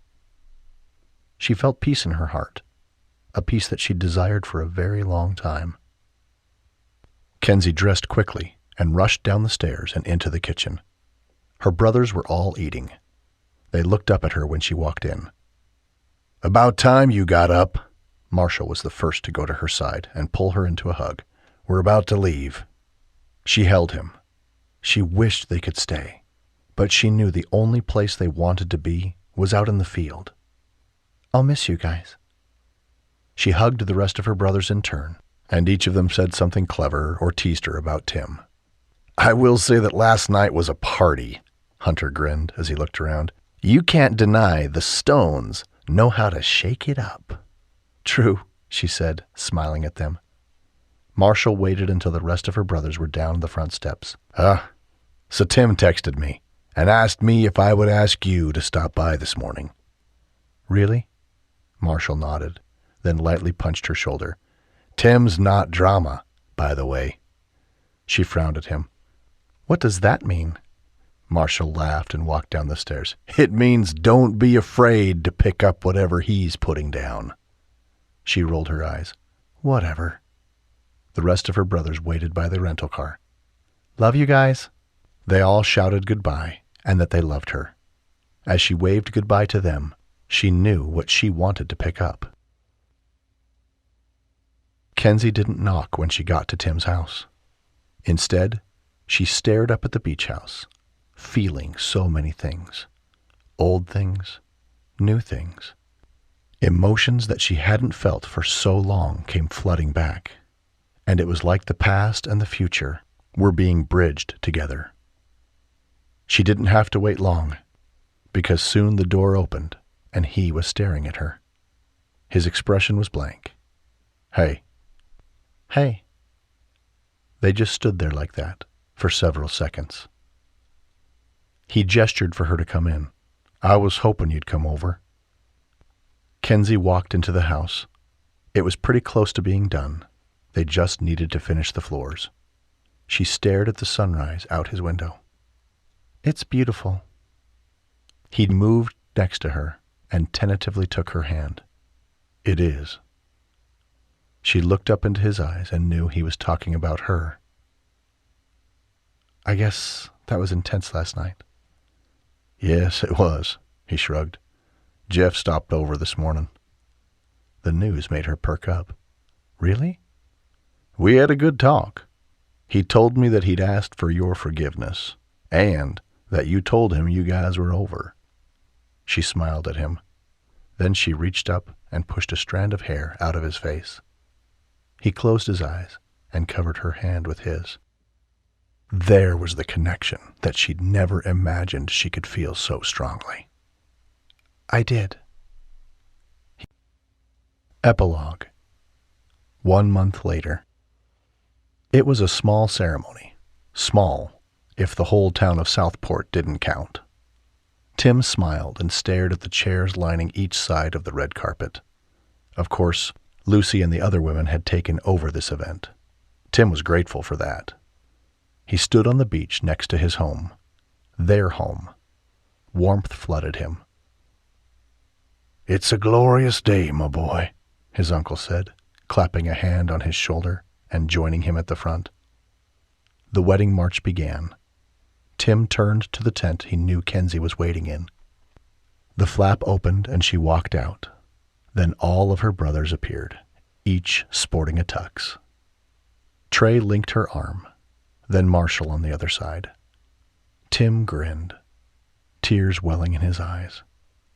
Brooks linked arms with Trey, then Hunter, and Trent was on the other side, next to Marshall. Dang, those Stone boys turned out, didn't they? His uncle said, a sniffle in his voice. Tim let out a light laugh, hating that he was such a ball baby in this moment. Kensi flashed a smile at Tim and began walking down the red carpet. Tim's pulse raced. He loved her. After all these years, and through all the heartache they had both endured, they would finally get a chance together. He thought of his wife, Tina. She'd told him to be happy, to find love. He swallowed hard. I miss you, babe. The wind kicked up and knocked the veil off Kensi's head. A sign. Tim was frozen to the spot. Marshall broke formation and grabbed it. He had it back on Kensi's head in no time. Tim's heart raced. Now the tears did fall down his face. Thank you, God. Ceremoniously, Trey held Kensi's hand out to him. Take care of her. Tim nodded. Will do. Trey moved to stand next to him in line. Marshall leveled him with a glare. Or else. Got it, Tim said. Marshall moved next to Trey. I don't make veiled threats, so we'll pretty much kill you if you don't treat her well, Brooks said, winking at him. Kensi grinned at him. Man, she was gorgeous. Okay, he said, nodding at Brooks. Hold on, Trent said, stepping up next. We still haven't gotten in our threats. Yeah, Hunter said, moving to Kensi's side and giving her a light kiss on the cheek. You look beautiful, sis. Yes, you do, Trent added. She beamed at Hunter and Trent. Thank you. Hunter clapped a hand on Tim's shoulder. Body bag, in the car, at all times. Okay, Tim said, staring at Kensi.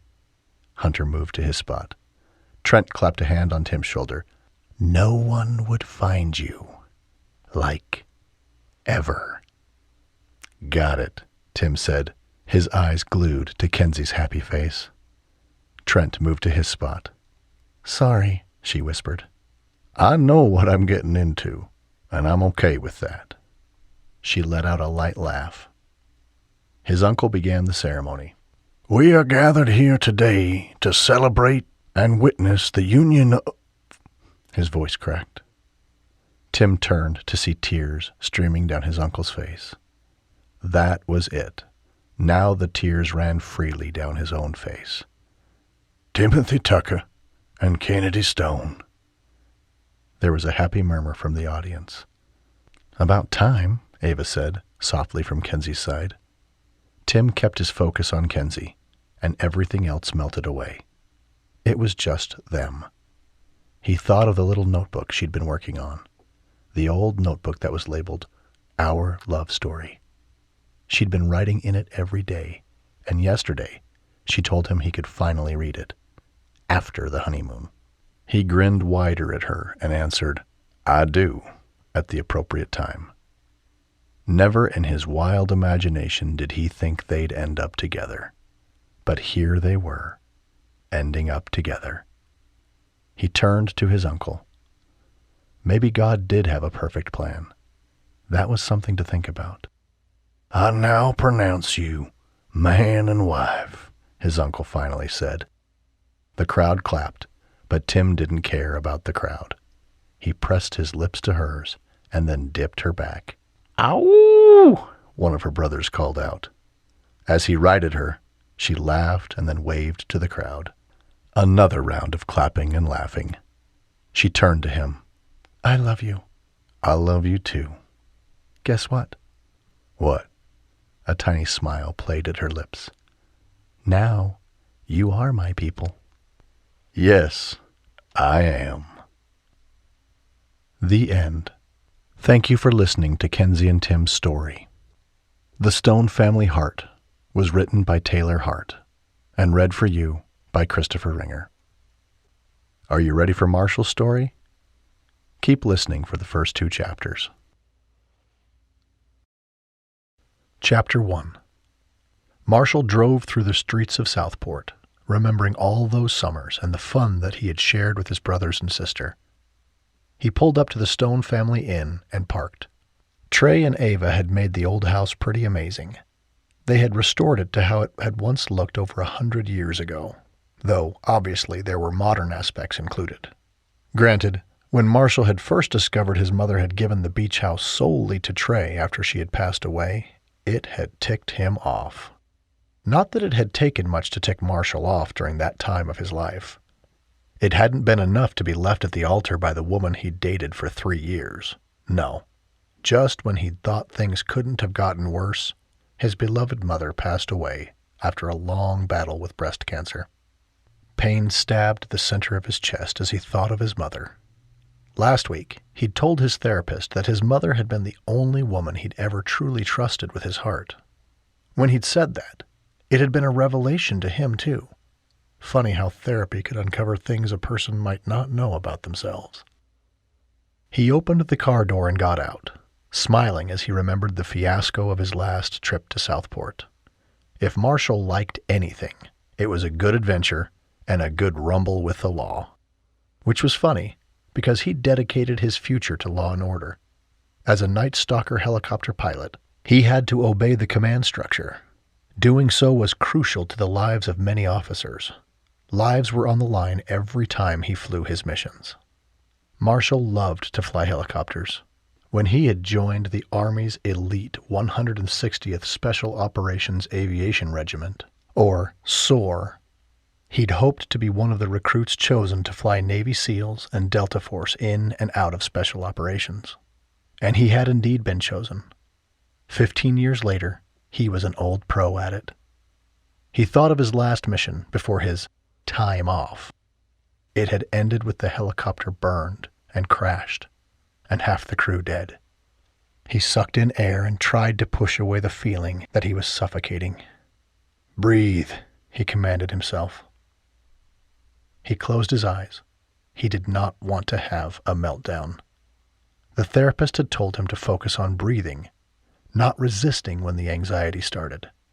In, hold, 2, 3, 4, and out, 2, 3, 4. He was okay. Really, he was. The front door of the inn opened, and his brother Trey walked out. "You're late." Marshall straightened. Seeing his brother was like having a bucket of cold water splashed on his face. It sobered him up. "Actually, I'm right on time," he countered. Trey gave him a mischievous grin and didn't waste any time rushing down the steps and pulling Marshall into a hug, which was kind of strange. Trey never used to be the hugging type. The change had occurred since he'd married Ava. Marshall lamely let himself be squeezed, not really hugging Trey in return. Trey didn't seem to notice.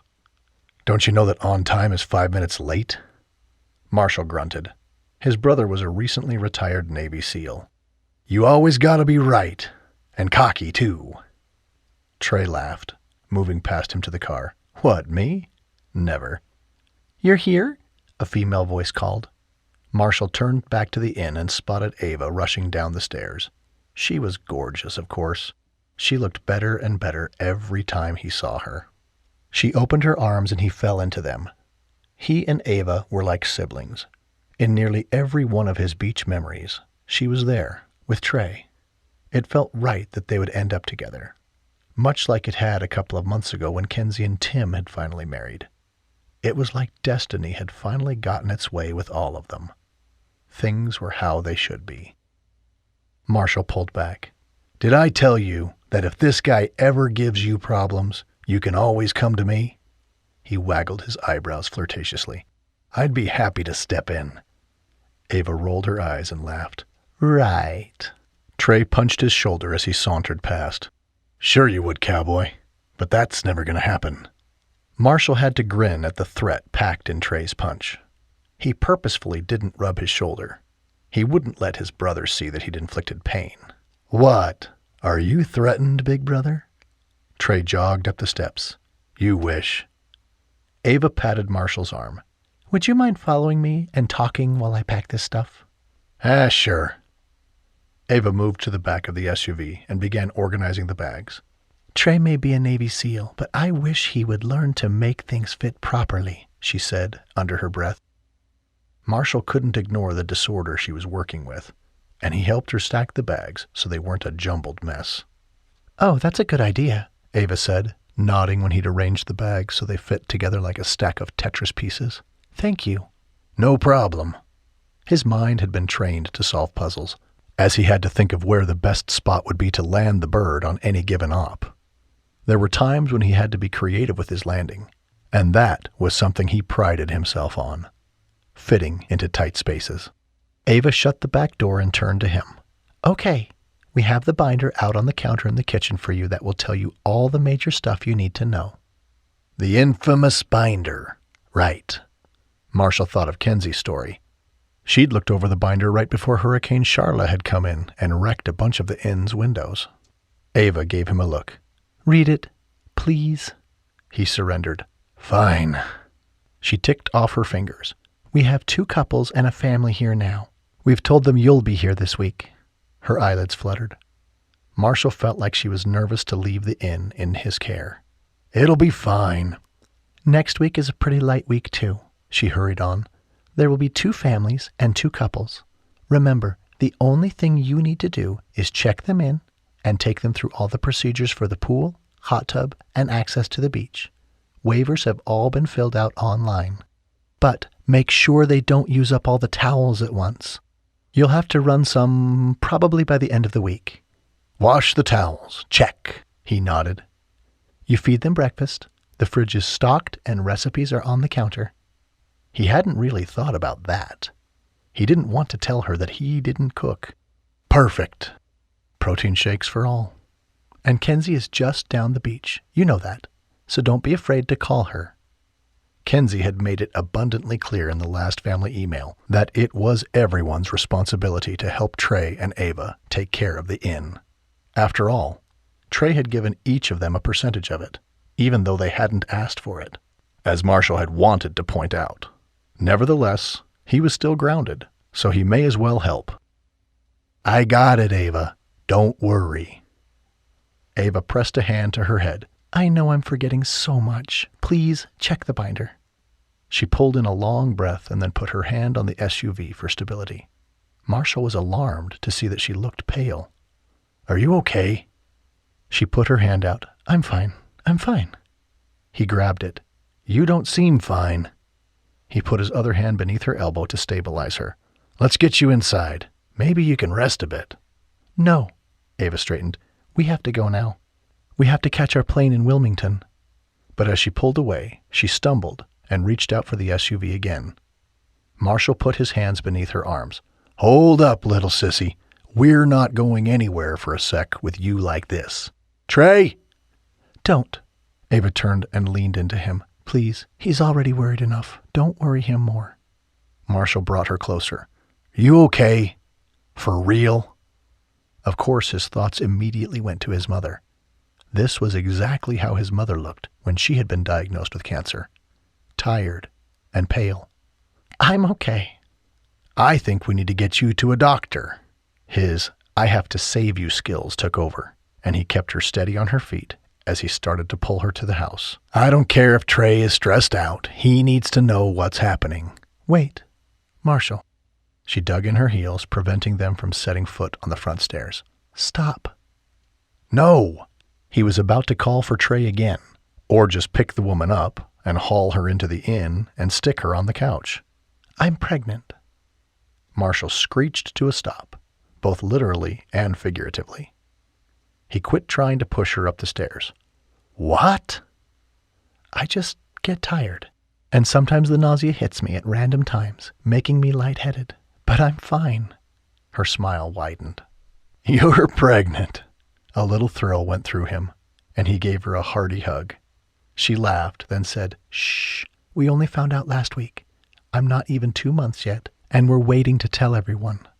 Her lips turned down. You know, as you get older, you're more high risk, and I don't want to tell Micah before he goes to be with his dad all summer.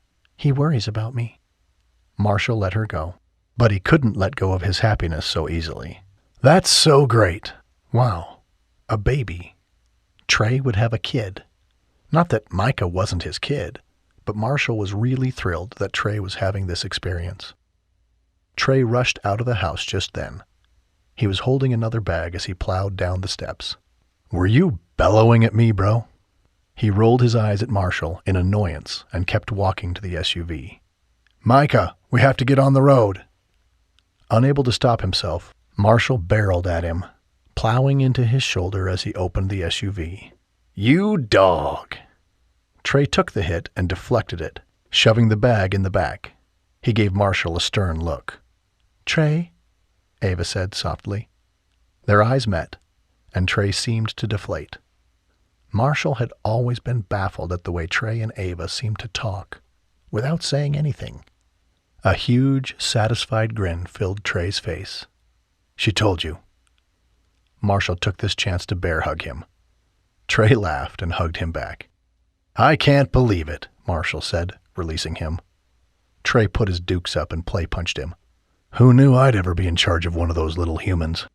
Marshall laughed and did the same, falling right into the little play punch fight he and Trey had worked out years ago in order to distract anyone they wanted to mess with. There were lots of families that would come to the beach for the first time, and sometimes he and his brothers would stage fights for the crowds and then walk away laughing. I'll be right back, Ava called out. He and Trey kept circling each other and play punching. You're gonna be a dad, Marshall said, trying to process this. Wow. Trey shook his head. I know, right? Trey gave him a right hook, and Marshall dodged and pretended to sweep the legs. Trey jumped, and both of them chuckled. We still got it. Marshall bumped Trey's knuckles with his own. Yeah, we do. Trey put his arm around Marshall. It's weird. Marshall beamed with pride. It's great. You seem so settled and happy. Whoever would have thought that my big bro would be... He gestured to the inn. So domesticated. Trey grunted. You make me sound like a dog. Maybe a wolf. Is that better? A pet wolf? That earned him an elbow to the ribs, which only made him laugh more. Life catches up to you, old man. Marshall didn't argue. I know. Believe me, I'm feeling it. He'd told Trey about the incident that had left him grounded. Trey understood. He also had his fair share of battle wounds. Trey jerked his head to face him. The look in his eyes told Marshall that he was assessing him. You good? That was code for, you're not going to have a freak out on me, are you? Because I'm leaving with my pregnant wife and son on vacay, and I don't have time for this? You kidding? Marshall pounded his chest. I was born good. Trey hesitated, his face turning serious. You know, I was thinking that if you ever do want to settle down, you might come home. You know Kat is back, and I don't think she's dating anyone. Every part of him tensed. Why would I care if she was dating anyone? Trey held up a hand. Chill, okay? I just know that once upon a time you were best friends. Marshall's heart pounded. It was against bro code to talk about things like past women and settling down. Well, that was then. This is now. Plus, this isn't my home. Hey, I'm just saying that I wouldn't mind having a little brother here to boss around and stuff. Marshall relaxed. Thanks, but the day I don't want to fly is the day you can just put me in the ground. He made a motion like he was firing a gun into the ground. Pine box is fine with me. Trey grunted and looked away. Marshall knew he understood. SEALs and Night Stalkers and Special Forces would say that to each other. They'd rather be working and doing than stopping. The hardest part was when they weren't spun up. They had endless hours with nothing to take their minds off of the things that they'd seen, the things that they'd done, and the ghosts that haunted them. Trey began walking to the garage. Come with me. I've got something for you. Marshall followed. Well, dang straight he'd follow. When Trey said to come, all of his siblings followed without arguing. At least, without too much argument. That was how it had always been. Except for Kensi. He grinned, thinking of how good it would be to see her. She came and went when she wanted to, no matter if Trey was calling the shots or not. Somehow, those two worked it out. The garage door was open on one side of the two-car garage. The farthest side went 2 cars deep. Trey moved over to the back of the garage. I thought you might like this. There was a black tarp over something. Trey yanked it back, revealing a red Harley in pristine shape. What? Marshall couldn't believe it. He pulled the rest of the tarp off to uncover another motorcycle standing beside it. A very broken-down motorcycle. He paused. What? Which one am I supposed to be looking at? Trey reached into his pocket and pulled out a ring of keys, flinging them at Marshall. Both. They're both yours. One to ride, and one to keep you occupied. If Santa Claus himself had descended out of the North Pole and dropped the bikes in the garage, Marshall wouldn't have been more surprised. He stared down at the red Harley, running his hand lightly over the polished leather and shiny silver. Wow. You like it? Marshall was a bit overwhelmed with the gift. Yeah, I like it. This is too much. No. Trey waved a hand in dismissal. Ava and I wanted to do it. Marshall didn't know what to say. Trey moved to the pile of junk next to it. You see, Ava suggested a new bike, but I suggested an old bike. He clapped a hand down on Marshall's shoulder. Give you some fun. It was true. Marshall yearned to pick up tools and begin working. Well, after he rode the new one, of course. Emotion stuck in the back of his throat. Thanks. Trey nodded. You bet. Marshall turned his attention to the bike that needed work, feeling purpose flow through him. This will be fun. Only to you, Trey said with a grunt. Marshall crouched and began to take mental notes. The fuel gauge would need to be replaced. The brakes needed new brake pads. Remember when you and Kat would spend hours in this garage while you worked on that old bike of yours? Again, her name caught him off guard. He stood, unsure how to handle his brother's question. She told Ava you looked good last time she saw you. Marshall swallowed hard. He and Kat had sat in jail with the rest of his siblings and the beach crew, and he'd found himself right next to the woman. It had been strange. The girl had been his best friend for a long time, but it had been his desire to be more than friends with her that had ruined their friendship so long ago. Oh. He didn't know what to say. Her husband, the guy she'd picked over him, had passed away while serving last year. You should reach out to her. Why would I do that? No reason. Trey smiled brightly. You and her? You two were together all the time when we were here, and that was a long time ago, Marshall said quickly, unnerved by the way Trey was looking at him. I know. Trey rolled his eyes and sucked in a long breath. Never mind. Yeah. Marshall wasn't going to do this with Trey. Hadn't he talked enough about Kat in his therapy sessions recently? Which had been weird. He still didn't know what to think about the fact that he was still angry about something that had happened back then. The two men stood staring awkwardly at each other. Uncle Marshall, Micah called out, rushing toward him. Marshall had been surprised by how easy it had been to accept and love this kid. He hugged Micah, then ruffled his hair. I think you're 2 inches taller than the last time I saw you. It had been at Kensi and Tim's wedding a couple of months ago. Micah pointed to Marshall's arm. I think your bicep is 2 inches bigger than the last time I saw you. How do you do that? He scrunched up his face. No matter what I do, I can't get definition. It didn't hurt Marshall's feelings to have the kid hero worship him a bit. He managed to keep his next thought to himself. Micah's biological father, Charles, had always been a wimp. What can I say? It's the roids. Stop, Trey said, laughing, moving back to the front of the house. Don't kid about stuff like that. Marshall and Micah followed, both laughing. You do know I'm kidding, right? Right, Uncle Marshall, Micah said. You have to do drug tests all the time. You couldn't be on steroids. Marshall pointed at him. Not on the roids. Just good living, I guess. Plus crazy amounts of protein and crazy amounts of working out, but who was counting all of that? Trey nudged Marshall's shoulder and opened the passenger door for Ava. Roids, he muttered, shaking his head. Can we be an example for him? Marshall grinned at his big brother. Trey had softened since the hurricane, when Marshall and his brothers had shown up and taken care of business around the inn. The whole retirement and marriage thing had contributed to that too, and now fatherhood was being added to the mix. I'll be a good example while you're gone, okay? Trey grunted.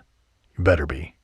Marshall laughed. You guys have fun, and don't worry about anything. I got it all covered. Thank you so much, Ava said. Trey shut her door, then turned to Marshall and patted his shoulder. Thanks. No problem. It was stupid, but Marshall had always longed for his brother's approval, something he hadn't realized all these years. Micah got in the vehicle. See ya, Uncle Marshall. Don't break my surfboard. Oh, I'm breaking it. I'm going to show it how to really surf. Micah laughed and shut the door, waving. Trey got in, and then they were backing out. Marshall watched them go, feeling something akin to a father staying behind while the kids went and played. Well, not really that. At least not his own father. He had passed when Marshall was 15. His father had been a SEAL too, which had definitely been the catalyst that had gotten all of the brothers to serve in the military. Marshall didn't want to think about his father. Slowly, he moved to his rental car and opened the trunk. All he had was a duffel bag. He pulled it out and then walked up the stairs and into the inn. The place was pristine.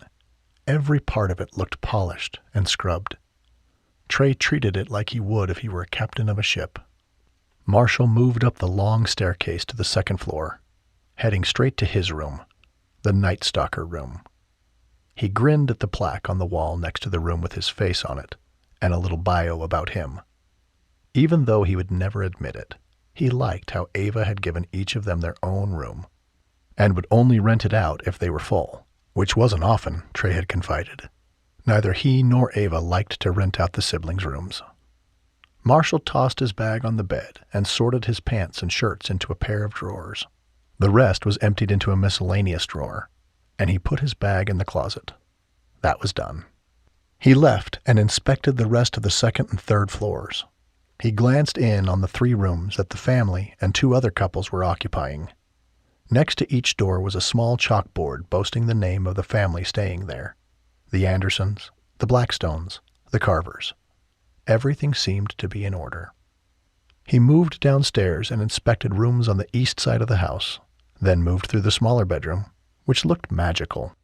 Sure, he would never say the word magical out loud, but as he stared up at the skylight, he noted that he wanted to come here when it was dark, so he could see the moonlight cresting over the glittering glass skylight. Ava had restored a sense of fun to the home. Marshall had thought they'd all lost that when their mother passed. He paused as he shut the door. A feeling of gratitude swept over him. This would be okay.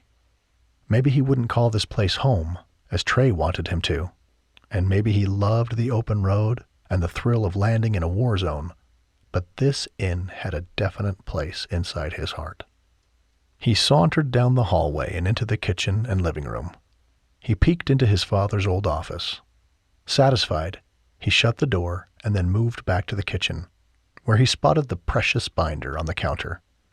He flipped it open and thumbed through the laminated pages, glancing at the instructions. Had the laminating idea been Trey's or Ava's? It was a toss-up.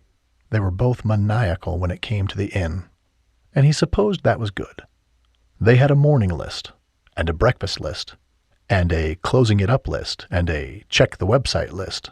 There was also a list for the pool and the hot tub, and how to make sure the chemicals were in balance, and what to use, and there were lists for how to use the washer and what to do if there were certain concerns from guests. Ish, who knew? Part of him was grateful that he hadn't inherited the place. There was a lot to know to keep it running. But he didn't worry. No, his sister was right down the way, and she would probably be over soon to mother hen him. That's what she was good at, after all, though he wouldn't start a fight with Kensi tonight. He grinned and took a cold water bottle from the fridge, twisting the top off and guzzling it.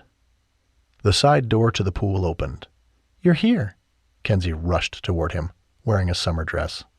He opened his arms, and she was instantly in them, clinging to him. It was silly, but Kensi had always been so affectionate with all of her brothers.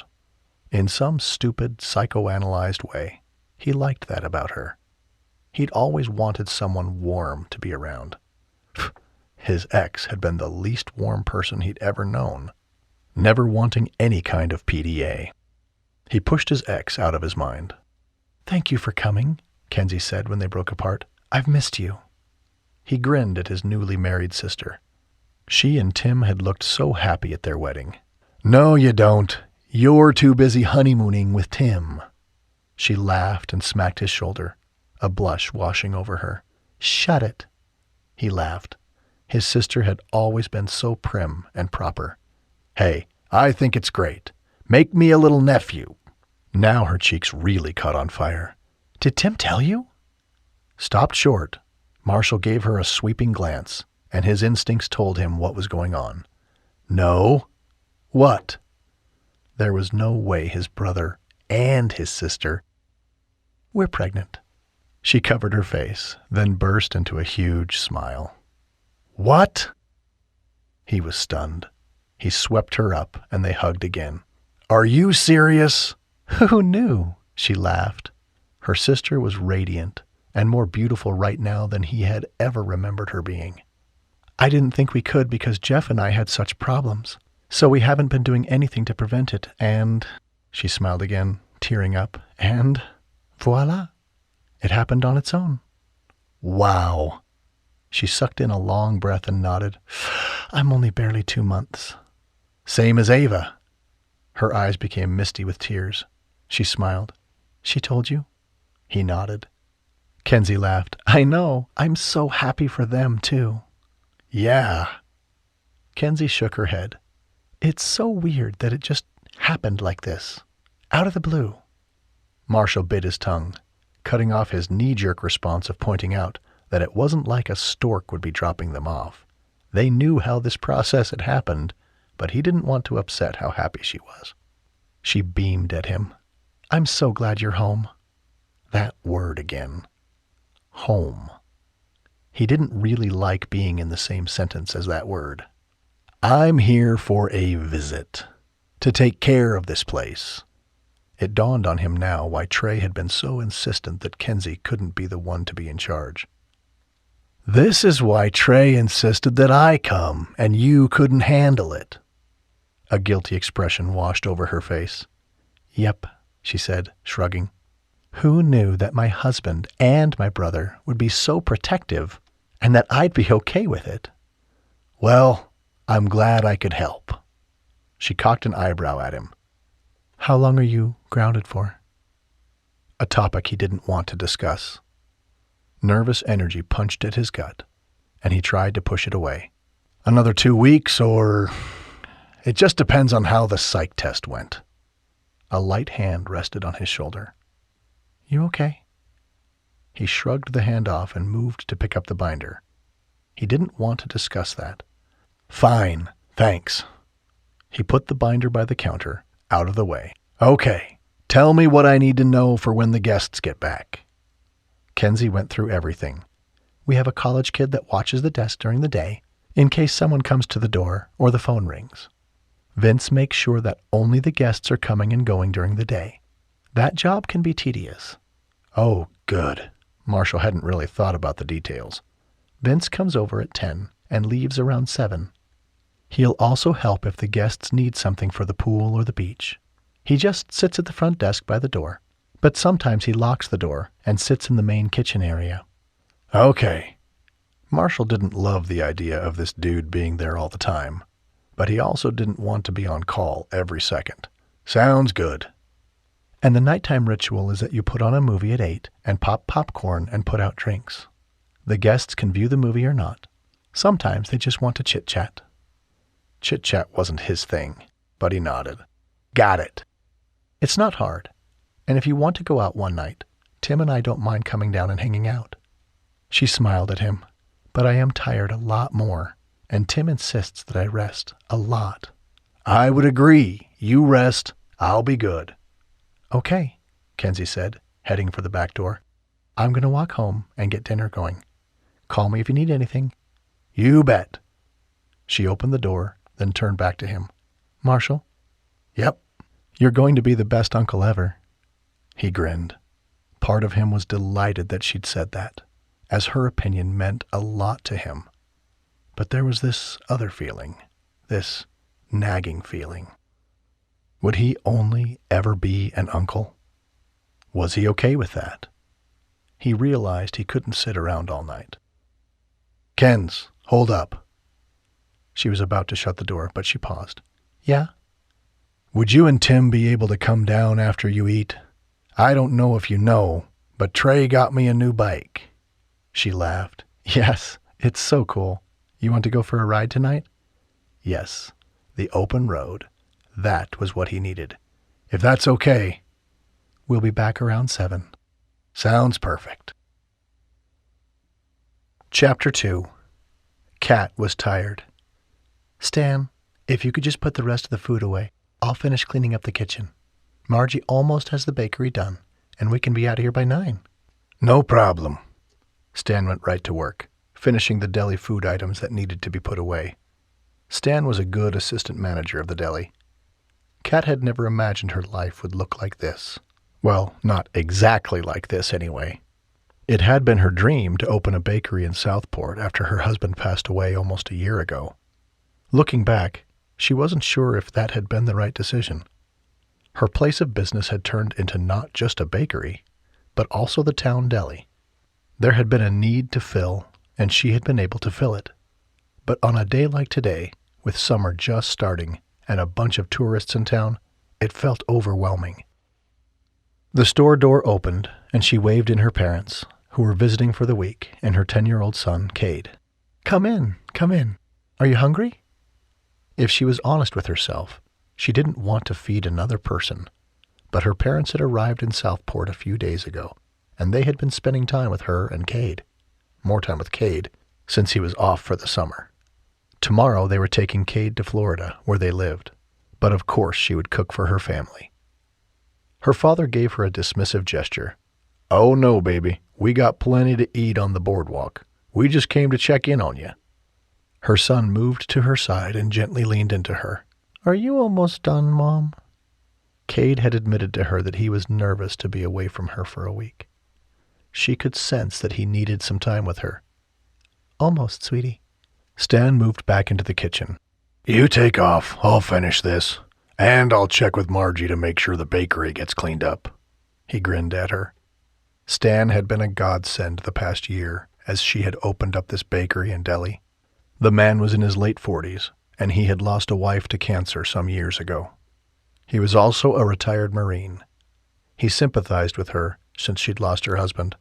She wouldn't have been able to bite off so much if Stan had not helped her at every turn.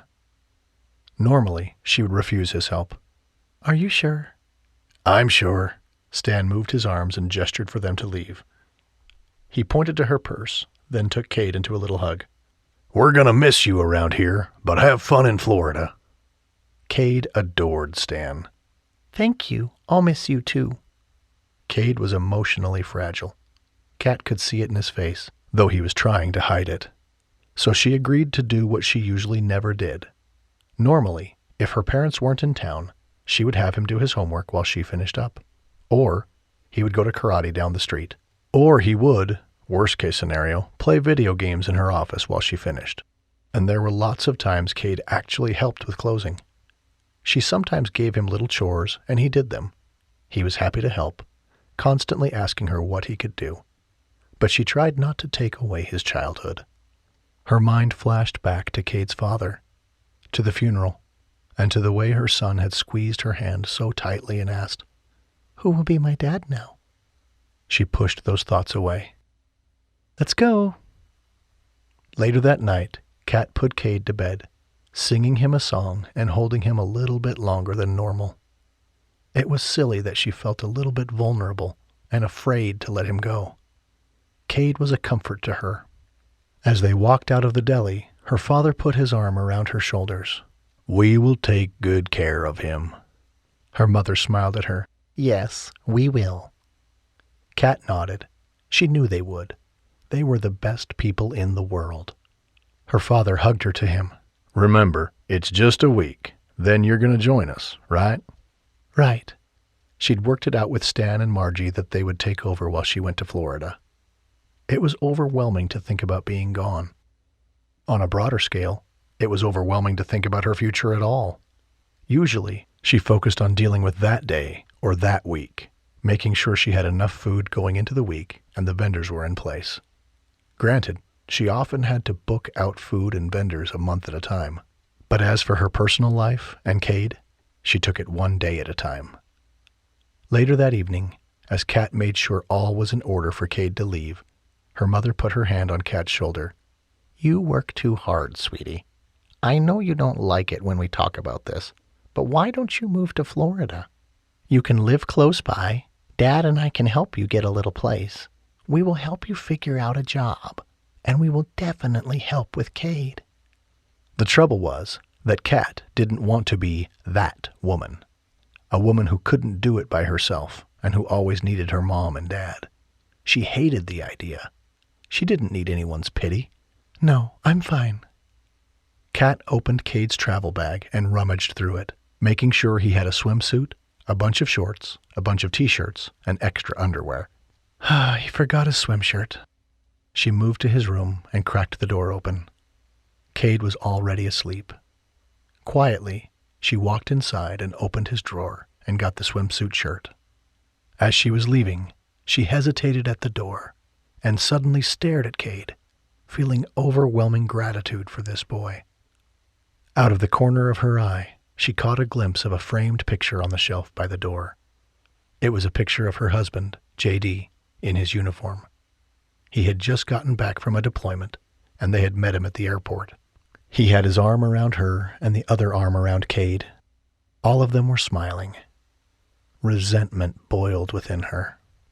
The smile on her face had in no way reflected her inner state of emotions. She'd been living a nightmare. She shivered.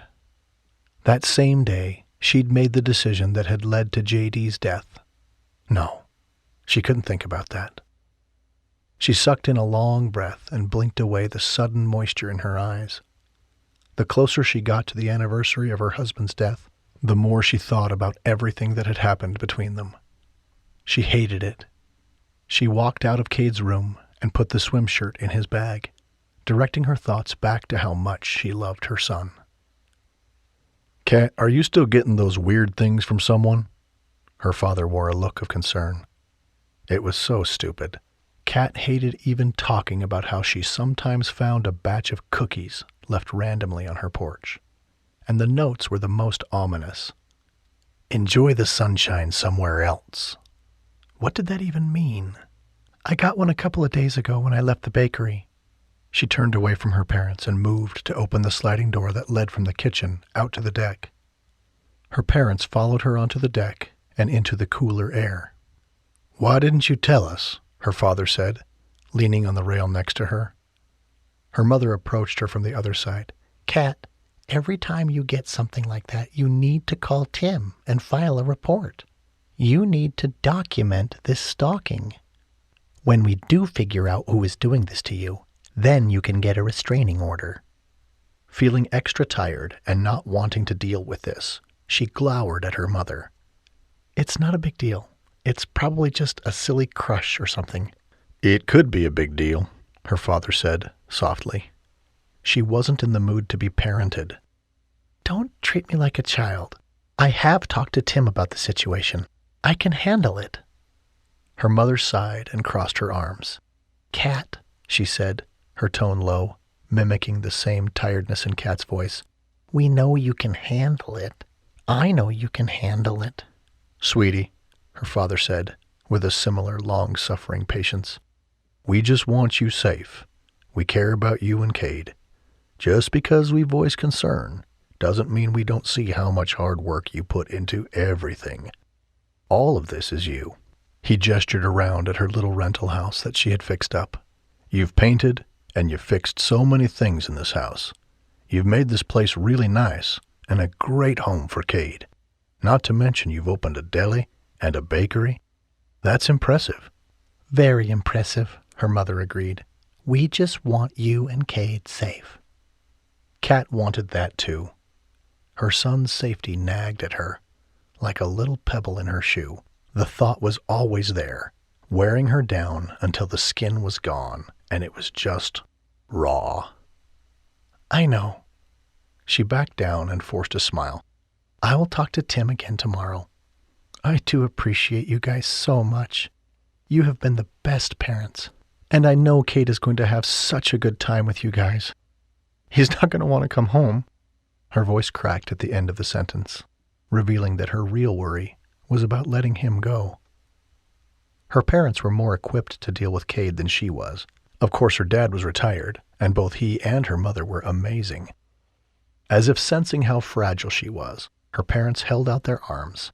Group hug, her father said, and he and her mother stepped in close. This was a familiar habit of theirs, largely because Kat was an only child, an adopted child. When her parents had adopted her at the age of 9, they'd started the habit of having a group hug every night. Kat sucked in a long breath. It would be okay. Cade would go, and he would have fun. Then she would join them and get a little break. Well, she wouldn't really call it a break. When she was at her parents' house, she started feeling more like a child and less like herself. But she would be grateful for the time away. Thank you. Her mother pulled back and searched her face. Sweetie, do you think it's time to start dating again? The question took her by surprise. Why would you say that? I just want you happy. Kat steeled her nerves. I don't want to date. I don't want to risk bringing someone into Cade's life who won't be good for him. Reluctantly, her mother nodded. Her father sighed and said, I hear Marshall will be in town the next couple of weeks. I ran into Kensi yesterday. Irritation pulsed through her. Why would that matter? I don't know. Her parents had always liked Marshall. Kat and Marshall had been best friends, and he'd spent a lot of time at their house. She thought of what she'd overheard her father say to her mother in the reception line at her wedding. I always thought it would be Marshall. Kat stepped away from them, I'm going to head to bed. The next day, Kat cleaned up after the dinner rush. Stan worked at her side in relaxed silence, which was another thing she valued about him. He didn't say much, but she never felt uncomfortable around him. If he talked of anything, it was about fishing. Pastor Henry handed over his card, taking the bag of takeout in exchange. "How are you doing, Kat?" She smiled at the pastor. He was Tim's uncle, the one who had raised him since he was young. He was a good man. I'm good. How is Lily? A soft smile filled his face. "She's good." Kat handed back his card. That's good. The pastor hesitated. "I'm just feeling like I should tell you that it's time to trust again." What do you mean? The man was notorious for his feelings, and it kind of freaked her out. The pastor smiled at her. "Have faith, and remember something." Kat swallowed hard. Whatever he was about to say, she had a feeling it would be important. Okay. "When it seems like there's no way to make something happen, God makes a way." A chill swept down her spine. He nodded and walked toward the door. "Good night, Kat." Good night. She watched the pastor walk away, a bit mystified. Margie walked in, taking off her apron and hanging it on the hook. Stan and I have a proposition for you. This caught Kat's attention, and she glanced at Stan and then back to Margie. How come I'm sensing a coup? Stan grunted. "I don't think any of us want to have a power grab." He smiled at her as he added, "Especially with Lucy's event coming next week. I think Lucy is the one running a coup on us." Kat and Margie laughed. It was true. Lucy had been over that afternoon right before the dinner rush. She had brought binders and assignment lists, and she had gone over exactly what she wanted for her gallery event. While Kat was grateful for Lucy's never-ending business when it came to catering, she was also exhausted by it all. Kat had told herself just that afternoon that it was okay, but she was just burned out. She was worried about Cade leaving. She was frazzled. Tomorrow would be better. She would be able to think about everything, and it would all work out. Dang, she sounded like Scarlett in Gone with the Wind. Margie leaned against the counter and looked pointedly at Kat. Are you ready to listen? Kat ignored the jolt of nerves in the lower part of her gut. Margie had a serious look on her face. I'm listening. Stan moved to Margie's side, resting his elbows on the counter and leaning in. We've made a decision. Margie glanced at Stan and laughed. You need a real vacation. What? Margie placed her hand on Stan's shoulder. Stan winced and pulled back. Kat looked between the two of them. Margie seemed like she was trying a bit too hard lately to get Stan's attention. What do you mean vacation? Kat asked. Are you talking about watching the bakery and deli next week while I'm in Florida? No, Margie said, swinging back to face her. We want you to take this week off too. Get some alone time. I have no idea what you're talking about. Stan pulled some keys out of his pocket and held them out to her. We made an executive decision that you need to take the next 2 weeks off. Shocked, she stared at the keys. I can't do that. Margie nodded. Again, she smiled at Stan. Yes, you can. We got this. He met eyes with Margie, then plastered on a fake smile and turned back to Kat. She would have laughed at the way Stan was enduring Margie's touch if she hadn't been distracted by what they were telling her. Margie pointed to the keys. We want you to drive to Stan's cabin. It's past Pirates Cove and a little farther into the mountains. Margie glanced at Stan. Right? Right. It's just a 1-bedroom cabin. It's been in my family for a long time. It's the perfect place to get away. His face lit up. There's a little pond. I have fishing pools there if you want to use them. Her mind raced. I can't. Margie nodded to the counter by the deli door. We can do 2 weeks. Yes, we can, Stan agreed. Your mother packed a bag of clothes and toiletries for you. It has a couple of things you're gonna need. I got you some groceries, Stan added, gesturing to 2 bags of supplies that Kat hadn't even noticed before.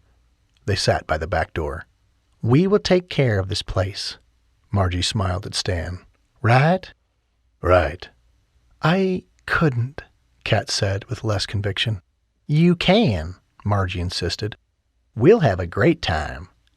Stan didn't seem as enthused as Margie was to spend time together. Margie was single and a bit older than Kat. She had suffered from some health issues early on in her life, and she had remained living with her parents in Southport for many years. Since she had started working for Kat a few months ago, her health had improved greatly.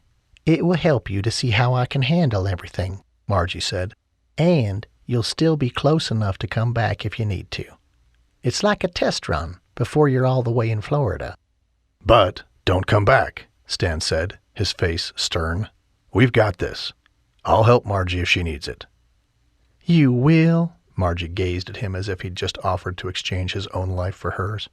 This all felt so unnerving. I'm not sure. Margie beamed at Kat, and then she put her hands together and clapped. We have been so excited to give you this gift. We've been talking about it and planning it, and we even figured out a way to start working on the foods needed for Lucy's event next week. Let's do this together. She turned and once again smiled at Stan. Stan kept his eyes on Kat. Let's do this for you. We want to. And I really think the week up at the cabin, time to clear your head, might be just the thing you need. The sincerity in his eyes convinced her. She felt herself tear up. You guys, I can't believe this. Believe it, Margie said softly, reaching again for Stan. Stan took a step away from her. Margie frowned, but turned back to Kat. Plus, we know what day is coming, and we want you to have some time. That got her attention. She hadn't talked about JD's death anniversary. Margie put a hand to the side of her mouth. It was what she did when she was trying not to tell a secret. Cade told us that Thursday will be the day his father was buried. Her emotions felt raw, and she blinked and looked at the door and the supplies. It would be a relief to get out of here, get away from this town and everyone who knew everything about her. Well, I guess I'll take you up on the offer. Oh my gosh, you're going to let us do it for you? Kat's mouth was dry and her heart raced, but part of her wanted the freedom they were offering her. She did need to get out for a bit. Kat picked up the luggage. I'm going to do it. Margie squealed and picked up a grocery bag. Stan picked up the other. We'll walk you out. They all walked to Kat's car, a blue 1985 Toyota Corolla. It was old, but it was reliable. She couldn't believe she was actually doing this, just up and leaving without responsibilities. It was weird. She tossed her bag into the trunk, and Margie and Stan put the groceries inside. With that taken care of, Kat closed the trunk and turned back to her friends. Margie looked more than satisfied with herself. She laughed and then clapped and did another little squeal. You have so much fun. At this point, Stan rolled his eyes and then gave Kat a look that most people wouldn't have caught if they didn't know Stan. She couldn't help a tiny smile. She knew the sacrifice that this would be to keep everything running and to deal with Margie. Thank you.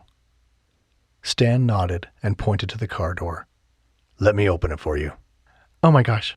Kat's heart skipped a beat when she saw a piece of paper on her windshield. Not just any paper. It was the same type of paper that was always left on her windshield from whoever was stalking her. Oh no. Margie rushed to the windshield and tugged the paper out, skimming over it. Of course the stupid stalker has to show up at a happy time like this. Kat's mouth went dry. What does it say? Margie gave them both a blank look and then bit her bottom lip. This was not good. Stan took the note gently from Margie's fingers. His face soured. It says that they hope you have a fun week without your son. Maybe you should leave Southport. Kat wanted to curse. She wanted to cry. She wanted to yell. And she wanted to do all of these things at the same time. How would they even know you were leaving? Margie burst out. Dang it. Kat whipped her phone out of her pocket and did the exact thing she had promised her parents she would do in a situation like this. She turned away from them. I'm calling the sheriff.